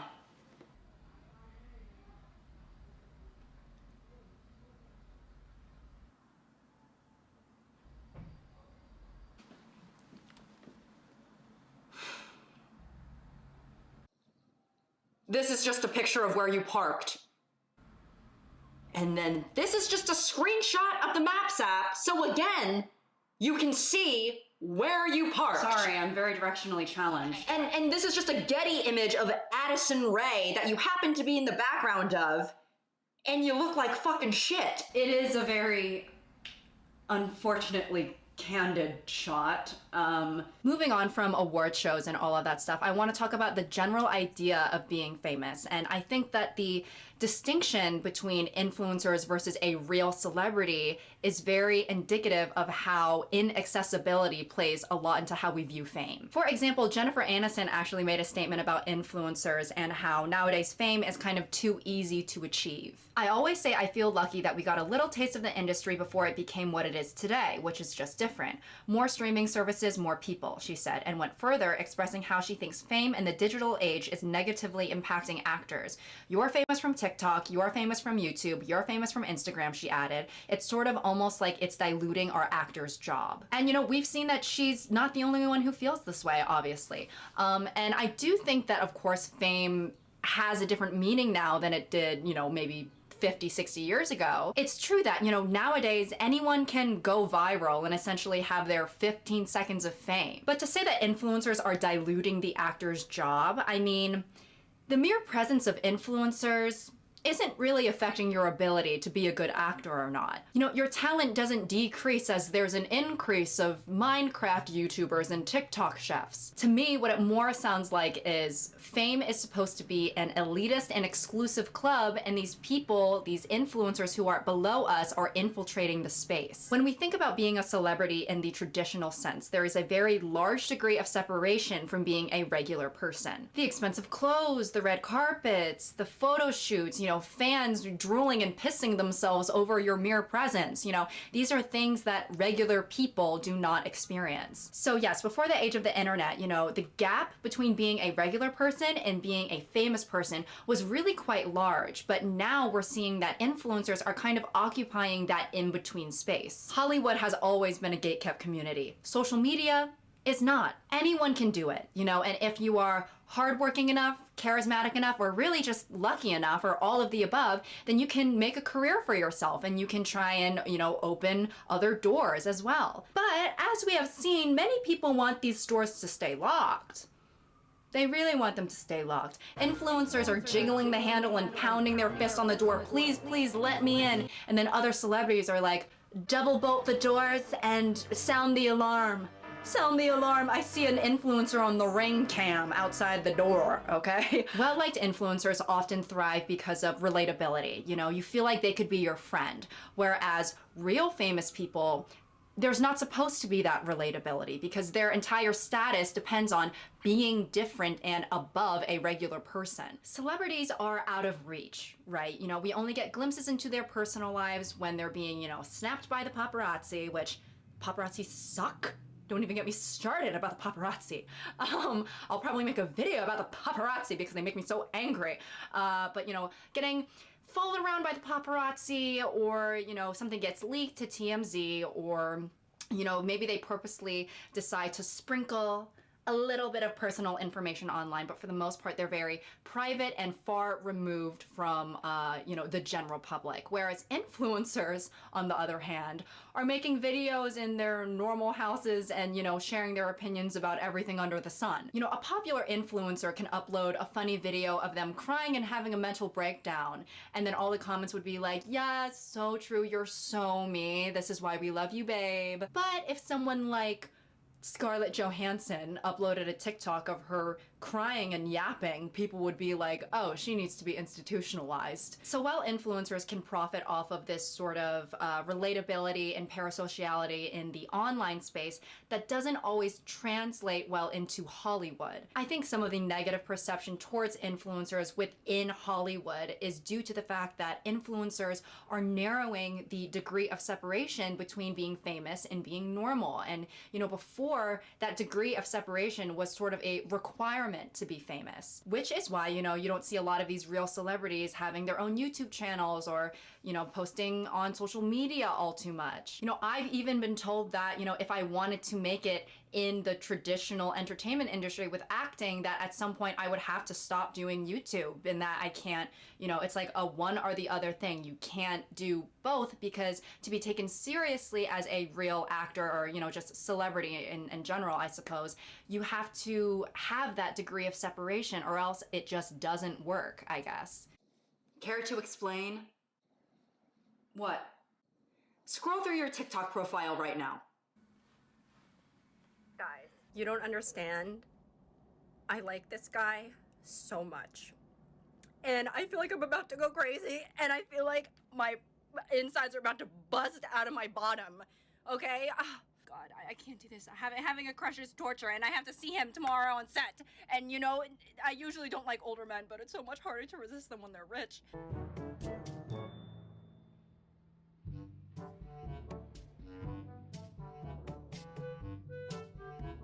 A day in the life as an actress.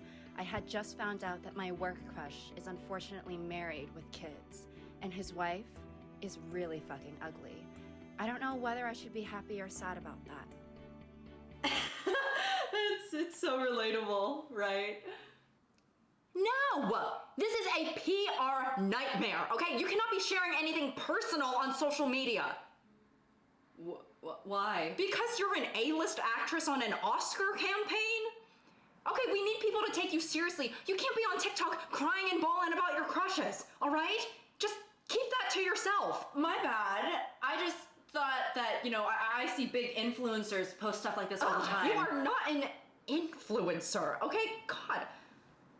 Never degrade yourself like that. Give me your phone. But I just... Give me your phone. Now go sit in front of your Oscar shelf and remind yourself of who you are. But I just... Don't make me get the Golden Globes. But I'll get the Emmy right now. So yes, as time goes on with social media and stuff like that, it seems that fame is becoming more of a subjective thing a little bit. I think that the word influencer has a little bit of a, I don't want to say stigma because it sounds like I'm talking about something serious like racial bias or something, and I'm literally talking about fucking influencers, but a little bit of like, yeah, sure, maybe a diet stigma against influencers, you know, that they're talentless, right? I even don't like to call myself an influencer, and I don't really consider myself an influencer. I like to say that I'm a content creator, probably because of that diet stigma in the back of my mind. But I think people are a bit more open to seeing that that's not true, and that there's actually a lot of very talented people in the online space. So I don't know, maybe you think influencers are real celebrities, maybe you think they're chopped liver. Honestly, whatever you think, it's fine. You're entitled to your opinion. Who, like, really cares? At the end of the day, you know, just navigate the world with kindness. Do what makes you happy. Do what you're passionate about. And then hopefully opportunities will land in your palm. And then you can firmly grasp it and hold it to your heart and feel so grateful and feel such gratitude. But that's all I have for you guys today. I hope you all enjoyed today's video, and until next time. Okay, that was good. So that's gonna be it for now because it's already 9 p.m. here. And yeah, I hope everyone has a good day, and I'll see you soon.